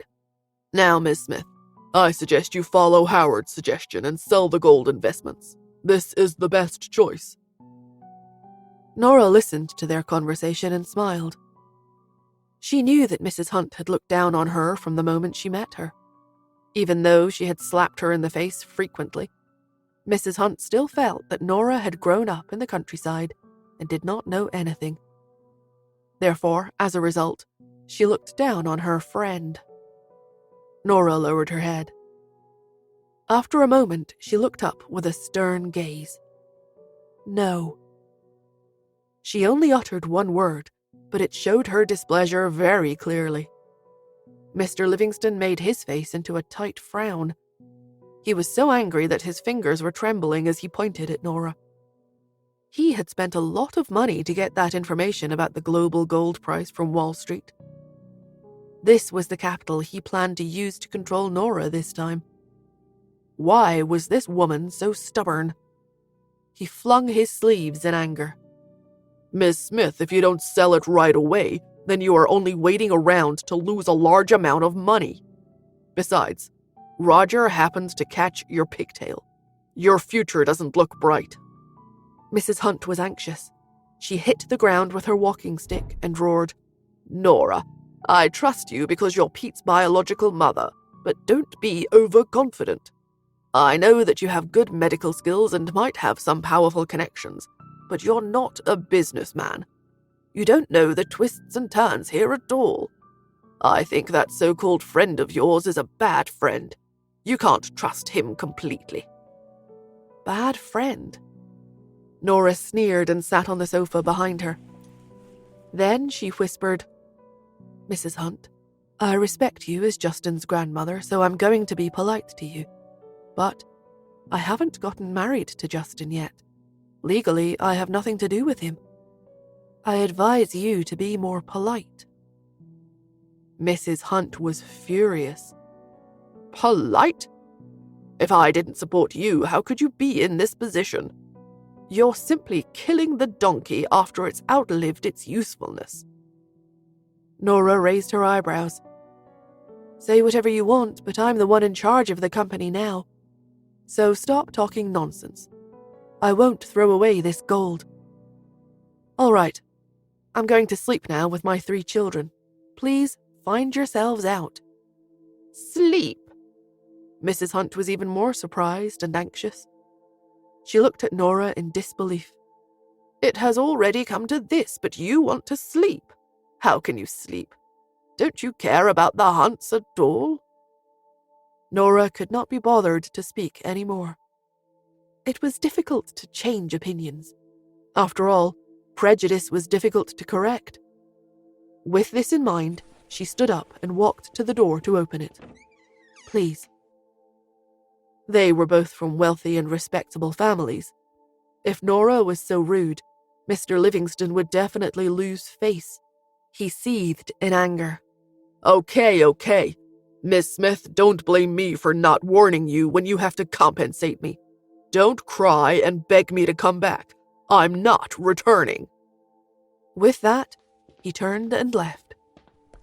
Mrs. Hunt followed close behind Mr. Livingston. Mr. Livingston, Mr. Livingston, she called after him in desperation.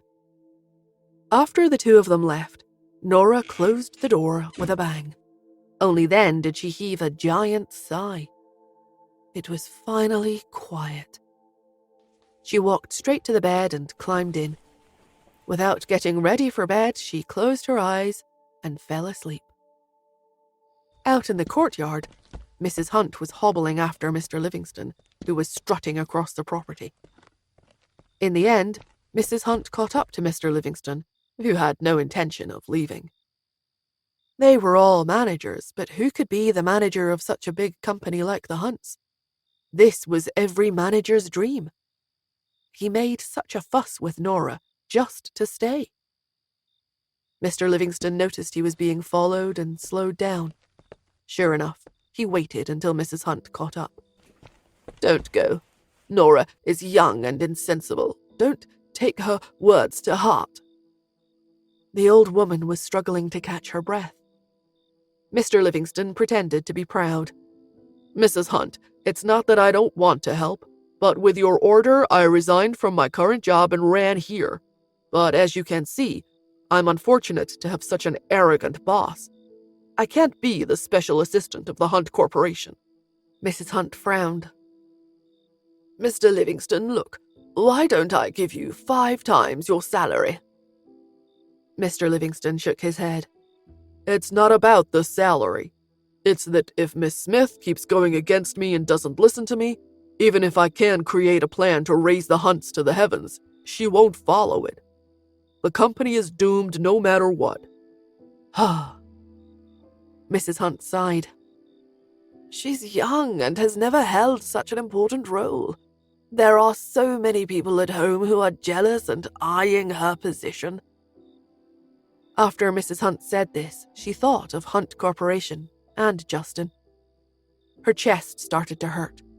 Her eyes were red. Don't fuss about it with her. How about this? I don't think there's anything else we can do about the gold. Let her suffer this. At the same time, I'll let her know how powerful you are. She'll be obedient in the future. Mr. Livingston frowned. But if she doesn't listen to me this time, she'll have to bear the consequences. At that time, her image in the company will drop. How can I help her then? Mrs. Hunt lowered her head. Don't worry. I'll make up for the 50 million loss. This sentence made Mr. Livingston's eyes widen as he said in disbelief, What? I'll make it up. Mrs. Hunt nodded and said in a firm tone, I have 300 million in cash. If the company pursues the matter, I'll make it up to them. Justin is the one who bought the gold. It has nothing to do with her. Please don't lower yourself to her level, Mr. Livingston. When Mr. Livingston heard that $50 million could be taken out by Mrs. Hunt, as easy as that, he was even more tempted. He compromised. All right. Miss Smith is lucky to have you by her side. You're so good to her. After Mr. Livingston left, Mrs. Hunt stood there and sighed. Fanny stood behind her and supported her. The old woman had exerted a lot of energy running after Mr. Livingston. Fanny's voice was full of worry as she spoke. Mrs. Hunt, you need to rest. Mrs. Hunt sighed and ignored her comment. In the past, I listened to the old man and placed Justin as the leader of the company. However, after Justin left, I realized that humans still have feelings for each other.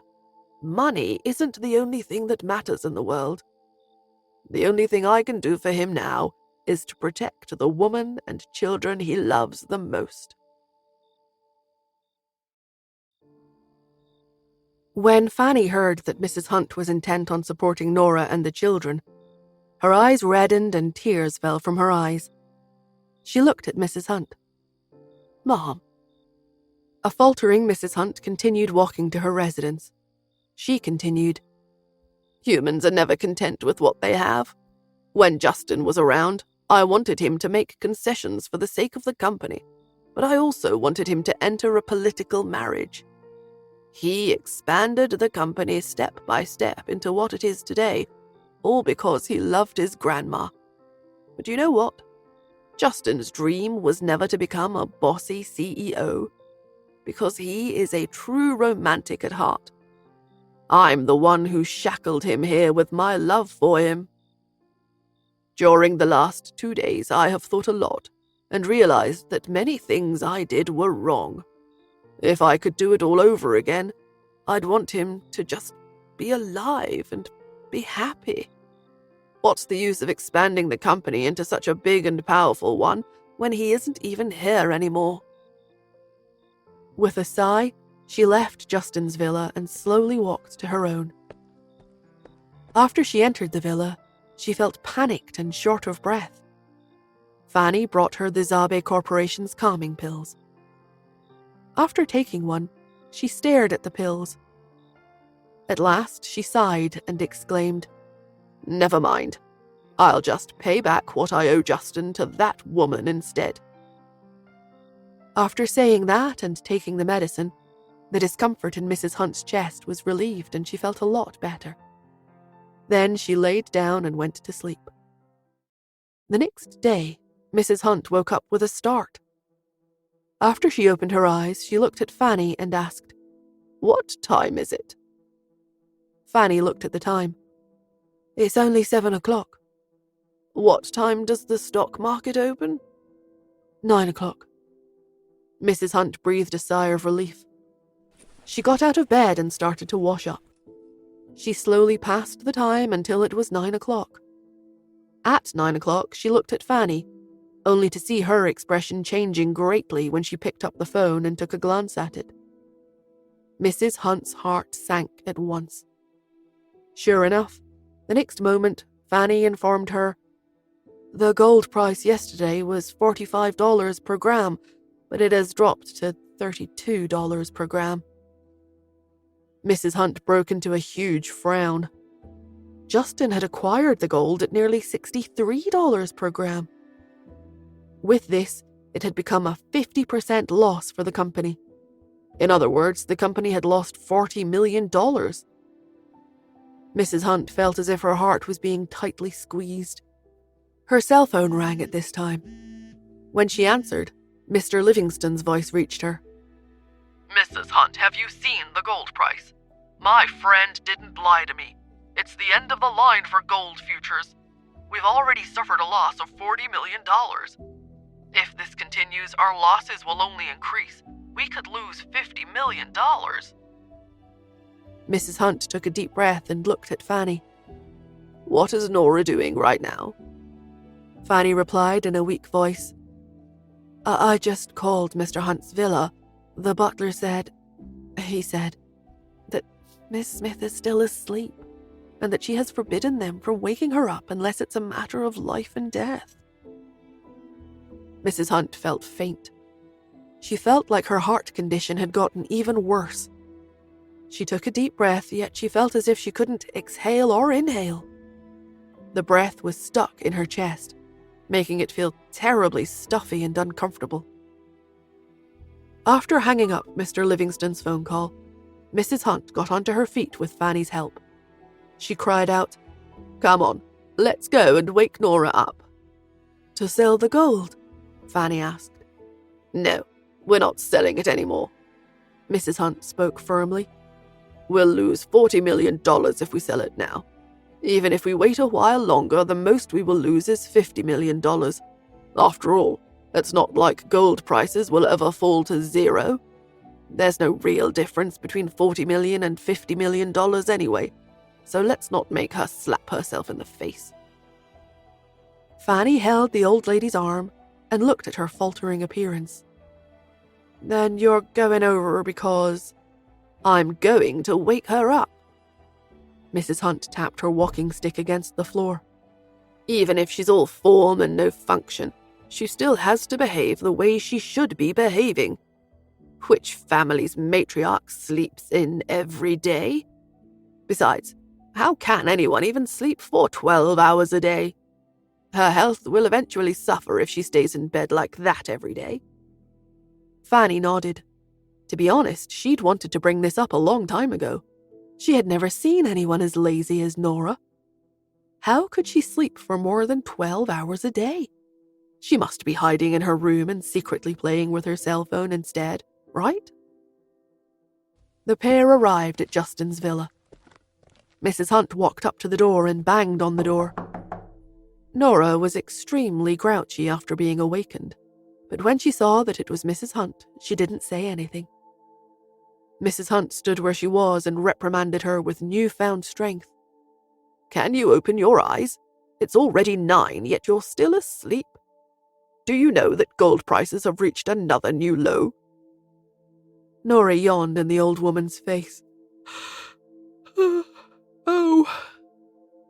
Mrs. Hunt blinked in surprise at her daughter-in-law's indifferent attitude. It made her feel like she was about to suffer a heart attack. How unconcerned about the matter could Nora possibly be? Mrs. Hunt took a deep breath. Only then did she speak again. "Nora, I'm not trying to scold you, but can you stop being so lazy? I have never seen a woman as lazy as you. From now on, you will get up at 8. No, you must get up at 6 every morning and exercise." Nora squinted at Mrs. Hunt. Exercise? What for? As she found herself somewhat puzzled, Mrs. Hunt continued, "Because no matter what, you must make sure you stay alive for a while longer. I don't have that many years left to keep Pete company, so you'll have to keep him company for a few more years." Nora rubbed her forehead. Waking up so early in the morning had given her a headache. She wanted to say that she would be able to live a few more years if they gave her a few more hours of sleep. If she slept only 8 hours a day, she could die right in front of her. But when she saw how Mrs. Hunt's chest was heaving up and down with such intensity, she swallowed the words back down. She must have been pretty furious with her the day before. The old lady sure was a pain. Nora heaved a silent sigh and reluctantly replied, "Okay, I suppose." If she wanted her to get up at 6 a.m., then she would have to go to sleep at 6 p.m. As the thought flashed by her mind, a check appeared in front of her. Nora looked at Mrs. Hunt in confusion. "What is this?" "It's a check for $50 million. If you don't want to sell the gold, then don't. If the directors make things difficult for you at the meeting, then please make up for the loss with this money." After she spoke, Mrs. Hunt turned and marched off. "Did I owe you something in my last life or what? Why do I have to pay for your mistakes? I don't know what kind of sheer dumb luck you have to be able to date Justin and end up having 3 children with him." Upon hearing her babbling, Nora lowered her head. Then her lips curled into a smile. The old lady was actually pretty cute. She looked down at the check in her hand. Originally, she wanted to go after Mrs. Hunt and return it to her. But after a moment's thought, she decided against it. She didn't want the old lady to get angry with her. Or worse, get offended and end up distrusting Nora more than she already did. In any case, gold prices would be rising in another 2 days. She would show her the truth then. Surely that would fix everything, right? Then she wouldn't have to wake up at 6 in the morning and exercise, right? While she was thinking about her situation, the butler came up to report something to her. He informed her, "Miss Smith, Mrs. Smith called now to ask if you are awake." Mrs. Smith? Nora took a while to realize that he was referring to Tanya, Joel's wife. Nora nodded. Yes, of course. Half an hour later, Tanya came with a check, which she handed to her. She kept her voice low. "Joel told me to pass this to you. He also said, $80 million, what's the big deal? I'll even take care of the capital and let Nora throw the money onto the table at the board meeting. The Smiths are in no way short of money." Nora's eyes bulged out of her head. Since when did her family have this type of money? Nora was surprised. Mrs. Hunt gave her money because she had never believed in her friends. But wasn't Joel in the Imperial League? Didn't he see what King said in the group? King had said in the group that gold prices would rise in the next coming days. He should have become aware of it after seeing the message. So why was he giving her money? Nora thought of something and she looked straight at Tanya. She asked, "I see. What about Dad?" Tanya replied, "Dad has been paying a lot of attention recently to what is happening to you, but he didn't offer to give you any money this time. When I bumped into him while I was on my way here today, he didn't mention anything about it either. I reckon it probably didn't occur to him. Is the money not enough? I have some more, and so does Joel. How much more do you need?" Now that Joel was Ian's son, Tanya had become his daughter-in-law. Therefore, she addressed Ian as Dad now. Upon hearing what Tanya said, Nora understood. As it turned out, was Ian still using that account? Didn't he give it to Joel? Why did he take it back? Honestly, with that in mind, Nora cast her eyes down and asked, "How is Joel doing lately?" At her question, Tanya glanced at Nora. A moment later, she sighed and confessed, "Actually, there's something I don't know whether I should say or not." Nora replied, "Is there anything the two of us shouldn't be saying to each other?" The two were close friends when they were in Switzerland years ago. Now that Tanya was with Joel, she was leading a blissful and happy life. Coupled with how much of a cutie Mia was, even her firecracker-like temper had changed for the better. Tanya had always been a straightforward woman, so she decided to come straight out and say it. She took a deep breath before she said in a shaky voice, "To be honest, Joel's relationship with Dad did become a little delicate after your return. Dad had given all of his shares of the company to Joel. But now that you're back, Joel says that everything that the Smiths own should have been yours." As Nora was about to speak, Tanya sighed and went on. "But Dad said that you are lazy and don't like taking care of such things, so he wants Joel to continue taking care of the company. You have the right to know that the management of a family business requires absolute control in company shares. So this led to Dad having to give him 51% of the shares. Dad only had 70% of the shares, so he can only give you 19% now. Because of this, Joel keeps saying that you're at too much of a disadvantage, so he has decided that for as long as he's alive, he will give you half of all the profit he receives." Nora needed a few moments to take all of this in. Joel didn't have to do that. She was fine as long as she had enough money to spend and live on. What would she need that much money for? She refused her right away. "No, it's fine. I will set up my bank account to reject the funds." Nora's way of doing things had always been direct and to the point. Tanya covered her mouth and laughed.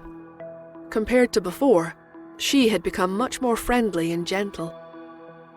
At the sight, Nora couldn't help but remark, "Fine, laugh if you want to. What are you covering your mouth for?" Tanya rolled her eyes. Then, with a voice full of emotion, "Nora, don't you know? I have always thought that people's relationships with one another are predestined, and everyone we meet will impart on us a little knowledge. In Mia's case, she taught me how to be gentle. How would I possibly dare to be loud when I speak to her? Before I knew it, even the way I laugh became a lot gentler." Nora agreed with her, though. Since she was a child, she had always been lazy and had never thought about having children at all. Who would have known that she would become pregnant all of a sudden and give birth to 3 kids in one go? No matter how lazy and unwilling to communicate with others she was, with Cherry the little chatterbox sucking up to her all day long. Before she knew it, even Nora had started to talk more. She felt that she had talked more to Cherry than she ever did during the first 20 years of her life. While she was thinking, Tanya got back to business. She sighed. "I knew you wouldn't want it, so Joel said that he has thought of a way to make it up to you." A way to make it up to her. "What is it?" Nora asked. Tanya pursed her lips and replied, "That's something top secret among the Smiths, so how would I know? In any case, he told me not to worry." "Oh." She handed the check back to Tanya.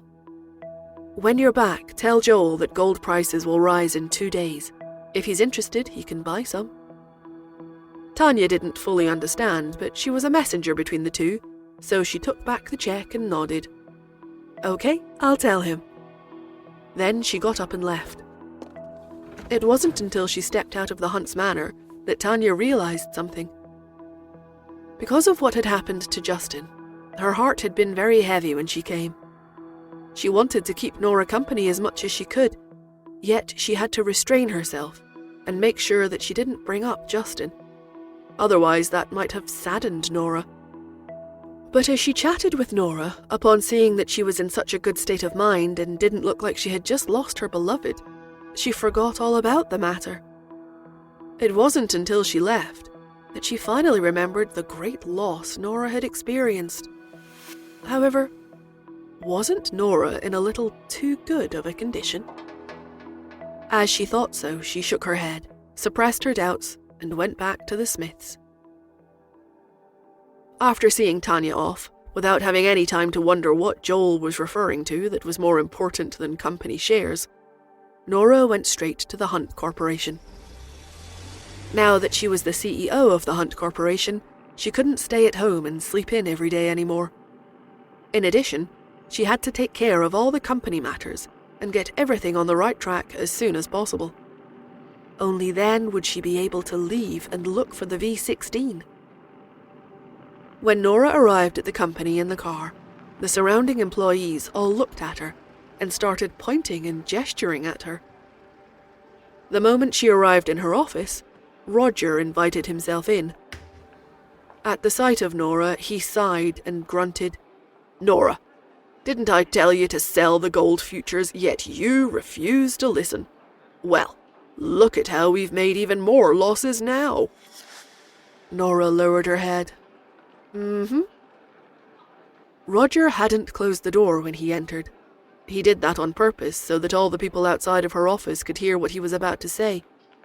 "Nora, I know you are rich, and I know that Grandma gave you $50 million, but it's the company that's losing money here. You have enough money to support your willfulness, but what about the company's shareholders? And the employees in the company too? What are they supposed to do?" Nora frowned and replied, "I will bear all the losses, and I will give the shareholders and employees an explanation. You don't have to worry about it." Before he came, Roger had guessed that she would say that, so he acted like he was trying to persuade and talk sense into her. "Nora, I know you are rich. Even if you use up all of Grandma's $50 million as compensation, you can still get money from the Smiths.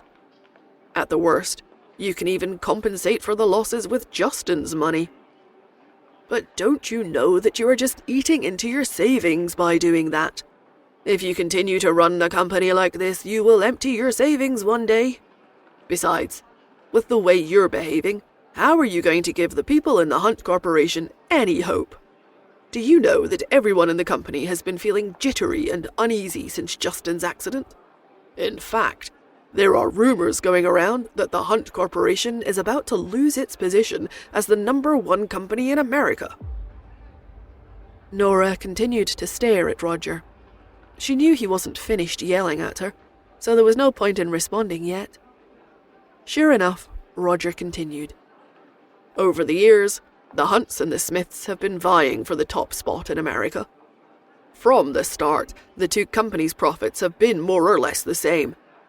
If you make losses in a few projects, it may lead to a change in our position. Do you really want to see that happen? Everyone said that the Smiths and the Hunts were competing and fighting with each other. But from Nora's perspective, the two companies had always been doing business in a mutually beneficial manner. It was fine as long as both made money. Why bother caring about who earned more if both were succeeding? Whether it was Joel, Justin, or even Ian, they had never thought about competing for top spot. On the contrary, those empty accolades were all given by outsiders. As a Hunt, it went without saying that Roger understood that. Yet he'd still voiced such a ludicrous question. Especially when his question caught the attention of the employees eavesdropping outside the office. Through the door, Nora could see that everyone in the department had pricked up their ears to hear how she was going to answer.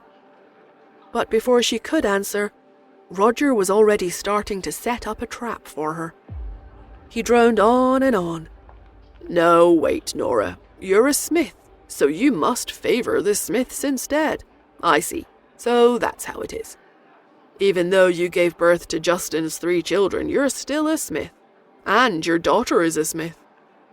Even after she and Justin acknowledged each other as father and daughter, she didn't change her last name after all this time."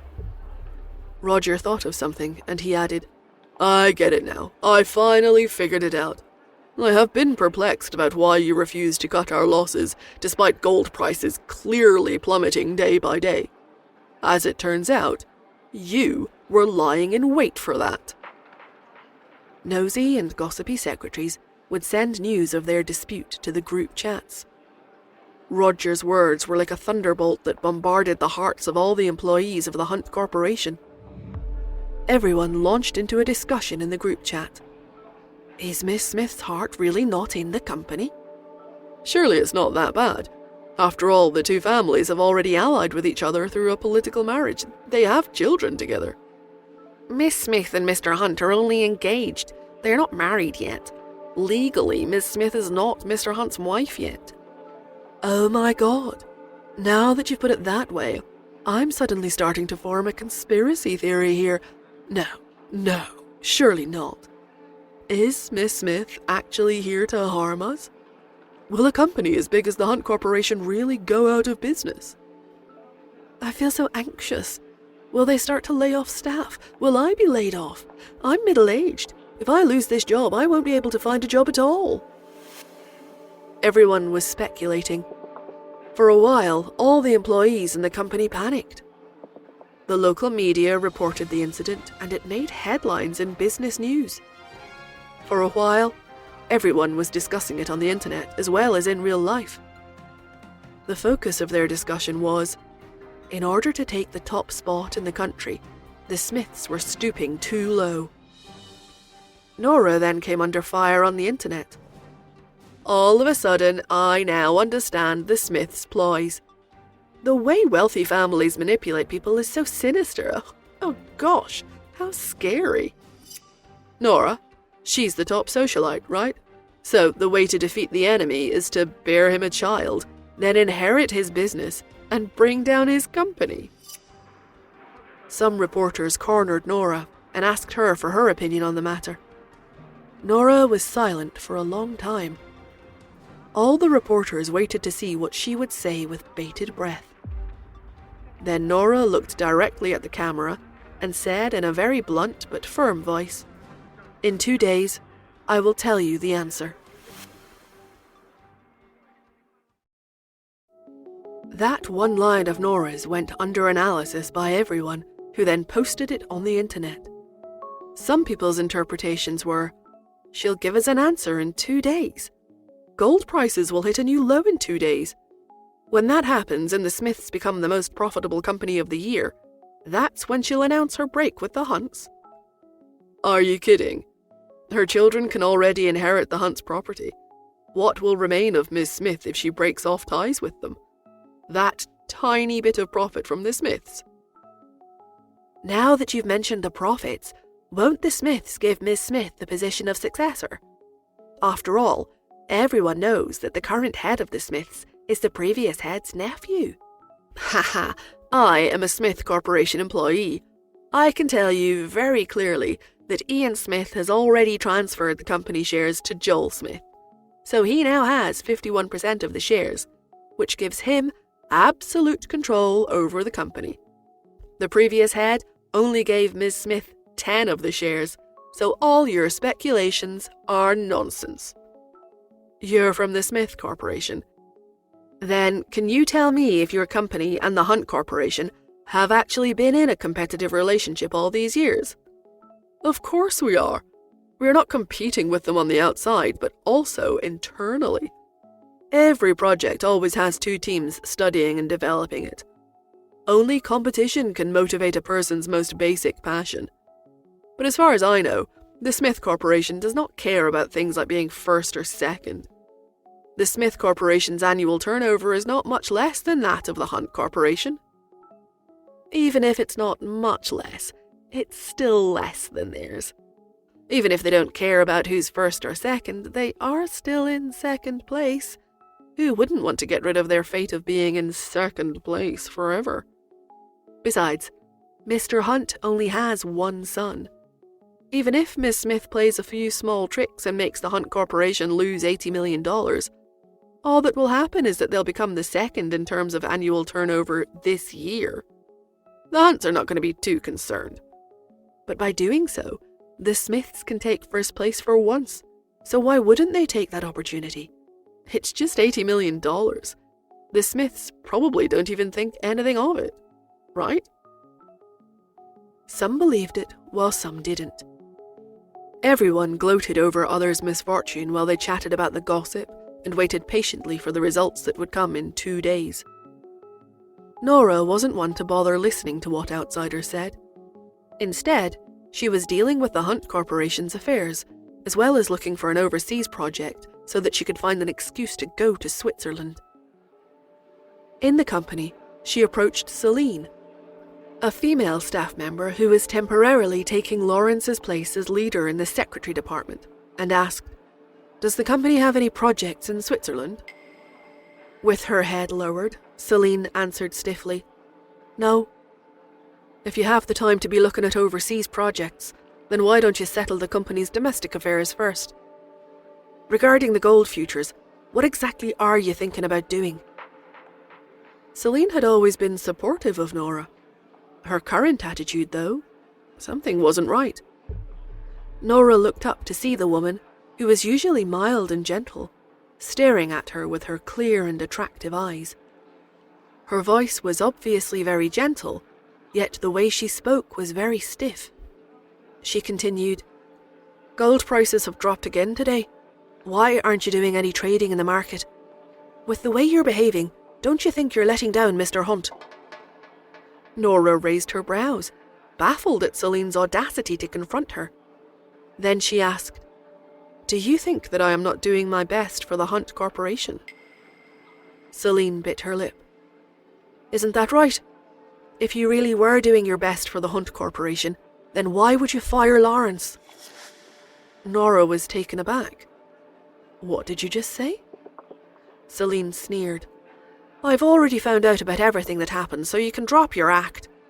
Lawrence is very familiar with the company, and he was Mr. Hunt's right-hand man. You fired him because you want to bypass him and do things that are unfavourable for the company, right? Miss Smith, when Mr. Hunt was still around, we could all see for ourselves just how well he treated you. Don't you think your actions have let him down? Lawrence is very loyal to Mr. Hunt, so how could you fire someone like him just like that?" Nora countered with a question of her own. "When did I fire Lawrence?" Celine scoffed. "You don't have to pretend anymore. I already know all about it. You fired Lawrence the day Mr. Hunt died. His resignation letter is right there in the company's email inbox. I've seen it." Nora abruptly pushed past Celine. She had to see that letter as soon as possible. She went through the email inbox at once. Sure enough, she saw Lawrence's resignation letter, which was sent on the day that Justin died. Lawrence's resignation letter was written very clearly. To sum it up, he wrote that Mr. Hunt had been very kind to him, so he needed some time to get over what had happened. he told them not to look for him. After that, he packed up his things, left without a trace. Nora read the letter over and over again. To think she had been wondering why no one noticed that Lawrence had disappeared so soon after Justin faked his death. As it turned out, it was because he had already made all the necessary preparations in advance. Did this mean that he had left together with Justin? Where would they have gone off to, though? Switzerland? They must have done that and concealed their identities so that they could travel to Switzerland to look for the V-16, right? But when she thought of the man in black who was still alive, and how he'd forced her and Justin to retreat all by himself, as well as how Justin had also been forced into faking his death as a countermeasure, deep worry arose at the bottom of Nora's heart. No, this wouldn't work. She must go to Switzerland right away. Nora made up her mind. She found Celine again and asked, "Who told you that I was the one who fired Lawrence?" Celine had apparently seen Lawrence's resignation letter a long time ago, yet her attitude towards her a few days ago had still been very good. However, this had suddenly changed today. Someone must have said something to her. Sure enough, the next moment, the look in Celine's eyes changed. She lowered her head and couldn't meet Nora's eyes as she replied, "I promised that person that I wouldn't tell you their identity. Don't bother trying to find out who told me the truth. That person is someone you trust, otherwise I wouldn't have believed them so easily." Someone she trusted. How many people did Nora trust? Her friends were all absolutely worthy of her trust. It was impossible for any of them to betray her. Nora couldn't think any deeper into it. Instead, she stated, "I didn't fire Lawrence." Celine yelled, "Are you still denying it at a time like this? Lawrence was in such a bad mood after he was fired that he has been keeping his cell phone switched off all this time. He won't answer my phone calls at all. You don't understand Lawrence's feelings for the Hunt Corporation. If he does anything that could hurt himself, I'll blame you." Her behaviour. Nora raised her eyebrows. "You're in love with him." Her words made Celine choke. Then she stammered, Yes, I'm in love with him. I've had a crush on him for 5 years. Miss Smith, I can tell you this very clearly. If you cannot handle the matter about the gold futures well, then please forgive me for not being able to cooperate with you." After speaking, she turned and walked towards the door. However, when she reached the door, she turned her head to the back, looked at her with determination, and cried, "Feel free to fire me. With the Smiths' assets, I believe that you'll be able to find someone to take over my duties in no time. However, I didn't stay in the Hunt Corporation for so many years for nothing. If you fire me, everyone in my department will also leave with me. I am not Lawrence. He may allow himself to be driven away by you, but I won't." After saying that, Celine went out the door. Nora looked at her back as she left. The woman was highly efficient and extremely capable. When Nora first took over at the Hunt Corporation, Celine had helped her a lot. But Celine was not evil like Mr. Livingston. She was loyal to the company. Even now, she was still protecting the Hunt Corporation in her own way. Such people were prone to becoming loyal to a fault. Unfortunately, such people were also extremely easy to manipulate. Nora wasn't going to fire her. How could she fire someone who did their best and gave their all for the company's interests? Once Celine understood Nora's efforts, she would surely regain trust in her character. Going by how loyal Celine was to the company, she would definitely tell her who the one spreading lies behind the scenes was. All Nora needed to do was wait for one more day to pass. Just one more day. As promised, at 7 o'clock in the morning, Mrs. Hunt woke Nora up. Had it been before, she would have lost her temper a long time ago. After all, she had always been extremely grumpy right after she woke up. Now, though, no matter how displeased she might be, When she saw how aged Mrs. Hunt looked, and how she'd become even less spirited than before, she could only get out of bed in silence. Then, under the supervision of Mrs. Hunt, she would go out for a run. Next to her, Mrs. Hunt huffed, "You can stop once you work up a sweat. If you don't, then you have to continue running until it's 8 o'clock. Only then will you look more energetic. It's obvious from how listless you look all the time that you are not exercising enough." Nora let out a big yawn, her eyelids so heavy that she could hardly even lift them.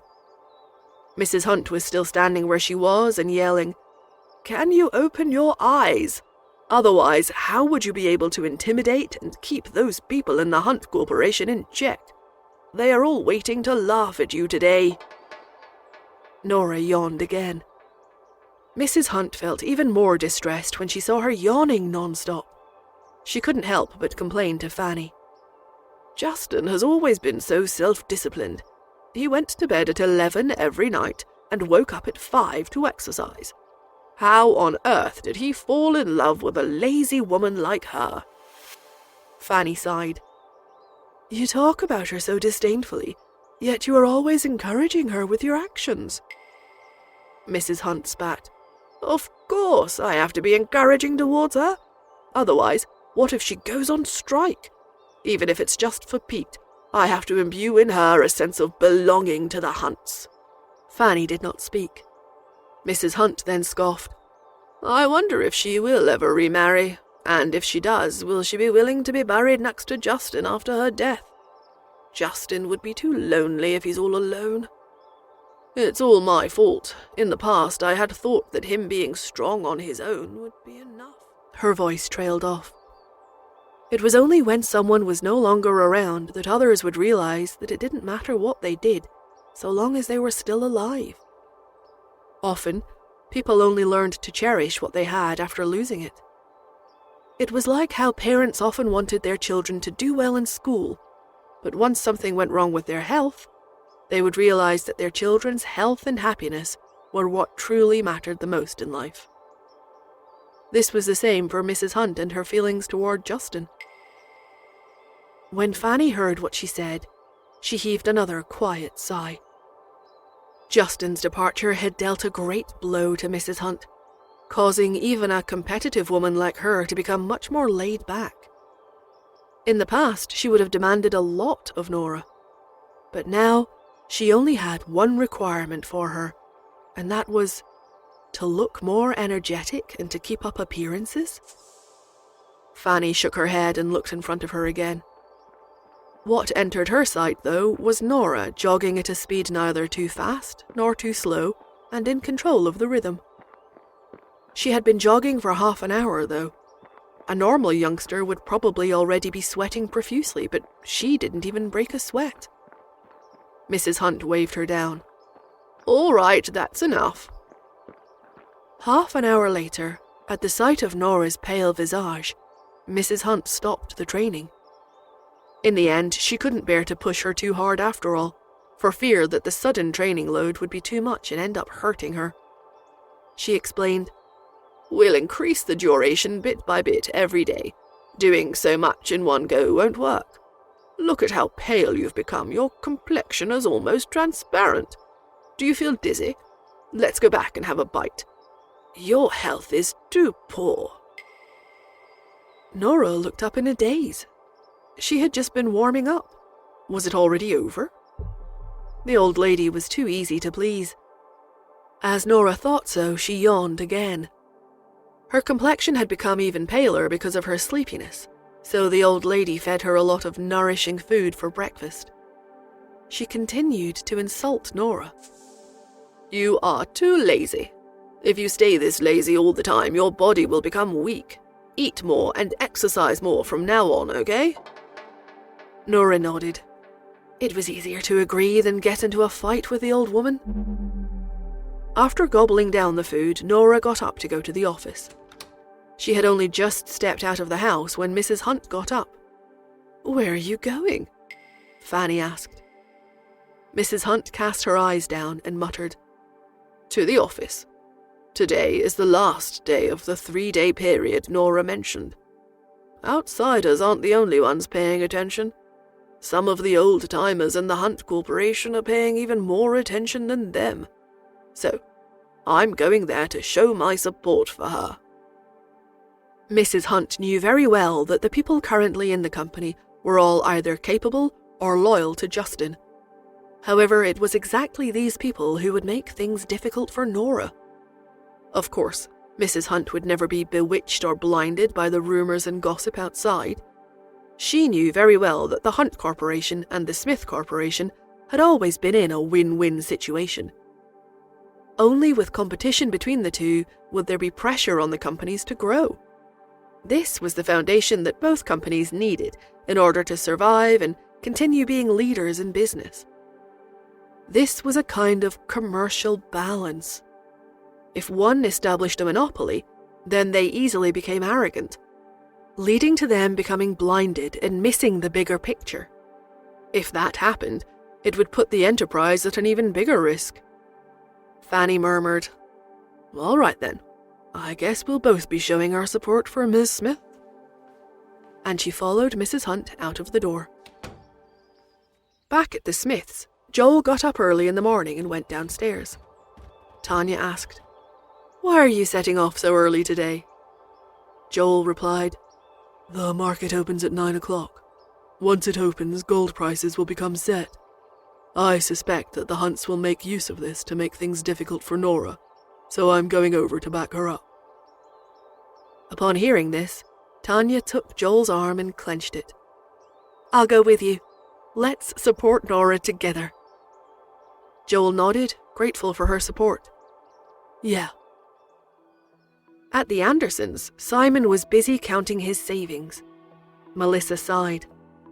Mrs. Hunt could produce $80 million so easily, and so could the Smiths.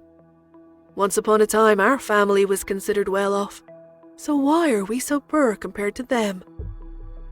Simon sighed. "Yeah, I know, right?" While the two of them were complaining, Logan entered the room and took out a check. "This is a check for $30 million. Why don't you pass this to her?" As soon as he said that, Simon and Melissa both looked at him. "Logan, did you go racing again?" When Logan suffered his leg injury a while ago, many doctors had said that it would be very tough for it to heal completely. However, Nora had cured him, so he'd continued his most beloved career. Logan was now America's top car racer in standard car racing. In spite of that, Logan was still working hard to improve his skills. Whenever someone asked him about it, he would always say, "Compared to Nora, I'm still too far behind." Logan nodded. "I wonder if this is enough." Simon replied, "With our money added, it should be enough to make up for the losses this time.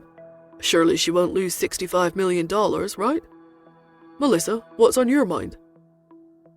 Out of nowhere, Melissa exclaimed, "All of a sudden, I feel like we might not need to send her the money." Simon was taken aback. "Why?" Since Melissa married him, she had always given her all for the family. Why had she become selfish all of a sudden? However, Simon was understanding about that too. Life hadn't been easy for his wife all these years. But as soon as the thought formed in his mind, Melissa was quick to explain. "All of a sudden, I remembered the last time Nora invested in stocks for me. It was at a constant loss in the beginning, but in the end I made money." As soon as she said that, Simon chuckled. "You were investing in stocks then. It's different this time. Gold prices have been falling for 2 whole months. It's impossible that they would rise all at once. Right? Unless..." His voice trailed off and he looked at Melissa and Logan. "Unless Nora knew something that no one else knew about." When Nora arrived at the Hunt Corporation in her car, there were already a lot of people in the company. Most of the shareholders had already arrived. Everyone was concerned about how she would give an explanation to the media and everyone else at work today. When Nora entered the CEO's office on the top floor, The secretaries, who all had strong feelings for the Hunt Corporation, were chatting with one another in low voices. One employee muttered, "She says that she will give everyone an explanation today, but I don't know what kind of explanation she's going to give. It will be the year-end closing in 2 days, and the company's annual turnover data will be calculated then. If gold prices still don't recover by today, I'm afraid it'll be hard to say which way the Hunt Corporation will go this year." Another complained, "I have a friend working in the Smith Corporation. They have already calculated their turnover for this year, and it has increased by a lot compared to last year's. This year, under Mr. Hunt's lead, we have invested a lot in research and development, especially in the fields of biomedicine and microchip research. Those $1.5 billion are never coming back. Once you compare them to something like this, is the Hunt Corporation really going to be dethroned?" Soon, almost everyone in the entire company was gossiping. Actually, we have all seen the annual data reports. The Hunt Corporation barely manages to take first place each year. It seems that our profits exceed the Smith Corporation's by only tens of millions every year. With such a small gap, any money-making project can get things done. When you think of it that way, our victories really come at too high of a price." The comments were relentless as one person added, "Don't you know, this is all part of Mr. Hunt's plans? Only when the turnover is tens of millions of dollars higher and at risk of being surpassed will we have the motivation to work harder. Otherwise, if the gap is too big, we will end up monopolizing the market.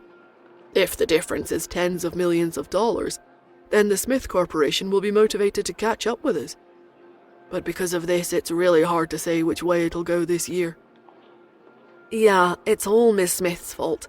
If she had disposed of the gold futures in time on the day of the board meeting, we wouldn't be losing this much money. If we compare, our profits are actually just a few $1,000,000 less than the Smith Corporation. If she had disposed of them at that time, the loss would have been reduced by $15 million, and our position as number one this year would have been in the bag. So, this shows that some people's hearts are simply not invested in the company." Somewhere in the crowd, Celine remarked coldly. It was now the end of December. The figures for the year's annual turnover had been calculated and released at the end of the day before. There were only a few days left until the end of the month. After that, they would add the profits from these few days to the previous data. Once that was done, the results would be out soon. The profits from several major projects had all been included, and it was impossible for there to be any large sums of income during the next few days. By now, the results were fixed. Had it been the day before, Celine would still have placed a bit of trust in Nora, but now that she had seen the statistical results, she had lost all trust in her. She stood up in a flash and said, "We are only a few $1,000,000 short of the Smith Corporation's profits this year. If the difference was big, I wouldn't have been suspicious of Miss Smith. But now, I have no choice but to doubt her. I think she did this on purpose. Besides, the amount of money lost is not that much for them either." Someone whispered, "But Miss Smith is now the Hunt's daughter-in-law. Why would she help the Smiths? It's not like she's the head of the Smiths." Celine glanced over with an icy gaze. She was usually a gentlewoman, and even when she got angry, her voice would only shake a little. But right now, she was utterly livid. Celine roared, "Because she will be the head of the Smiths very soon." "What?" Everyone was puzzled. "How come? It has been decided long ago that Joel Smith is the head of the Smiths. Besides, he holds 51% of the shares. Is your information reliable or not?" Celine was furious. Even her eyes had turned red and she was shaking in anger all over. Of course, she forced Lawrence to resign so she could abuse her authority and pull all these dirty tricks. If Lawrence was still here and if Mr. Hunt was still here, the gold futures would have been sold long ago. How would it have come to this? She bit her lip and hissed, "We must unite as one and protect the Hunt Corporation together now." The Hunt Corporation had undergone several major bouts of cleansing. With the exception of Roger, everyone who was still in the company was loyal to the Hunt Corporation. Therefore, when they saw the data report the day before, they panicked. They had always been proud to be part of the Hunt Corporation. And when Justin was still around, he had treated them all very well. Because of this, all of them always regarded the company as their home. As Celine was the deputy manager of the secretarial department, she only had a little less authority than him. But all of the employees could tell that Celine and Lawrence's relationship was more than just work associates. As soon as she said that, everyone responded to her call to action. Everyone began to shout at the same time. Yes, we can't let her destroy the Hunt Corporation. We must unite as one. Let's boycott Ms. Smith and oppose her coming into the office. Kick Ms. Smith out. Let's watch over the Hunt Corporation for Mr. Pete. With their emotions all riled up, they stood up one by one and blocked the way out of the elevator. Behind the crowd, as Roger looked at the situation, his smirk became even more malicious, and a cold glint shot forth from his narrowed eyes. Ha! He couldn't beat Justin, but did they think that he couldn't beat a woman who had never done any business? Indeed, all the oldies in the board of directors might not care about this bit of money. After all, $30 million split equally among everyone wasn't much. But there was no lack of people who were concerned about the Hunt Corporation's image. These workers were what an enterprise truly relied on for survival. These people were elites from all walks of life. Now that they had come together to resist Nora, he would see what else Nora had to be so smug about. As Roger thought about this, the elevator arrived with a ding and Nora walked out from within. As soon as she stepped out, someone threw a glass of water in her face. Nora's eyes narrowed and she moved her head to the side a little. With a loud splash, the water splattered onto the floor. She dodged the attack. Her brows drew together and she saw that Celine had led a group of people to block off the path outside of the elevator. In addition to the secretarial department, there were other people from other departments. Although they were not senior executives, they nevertheless represented at least 1/10 of the company's manpower. Nora frowned and asked, "What are you people doing?" Celine replied, "Ms. Smith, you are not welcome here in the Hunt Corporation." As Nora was about to speak, Roger took a step forward and scoffed. "Nora, you're so immature. Why can't you listen to me? Do you know that your actions have disappointed everyone? For the Smiths' sake, you made us suffer a huge loss. So, you are ultimately still a Smith after all. Only Hunts would truly have the Hunts' interests at heart. In the past, when Justin was here, I was indignant.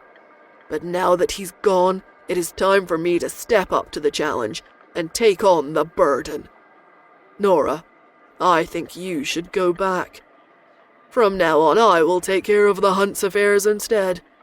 After all, even if there are conflicts between Justin and me, I am still a Hunt. At the very least, I will never harm the Hunt's interests for the sake of the Smiths." When Roger declared that, Celine looked at him with a reluctant look on her face. If Lawrence was here, he would have called Roger a wolf in sheep's clothing. Despite Justin's cold and stern exterior, he treated his subordinates very well. But this was not the case for Roger. Roger was friendly on the outside, but cold on the inside. People like that were the scariest. However, if they drove Nora away, then it would seem that Roger was the only one who could take over as the company's interim CEO. Celine decided not to say anything. She intended to wait until she got in touch with Lawrence to discuss this problem. Since Celine did not say anything, the other secretaries did not raise any objections. They all stood behind Roger. Nora looked at Roger and scoffed. How did I harm the interests of the Hunts? Roger asked. Have you forgotten about the gold futures? Nora lowered her eyes and looked down at the time. The clock on her cell phone jumped from 8:59 to 9 a.m. Nora raised her head and pointed out, The market is now open. Everyone can take a look at today's gold price now. Her words took Celine by surprise a little. Regardless, she quickly took out her cell phone and opened the trading app. Roger sighed. Don't be stubborn anymore, Nora. Considering how badly gold prices have fallen, even if they do recover today, how much can they realistically recover? It's not like they will recover all at once, right? I think it would be best for you to go home as fast as you can and stop making such a scene in the company. Otherwise, you will only be embarrassing Justin. If you also embarrass Pete, it won't be easy for him to take over the company in the future. Right after he said that, his mobile trading market app sent a push notification to his cell phone. Gold prices make a major comeback today. Get out of Hunt Corporation. That's right, we don't need a CEO like you. A few people with insufficient intelligence did not look at the gold price on their phones. After all, this group of people did not care about this. They did not even have an app for trading. However, they were very loyal to the company, so they followed their original plan and shouted their insults at Nora. At the scene, there were reporters pointing their microphones at them. The reporters were let in by Celine. After all, if reporters sensationalized this matter, it would be easier for them to chase Nora out of Hunt Corporation. At this moment, the reporters wanted to rush over and surround Nora to interview her first-hand information. But before they could, Celine raised her head and looked at Nora in disbelief. Someone beside her shook her shoulder and asked, Celine, what's wrong? Say something. Everyone is waiting for you to speak. Celine swallowed. She said, word by word, Gold has risen in price. Risen. Everyone fell silent. Only Roger stared at the data on his phone and wondered if he had seen it incorrectly. He rubbed his eyes and looked again. The price column still said that the price had increased. He was not seeing things. Roger snapped his head up and argued, So what if the price increased? Even if the price has gone up, aren't we still at a loss? We're still losing money and we're still barely on par with the Smiths. Gold could not have grown so high in a day. The price of gold today had increased to more than $300. It was still a loss from buying now. However, Roger's words were clearly unbelievable. Nora sneered. Do you remember your words? There are still a few days until the report for this year. This is enough. The report would not be finalized until the 30th of December. The price increase was definitely enough to change the report. Roger choked from her argument. He still wanted to say something, but Nora walked past him and directly walked in front of Celine. She asked, You said earlier that you wanted me to leave. Celine bit her lip and looked at her in disbelief. No, I don't know. Nora turned around and looked at the others. Someone else raised a question. We're still in a loss-making state. Perhaps the short rise today is only a momentary recovery. All right, that's enough. Someone beside him pushed him and shouted, Miss Smith said that the results will be revealed in 3 days. The price of gold increased today. What does this mean? It means that Miss Smith has insider news. That's why she was so adamant that the gold futures would not be sold. She resisted everyone's objections and left the gold futures untouched because she was certain that the gold prices would rise. After saying this, those who did not understand came to a realization. All of the hostility everyone had towards Nora began to disappear. Now they were full of guilt and regret. They misunderstood the entire situation. And now the misunderstanding was cleared. Nora raised her eyebrows and did not say anything. She wanted to enter the room. As she was about to enter, a reporter rushed over. "Miss Smith, you—" Nora had a headache. She hated dealing with reporters the most. However, at this moment, Celine blocked her way. "I'm sorry, you don't have an appointment with President Smith. You need to stop here." Nora, who had entered the office, was speechless. She turned around and saw that Celine had defended her. She was gentle and direct as she took the reporters downstairs. Those difficult reporters could not say anything harsh in front of her. Then, Celine turned around and arranged some things. The people from the secretary department got busy. The chaotic top floor became orderly at once. This was all thanks to Celine's astounding work ability. She was very powerful. As Nora thought about this, she saw Roger turn around and plan to sneak away. However, before he could leave, Nora grabbed his shoulder. "Where do you think you were going?" Roger's shoulder was being pressed down and he could not move anymore. At this moment, he stared at Nora and could only smile. "Nora, where else can I go? Of course, I'll go to work." Nora nodded and smiled. "Yes, I called the directors to a meeting. Let's go together." Nora did not let go of Roger's shoulder the entire time they walked down the hallway towards the meeting room. In fact, Nora strengthened her grip as they got closer to the room. Roger's shoulder was throbbing in pain by the time they got to the room. Roger wanted to escape, but he smiled awkwardly. "Nora, uncles, look, I have so few shares in the company. It's not appropriate for me to stay here. I have a lot of work to do back at my desk. I think I will take my leave first." Unfortunately, as he turned around, he heard Nora's voice. "Fine. We'll discuss the punishment for you next. It's not good for you to stay." As soon as she said this, Roger stopped walking. He looked right at Nora.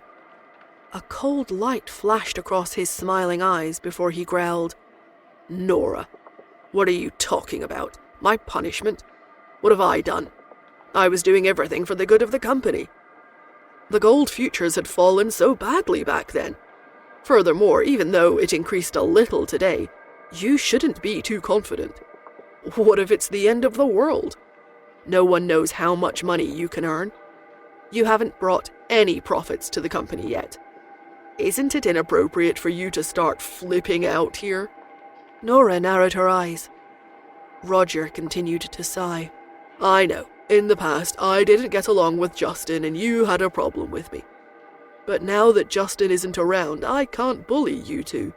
Nora, why are you targeting me like this?" Roger was still talking when Nora threw a document on the table. When he saw that document, Roger's expression changed. Downstairs, Mrs. Hunt had arrived. She was old, so the car drove as slow and smooth as possible. She was still talking to Fanny as she got out of the car. "Tell me, why is a girl like her driving so fast? She disappeared in the blink of an eye. I couldn't catch up even if I wanted to." Fanny smiled. "Maybe she was in a hurry." As the two of them spoke, they saw Mr. Livingston arrive. When he saw Mrs. Hunt, he walked forward. This is what he and Mrs. Hunt had agreed to. Today, Mrs. Hunt would help Nora handle the people in the company. However, the following arrangements still required Mr. Livingston to be the first special assistant. In the future, the company's decisions would still depend on Mr. Livingston. When she saw Mr. Livingston, Mrs. Hunt was about to speak, when Mr. Livingston sneered, "Don't be anxious. Let's see today's gold price first. This will prove to you how reliable my source is." Mr. Livingston picked up his phone with a lot of confidence and arrogance. He had to show the evidence first before he could occupy a high position in the future negotiations. He opened the trading app, and all of a sudden, his wicked smile twisted into a frown.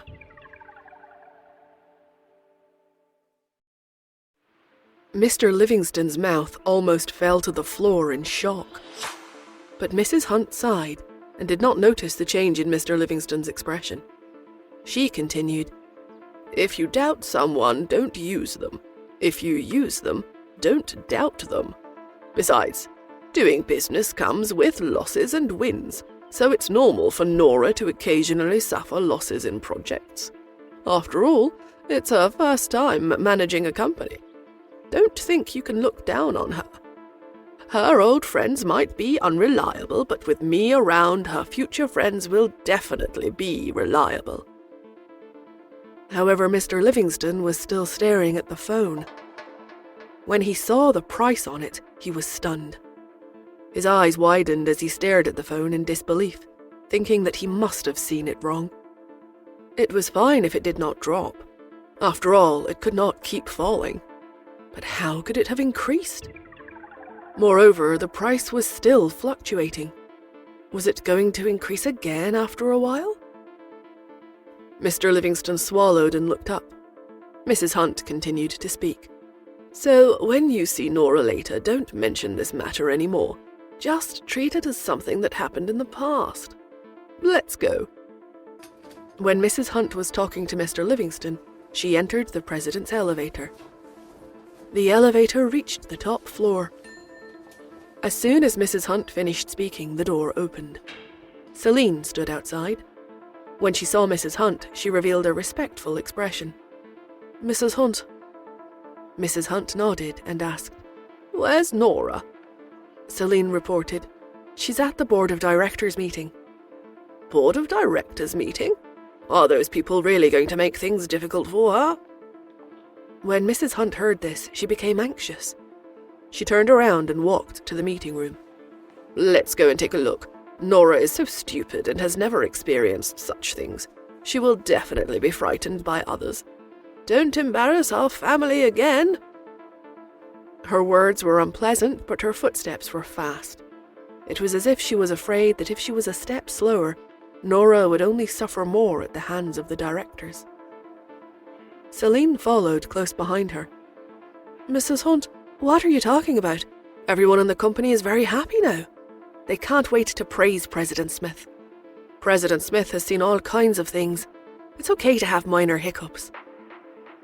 Mrs. Hunt was stunned. A minor hiccup? The price of gold fell so badly today. Won't those directors skin her alive? Celine was also stunned. "Have you not seen the gold price today?" The old madam was puzzled. "No, I didn't see it." She did not want to see it. Just looking at it made her heart ache a little. Although money was just a number to her, she could not help but feel uncomfortable when she saw her fortune evaporate. But the next moment, Celine smiled. "Mrs. Hunt, the gold has increased today. Furthermore, the price has increased by 100%. In the last half hour, it increased by $10 again. We finally received some insider news today that the gold price will keep rising in the future." Mrs. Hunt was stunned and stopped in her tracks. She looked at Celine in confusion. "You mean that the price actually increased?" Celine nodded with enthusiasm. "Yes, it increased." Mrs. Hunt lowered her voice. "And you're absolutely sure of this?" She still couldn't believe what she was hearing. Celine nodded and reassured the old woman. "Yes, Mrs. Hunt, you can see for yourself, look." Celine took out her phone and opened the trading app. She gave it to Mrs. Hunt for proof. Celine was smiling from ear to ear. Before, she was so hostile to Nora, but now she was so protective of her. Furthermore, because of her past suspicion and betrayal, Celine felt even more guilty toward Nora. She explained, "Everyone mocked President Smith and misunderstood her, but President Smith did not fuss about it with us. Instead, she made us wait for 2 days. Today, she finally slapped us in the face with the truth. Everyone in the company knows President Smith's capability now. She has connections in the business industry. Now, everyone is supporting President Smith. Mrs. Hunt felt dizzy with this revelation. She felt that the President Smith in Celine's mouth was not the same person as the lazy granddaughter-in-law at home. She could not help but ask, "Is the President Smith you're talking about Joel or Nora?" Celine had to stop herself from giggling at the question. "It's Nora, President Smith, of course." Mrs. Hunt felt confused. Did Nora really make the right bet? She could not help but turn her head and look at Mr. Livingston again. She saw that he looked anxious and was talking on the phone in a corner. His voice was very low. "What's wrong with you? I gave you so much money and now you're doing this to me? You guessed. Do you know you'll be hit by a car when you go out tomorrow? You liar. Return the money to me or I'll sue you." The furious Mr. Livingston hung up the phone. When he looked up and saw Mrs. Hunt, his face instantly turned red. He stammered, "Mrs. Hunt, I made a mistake this time. But you're right, everyone makes mistakes. It's normal to have losses and wins. Don't worry, I'll definitely handle the future projects carefully. I'll still help you assist Miss Smith to the best of my ability." When Mrs. Hunt heard this, she lowered her head and sighed. "Mr. Livingston, our family's business has losses and wins. I can't be angry at my own family, right? After all, we're family. But it's different for outsiders." With that, she looked at Celine. "Take all the unimportant people outside. Don't disturb President Smith's meeting." Celine smiled and regained her usual calm and gentleness. She nodded. "Yes, right away." In the meeting room, the shareholders had already seen the documents that Nora had thrown on the table. Nora's fingers knocked on the table as she proclaimed, "Everyone has seen it. These are the transaction records for our recent gold investment. You can see that Roger first bought 100 million for the company, and then he bought 400 million in his own name. After that, the gold went down in value, but he found a way to sell the futures in his hands to the company for 400 million. It's equivalent to the company buying 500 million worth of futures. I wonder what everyone thinks about this." Roger stood up and looked at Nora in disbelief. The smile on his face had disappeared. He narrowed his eyes and smiled. "Nora, are you joking? Besides, how could you have access to the records of my bank account? You can't use something so groundless to slander me." "Really? I can't?" Nora rested her chin on her fingers and yawned. She had woken up too early in the morning. A mischievous glint flashed across her eyes and her lips stretched into a smile. "You might have forgotten how I can get your bank records. Let me remind you. Other than being a doctor, I'm also a hacker."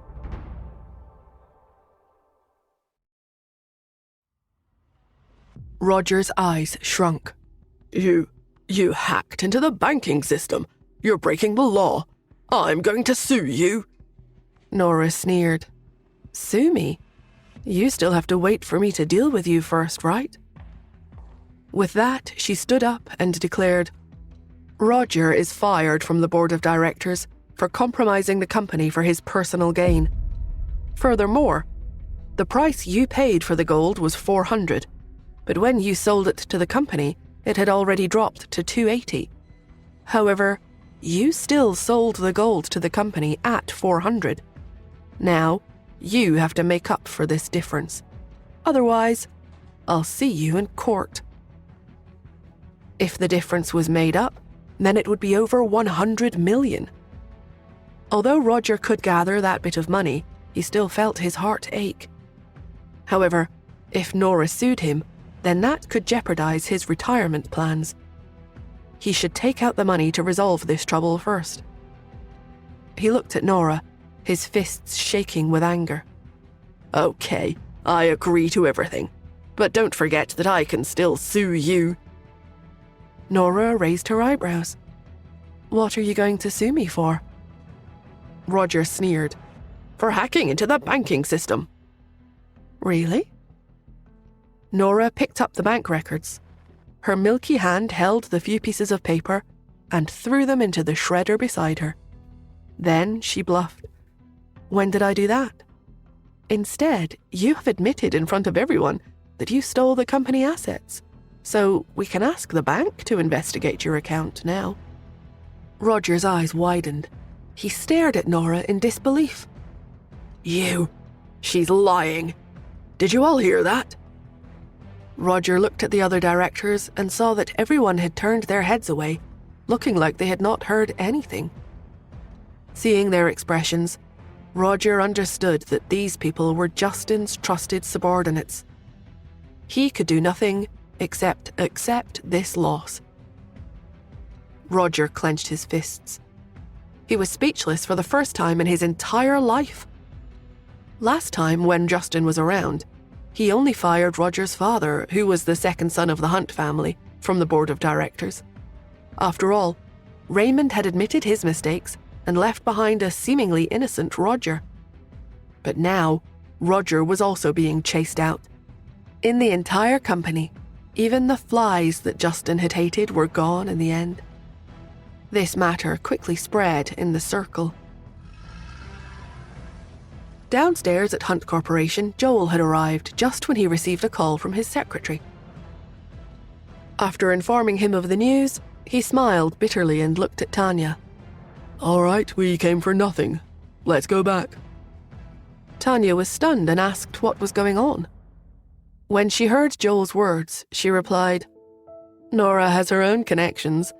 That person she's talking about is probably her aunt. Her aunt is also a top figure in Switzerland.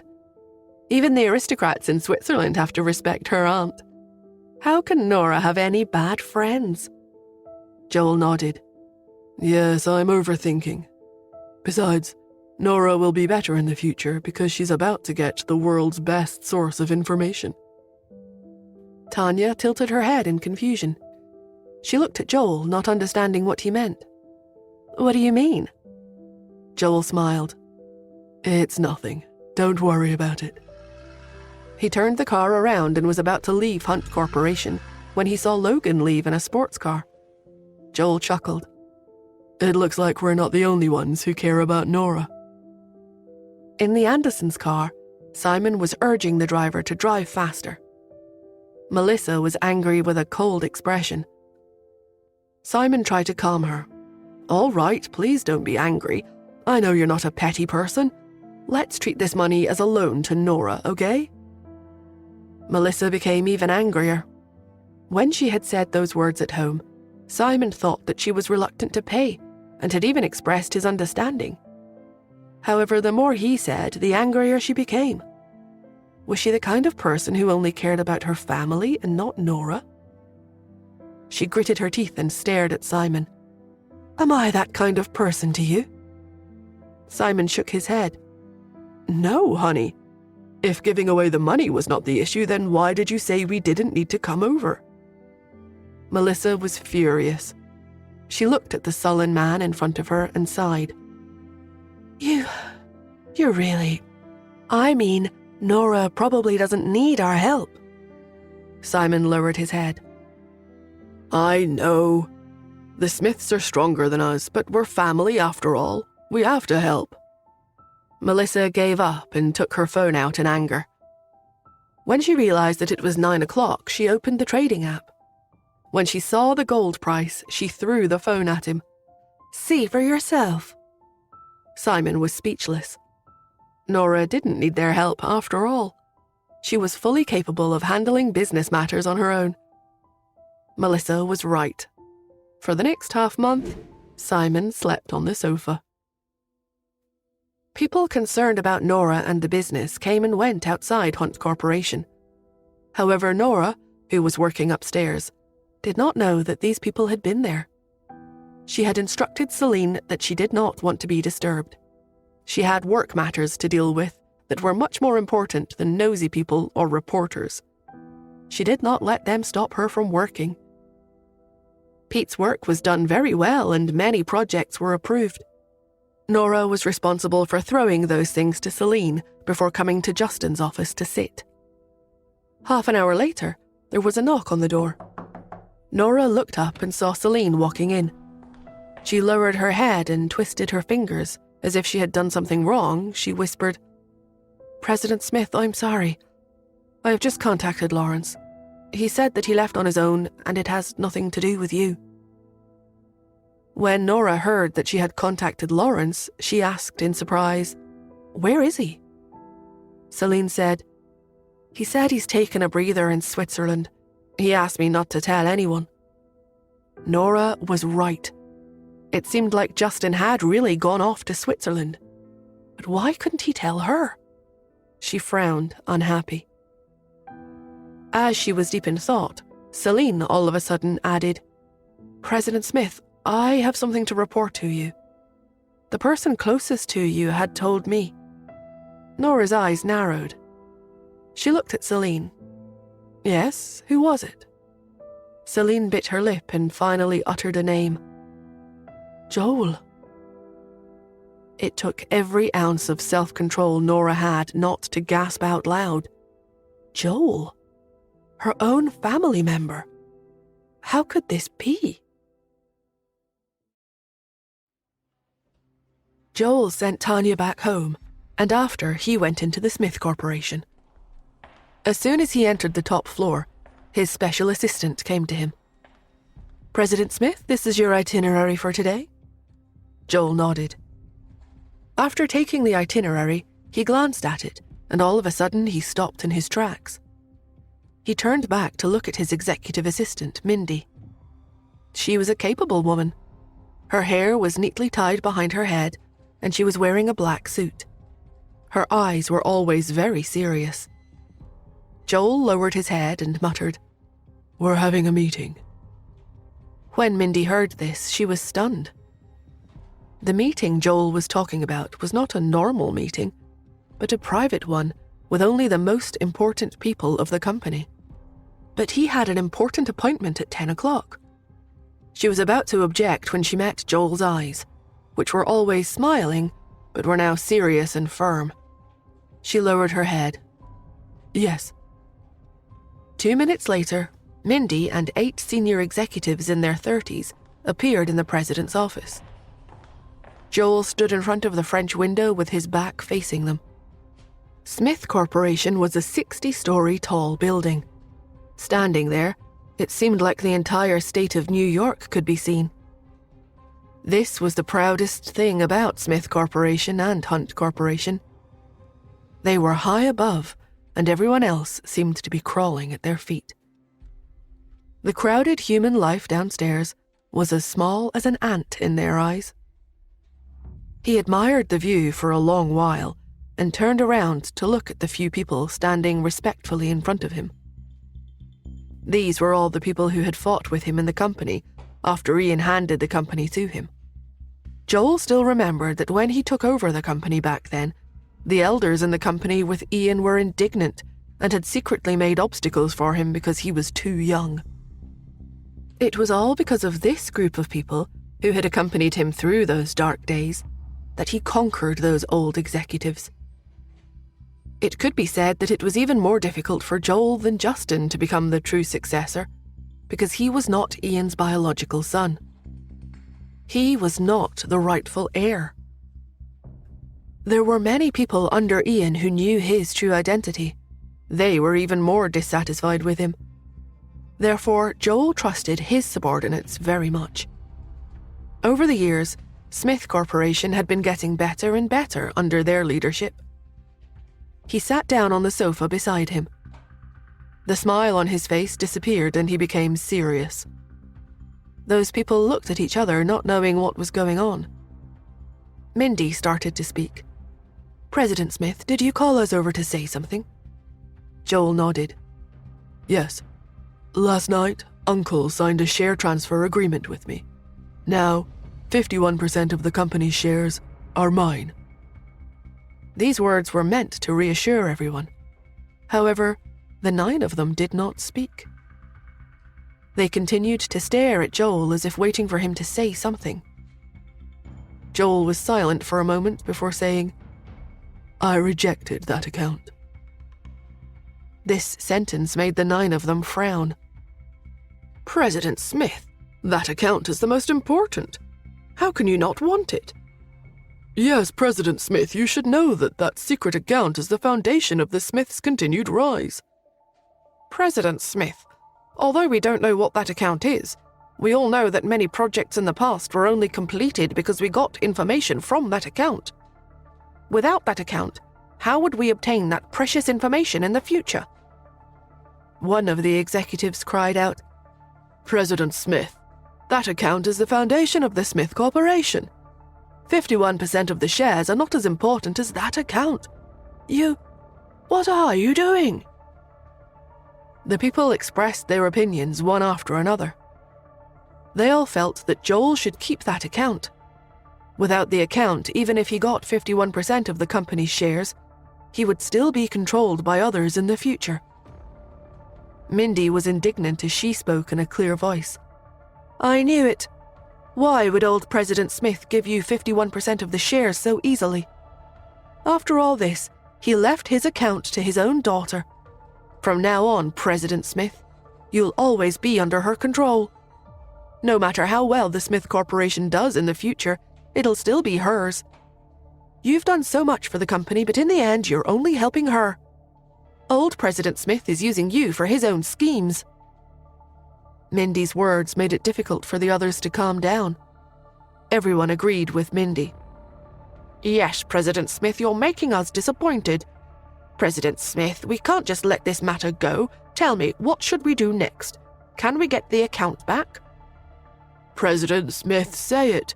As long as you give the order, we won't hesitate to do anything for you, even if it means touching the edge of the law."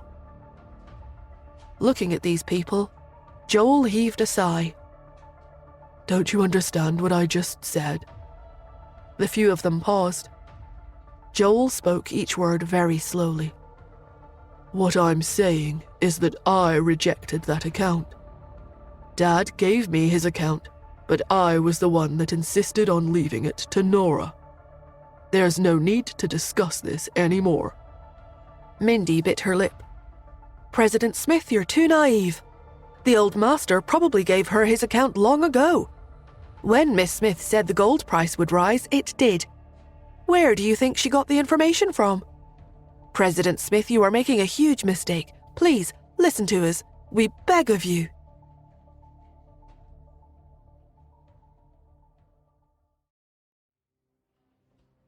"President Smith, you treat old President Smith as your father, but he's playing with you. He has handed that account to Ms. Smith. Saying that he gave it to you was just a test." "That's right. Nora has that account. It's like adding wings to a tiger for Hunt Corporation.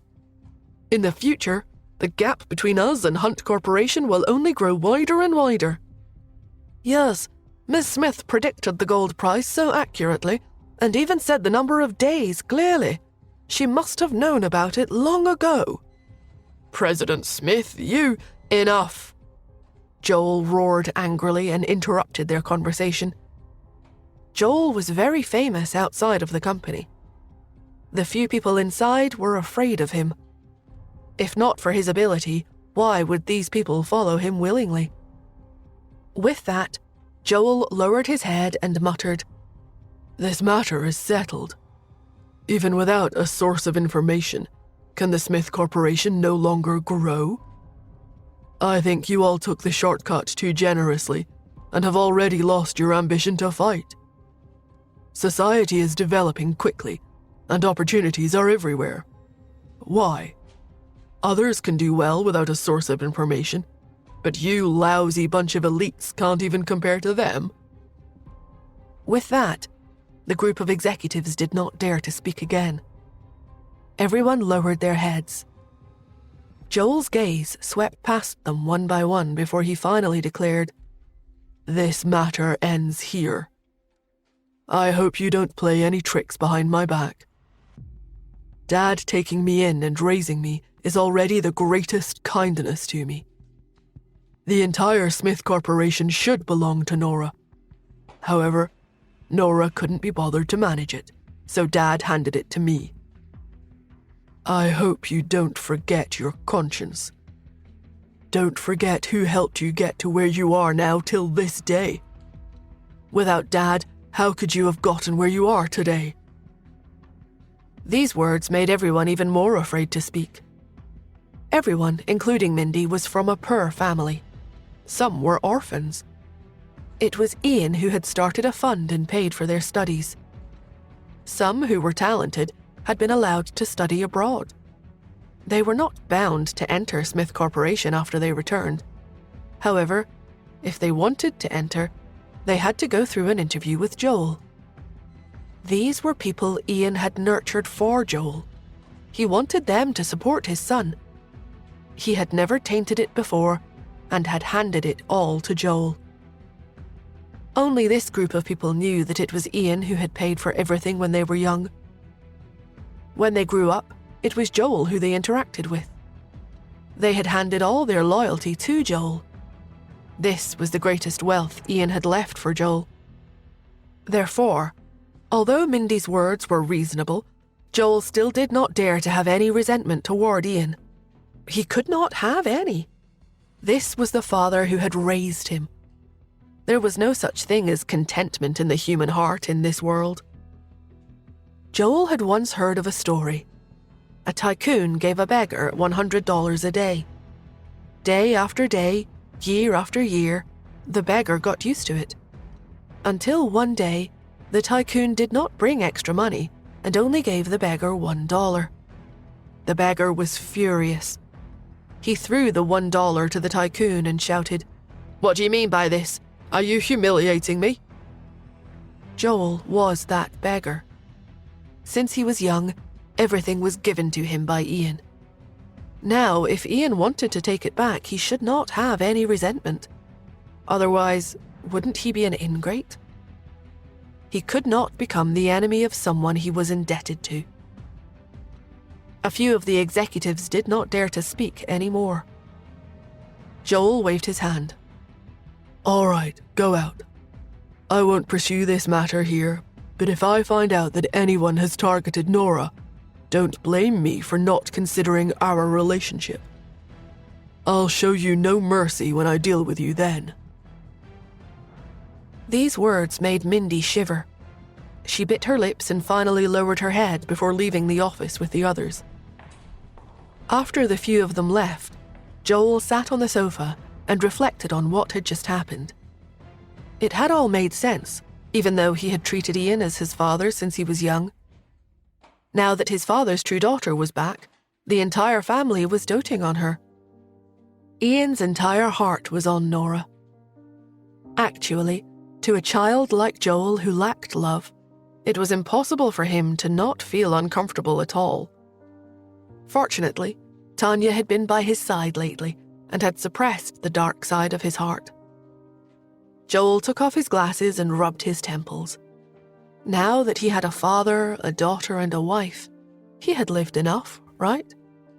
He did not want that account.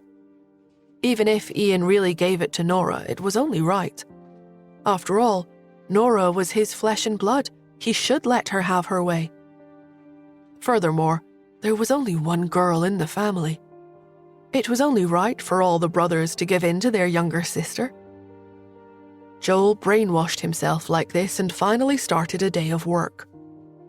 At 4 p.m, Joel's phone suddenly rang. He lowered his head and realized that it was Ian. But secretly he was overjoyed. After starting work at the company, Ian rarely called him. His father's love was always reserved. He yearned for his father to call and scold him for doing something wrong.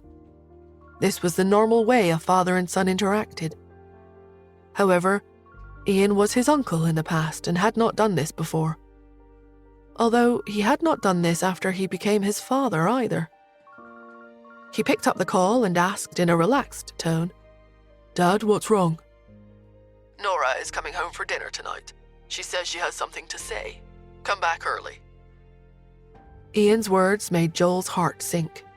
He lowered his eyes and smiled. Okay.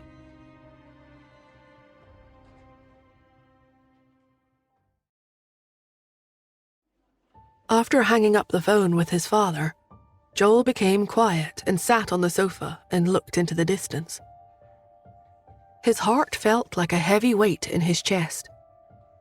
Nora had been coming back to have dinner with the Smiths after she started staying with the Hunts, but Ian had never informed him about it before.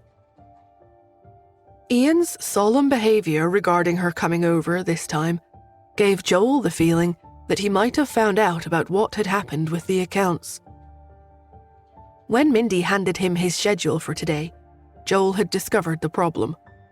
He was sharp and could notice the smallest thing out of place.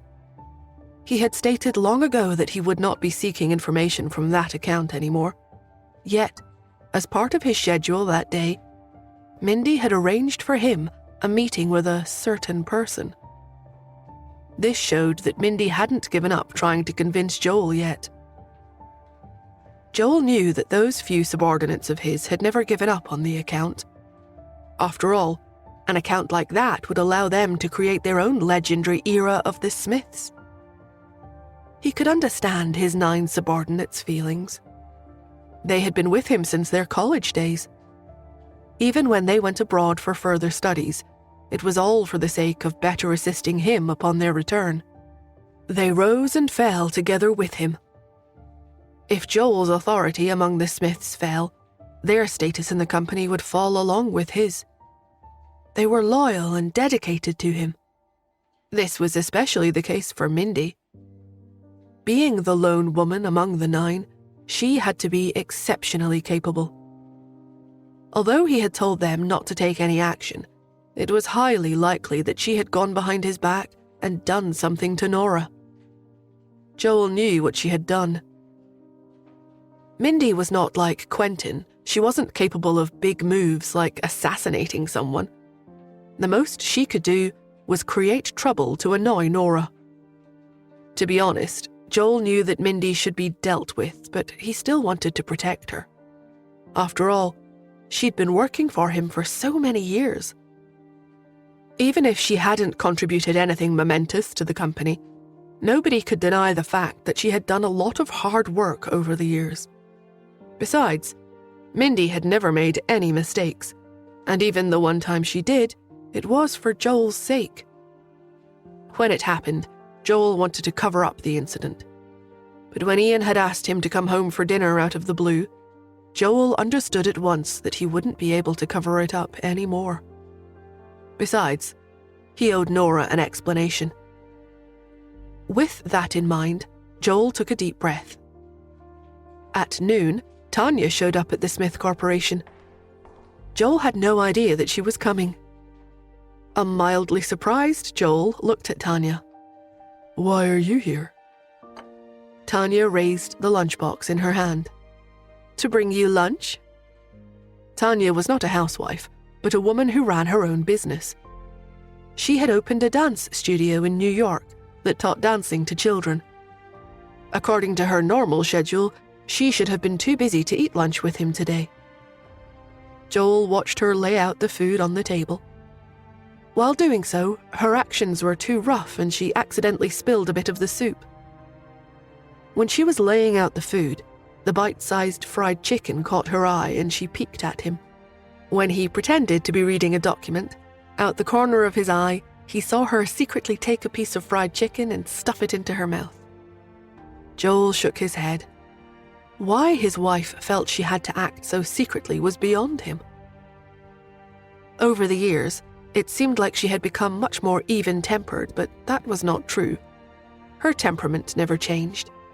She was still as rash as she had been in her youth. Joel let out a low laugh and stood up. After walking over, the two sat facing each other. Tanya poured him a bowl of soup. She had prepared it for him, yet she gave herself a taste of it first. Then, because she found it delicious, she placed the bowl in front of herself and started to drink spoonful after spoonful of soup. Joel, who was waiting for her to hand him the bowl of soup, could only pick up another bowl in resignation and fill it with soup himself. At the same time, he gave Tanya a refill. Then he asked, Aren't you busy? Totally, I'm swamped.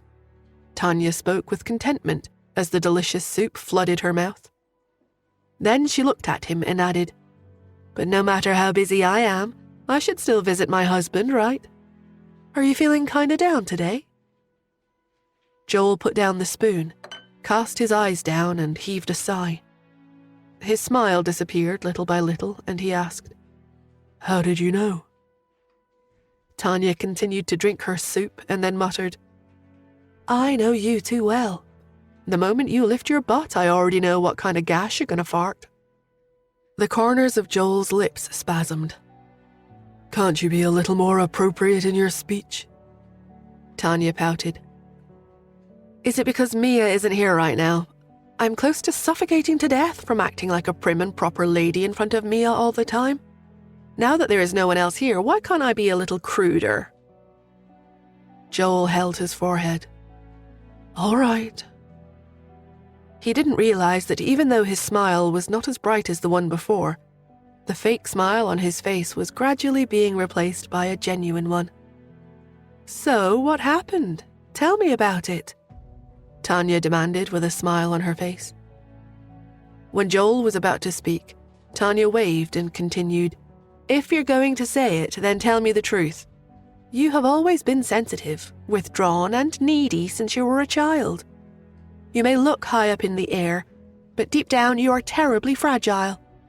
I stopped looking at you through rose-tinted glasses a long time ago, so there is no need for you to put up any of your usual defenses. You can just say it as it is. When Joel heard her, he lowered his head and thought for a while. Then he murmured, Dad has an account, the Smith's True Inheritance. You can get a lot of useful financial news and information there. With a couple of simple sentences from him, Tanya got it right away. Dad gave the account to Nora? Joel nodded and then continued. In a way. It seems that the info about the gold prices came from there, but I've rejected Dad's offer and told him to give Nora the account last night. However, Nora was aware of this information 3 days ago. Tanya nodded again. I see. You suspect that Dad already gave Nora the account long ago, yet he kept it from you and even probed you about it yesterday. Joel nodded again. He hesitated for a moment before he sighed. Dad is not someone like that. If he wants to give me something, he will do so and be straightforward about that. If he doesn't want to, then he will be clear with me and tell me that he doesn't want to. He has never tried to lie to me. Has Dad noticed my thoughts about the situation? Tanya rolled her eyes. Who wouldn't? You always act so calm and collected as if things don't bother you. But in fact, what you lack the most is a sense of security. You don't care about that account at all. What you care about is Dad's feelings towards you. That one sentence of hers had hit Joel's deepest self.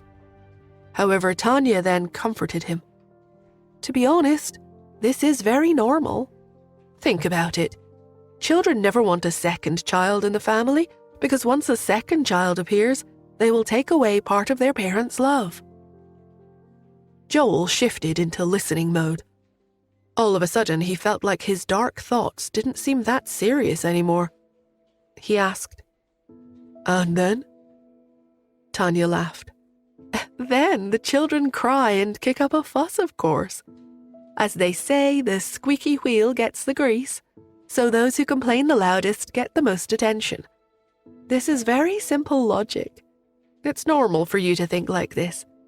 Even if you were Dad's real son, you would still be jealous. Much less when you aren't. He denied it. I'm not jealous. Yes, you're right. You're not jealous at all. Tanya laughed. She raised her head to look at him and then added in a solemn voice, You don't need to feel embarrassed about it. Any normal person would feel the same way. You will adapt and get used to it. In families with more than one child, the eldest will grow to love their siblings. You will find that you've gained one more family member who loves you, that's all. Why did Tanya sound as though she was coaxing a child? Joel lowered his head and started to eat. Tanya looked at him. Hey, did I manage to comfort you or not? Yes, you did. Joel offered her a piece of fried chicken, upon which Tanya immediately pursed her lips and whined, I'm a dancer, you know. I'm not supposed to eat such greasy food. Why are you so careless? Despite saying that, she picked up a French fry. If she was so self-disciplined, why was she sneaking a French fry into her mouth? The smile at the corners of his lips deepened. He agreed. I will talk it out with Nora later at night. As for Dad, I was too narrow-minded with him. I understand his actions, and I also understand that to him, Nora means something different. How could one's feelings for their biological and adopted children ever be the same? Tanya, however, argued, it's different between children they raised and children they didn't. Didn't you see that news some time ago? The child's biological parents found and approached him after he grew up, but the child was only close to their adoptive parents. You were raised by Dad, and Dad has a very good relationship with you. Considering Nora's personality, besides, she doesn't know how to ask for attention either. Dad finds her too aloof. Tanya smiled after she spoke. To Dad, there's no difference between you and Nora. The two of you are the same to him. Everything she said beforehand was for the sole purpose of saying this last sentence. Out of nowhere, Joel became enlightened. Yeah. After the two ate and Tanya was about to go home, Joel stood up. I'll go home with you. Tanya was surprised. What's wrong? Joel smiled and replied, My subordinate did something bad to Nora. As her elder brother, I have to apologize to her in person, right? Why don't I cook for you guys today? Tanya laughed. Okay, then make me some beef steak. You know how I like it done best? Eating beef at night helps lose weight. Joel laughed at his wife's comment. He hasn't felt this carefree in a long time. It was nice. The two went downstairs together and got ready to go home. After they left, Mindy appeared at the door. She had overheard their entire conversation, and her hands were clenched into fists. She lowered her head, aware that what she did had displeased Joel. She knew that what she had done would nearly destroy their entire relationship. Then, she thought of how she had only been able to go to school because of Ian sponsoring her studies. But the old man had never taken the credit for himself. Mindy took a deep breath. She knew that she had made a huge mistake this time. But she wasn't going to apologize for it, because Mr. Smith had shouldered the blame for her. The only thing she could do now was never to take the liberty to act without permission again, and never to make trouble for Ms. Smith again.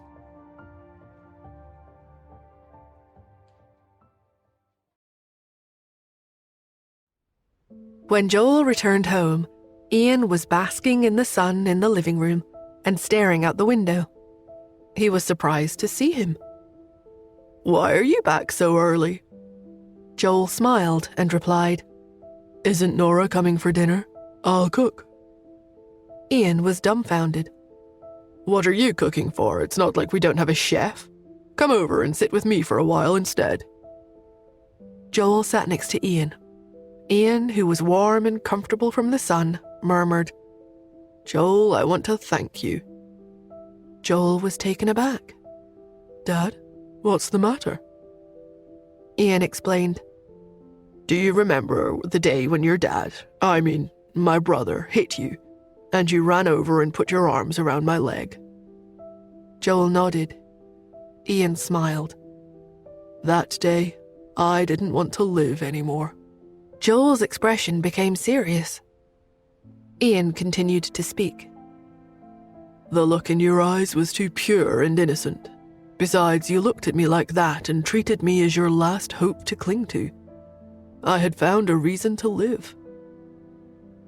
His words astounded Joel. Since he was a child, what his uncle had said to him the most was that he must excel and take over the Smith Corporation. And once he inherited the company, Ian would give up on living. For Joel, that was the most psychologically tormenting period of his life. He'd thought that his uncle had nothing to live for anymore because the Smith Corporation, the company that his uncle cared about the most, had found a successor. But as it turned out, he was the one that his uncle had cared about all along. While he was thinking about it, Ian added, "Later, I handed over the Smith Corporation to you. Seeing how you'd grown up and your ability to stand on your own, I felt that there was no reason for me to live anymore." "Dad."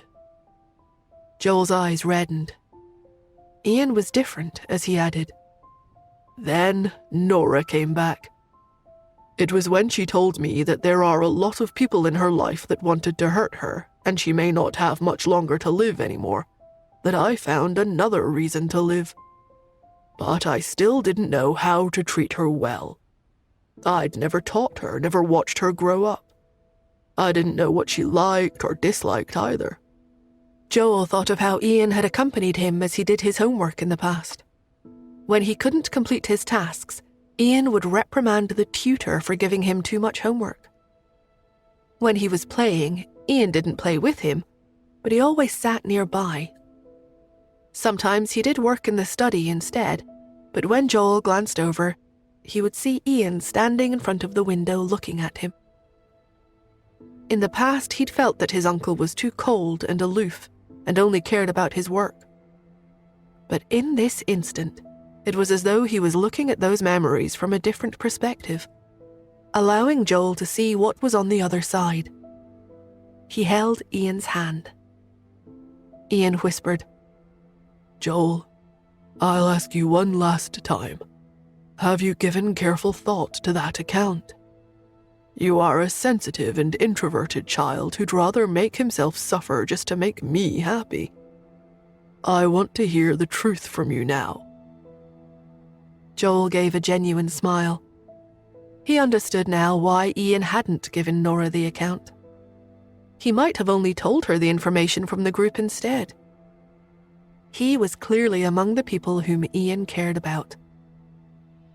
Joel's expression became somber. "I'm sorry, Dad. I misunderstood you. Let's give that account to Nora. I'm saying this with full sincerity. Neither you or I was with Nora when she was growing up. This is the only thing we can give to her now. With this, hopefully, she will have an easier journey in the future." Ian frowned. "Are you sure? If you give it to her, the Smith Corporation may never reach the height you aspire to bring it to." Ian understood Joel. He was an ambitious and capable man. Under his leadership, the Smith Corporation had prospered day by day and had become even more brilliant than it was when it was still in the hands of Ian. Joel wanted even greater glory and wanted to create his own business empire, so he had been working hard all these years. He would only succeed with the help of the account. Joel smiled. This time, his smile was happy and reassured, and liberated and determined. "Yes, I'm sure." He knew exactly what he had given up. As soon as he said that, though, Nora walked into the living room. She hesitated, but then she asked, "What are you so sure about?" As soon as Nora spoke, Ian and Joel looked at each other. Joel was about to reply when a young and tender voice piped up. "Is there any room for Cherry?" The three children entered one after another, all of them looking at Ian and Joel with eager eyes. Xander, Pete, and Cherry stood in front of Joel and Ian. They glanced at each other and knew that they were thinking about the same thing. There was only one account in the family, but there were 3 children. How were they going to split it? Joel didn't think that much, though. He was about to speak when Ian coughed and looked at Cherry. Of course there is. I was saying that I plan to give your mother a villa. If you want one, then you kids can have one each. In front of the children, Ian didn't want to seem like he didn't have enough to spare, so he decided to have a private chat with Nora alone later on instead. He wasn't going to tell the children about the account. Besides, if possible, Ian wanted Nora to give Pete the account. It wasn't that he preferred Pete. His personal favorite was Cherry. After all, he was still watching her live streams every day. He was the #1 patron of Cherry's live streams. However, he didn't want Cherry to be a businesswoman. It was too tiring. As an excitable and fun-loving child, she would benefit from a life where she could relax and make money without doing anything. It would do as long as she was happy. Hard and tiring tasks like running a business should be left to Pete.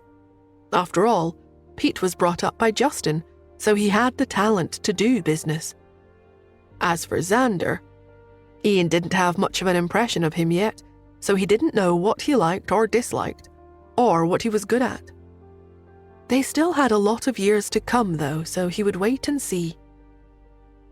When Ian interrupted Joel after a moment's thought, the young man understood that Ian didn't want his image of a powerful grandfather to be ruined in front of the children, so he decided to change the subject altogether. He smiled. "You're finally here, Nora.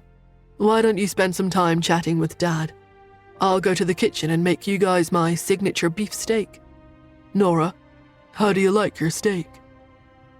Nora was silent for a moment before she replied, "I prefer hamburgers." "Then I'll make you Salisbury steak." After saying that, Joel went into the kitchen. Nora stared at him from the back. When she thought of what Celine told her in the company, and how Joel was the one spreading lies and rumors about her, the corners of her lips rose. She had realized something. While she was thinking about this, over at the other side, Cherry was sitting on Ian's lap and was in the midst of another crazy bout of flattery. She whined, "Grandpa, why do you look so young? If you go out with us, people would believe me if I said that you were my daddy." The corners of Xander's lips spasmed a little. He couldn't stand Cherry being a suck-up at all, so he commented dryly, "Why don't you call him your elder brother?" Cherry pouted. "No way.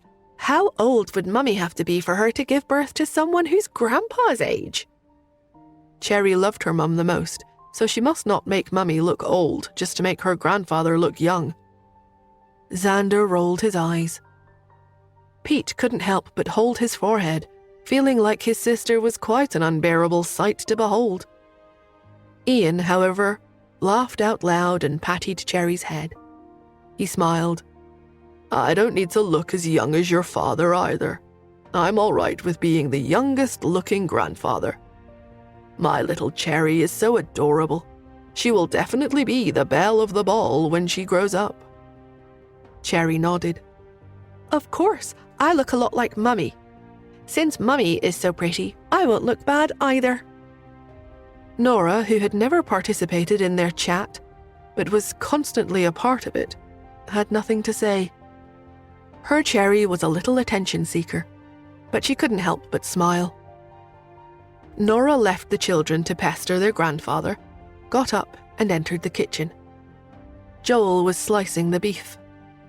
When he saw her, he smiled at her. Even though he smiled all the time, the eyes behind his glasses were a little more sincere than usual. Nora took a deep breath. "Joel." Before she could finish, Joel interrupted her gracefully. "Nora, nice timing. I happen to have something that I wanted to apologize to you for."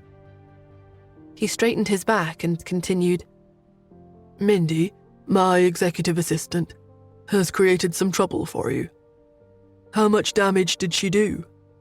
I'll compensate you for it. Has Mindy's mistake reached the point of no return, though? If it hasn't, then on my account, can you forgive her this once?"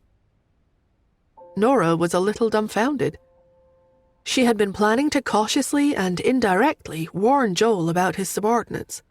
After all, since the day she had first met him, there had always been a sense of distance between her and her elder brother. But Joel kept his thoughts so deeply hidden that sometimes even she couldn't tell what her elder brother was thinking. So why was he being so direct and straightforward with her today? The surprise rendered her speechless for a while. This wasn't quite what she had been expecting. It felt as if Joel had been hiding behind a plastic film the whole time, but he had now stepped out and was truly standing in front of her. Joel misunderstood Nora's hesitation. He asked, "Are the losses very heavy? Or did you lose some talented people? If it is very serious, then I definitely won't cover up for her." Nora replied in a hurry, "No, it's nothing." Mindy's actions hadn't done her any harm. On the contrary, it had made Celine develop a sense of guilt and loyalty to her. For Nora, this was a trivial matter. She had much more important things to worry about, after all. When she recounted the incident with Celine, Joel sighed. "Mindy likes to engage in psychological warfare. Don't worry. If she ever dares to do it again, I won't let her off easily. This time, let me make amends with this steak instead." Nora found Joel rather strange today. However, she liked this feeling very much, so her almond-shaped eyes curved a little and she laughed. "Then you'd better make it delicious, Joel." Joel looked up at her. As the two of them looked at each other, they both started laughing. After that, when Tanya and Mia returned home from school, the family enjoyed a pleasant dinner together. While eating, Xander kept looking at Mia. The small and frail Mia, who was dainty even when she ate, asked in a small voice, "Xander, why do you keep looking at me? Is there something on my face?" "No," Xander answered. "It's just that Pete keeps talking about you, so I wanted to see what you look like. It's not like you're cuter than Cherry." Mia's eyes widened. She looked like she was about to cry. Nora gave Xander a light pat on the head. "Watch what you say, young man. A gentleman does not tell a girl that she isn't cute." Xander stuck out his tongue. "She looks okay, but she's not quick-witted enough and she looks very listless. Of course she's not as cute as Cherry." The shrewd and clever Cherry stuck out her tongue. "Stop talking, Xander. Mia happens to be more modest than me, isn't that right, Pete?" Pete was eating and not paying attention to them. He glanced at Mia. She was not used to being in the spotlight, so she was staring at them with her timid, doe-like eyes. He decided to change the subject and said, "Yeah, you're too lively, Cherry. Cut down on dissing people when you play games tonight." At the mention of her games, Cherry looked at Ian and said, "Grandpa, I'm having a live stream tonight. Come and watch." Cherry's mouth was stuffed, so her cheeks were bulging. Her big eyes were full of anticipation as she screeched, "My live streams are really fun." Cherry went on, "Plus, I have a sponsor grandpa in my live stream who's my #1 fan. Will you come and tip me?" Ian swallowed a piece of meat and coughed. As Nora and Joel looked over with knowing looks, he coughed again. "Sure, I'll come to cheer you on tonight." "Yay! I knew Grandpa loves me the most. It's just a pity that Daddy is not at home, otherwise he would have also come." All of the adults glanced at each other. No one had brought up Justin and his disappearance yet. Cherry couldn't help but look at Nora. "When is Daddy coming back?"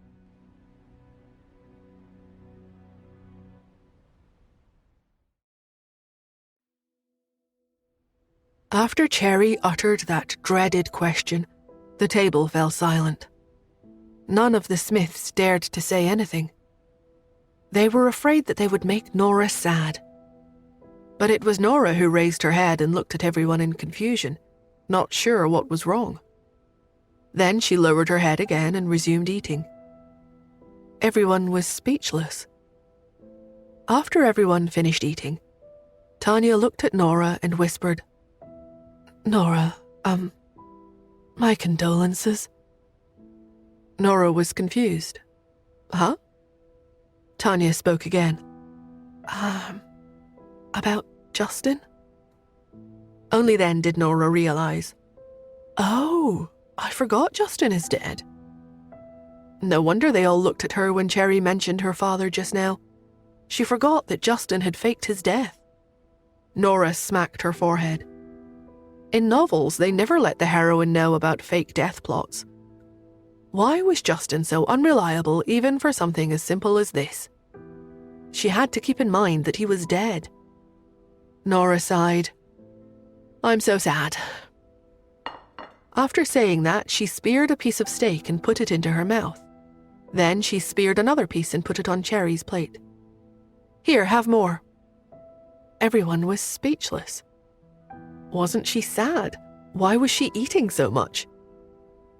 They looked at the 3 children and Nora again, only to see the 4 of them exchanging looks with one another and then digging into their food as if nothing bad had happened. Nora had instructed the 3 children that they must not say in front of outsiders that their father was still alive. But everyone else at the dinner table had no idea that Justin faked his death. They all thought he was dead. Even though they were confused and uncomfortable, they continued the dinner in silence. After the meal, Nora went upstairs with the 4 children. Tanya, who had stayed behind to direct the servants in cleaning up, couldn't help but look at Joel. She whispered, I heard that some people stop feeling sad when they become too sad. This means Nora hasn't recovered yet. She may not know what death means. Some people suffer a whole year before they recover. Joel frowned. He asked, Should we get Nora a therapist? Isn't that a bit much? Tanya was a little hesitant. Besides, Nora is a doctor herself, and an all-round one at that. Joel became troubled. Ian, who was listening from the side, commented, No, it's not necessary. I think this is good. If she can't live because her lover died, then she's not worthy of being my, Ian Smith's, daughter. Tanya and Joel's eyes widened in shock. Both of them had question marks all around their heads. They looked at him in unison. Who was the one who wanted to die all the time back then, because Yvette was dead? But Ian didn't get the look in the couple's eyes at all. He continued, All right, Joel, come on, let's take care of our business. Joel nodded. When the 3 of them went upstairs, Tanya was still thinking to herself that Nora must be heartbroken. Nora had always been like that. When they were living abroad, among the group of parents searching for their missing children, she was the one in the best mental condition. But deep down, she was awfully broken. Once she set her mind on something, she stuck with it for a lifetime. It seemed that Tanya would have to find an opportunity to have a chat with her. With that in mind, Tanya entered Nora's bedroom. The 4 children were playing, so the place was lively. Tanya put her hand on Nora's shoulder. Dad and Joel want you to meet them in the study. They said that they have something to talk to you about. Nora nodded, left the 4 children to Tanya, and headed to the study. As soon as she entered, she saw Joel and Ian sitting upright on the sofa with serious expressions on their faces. They looked at her. After she entered, Joel got up to confirm that no one was outside. It was only after he got someone to stand guard at the door that he closed it. It went to show just how important this matter was that the 2 of them were about to bring up. Nora couldn't help but straighten her back. She felt as if what Ian and Joel were going to talk about might be a matter of life and death for the Smiths. Otherwise, why would they be so secretive about it?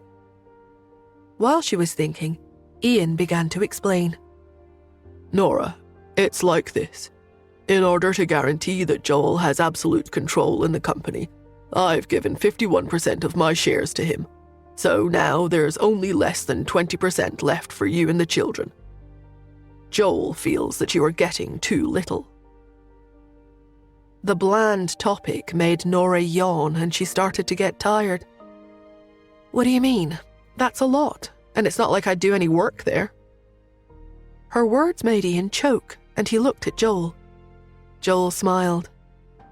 In addition to the shares, the Smiths have another important inheritance. Since Dad has given me more shares, then we decided to give the account to you instead. Nora was taken aback. What account are you talking about? Joel lowered his voice. You heard us talking about the Imperial League the other time, right? Nora stopped yawning as soon as he mentioned the Imperial League. Joel went on. Dad mentioned it the other time. He had spent a lot of effort back then to join the Imperial League group. In the group, people share business information with one another, and you can get information there earlier than anywhere else in the market. You should understand the significance of the account, right? Nora chuckled. Yeah, I do. Joel nodded and looked at Ian. So, Dad's account will be handed over to you. Now, I'm going to tell you the Imperial League's rules and regulations. Ian nodded and took out his cell phone with a grave look on his face. His behavior made Nora feel like they were performing some kind of sacrificial ceremony. Nora's lip corners spasmed. It's fine. Ian sighed. I know, you don't want to take advantage of Joel either. This account is indeed more valuable than any amount of shares. Just share the really important information with him in the future and it'll do. Joel nodded. Nora, you don't need to feel awkward about this. Nora replied, I'm not feeling awkward. I don't need the account.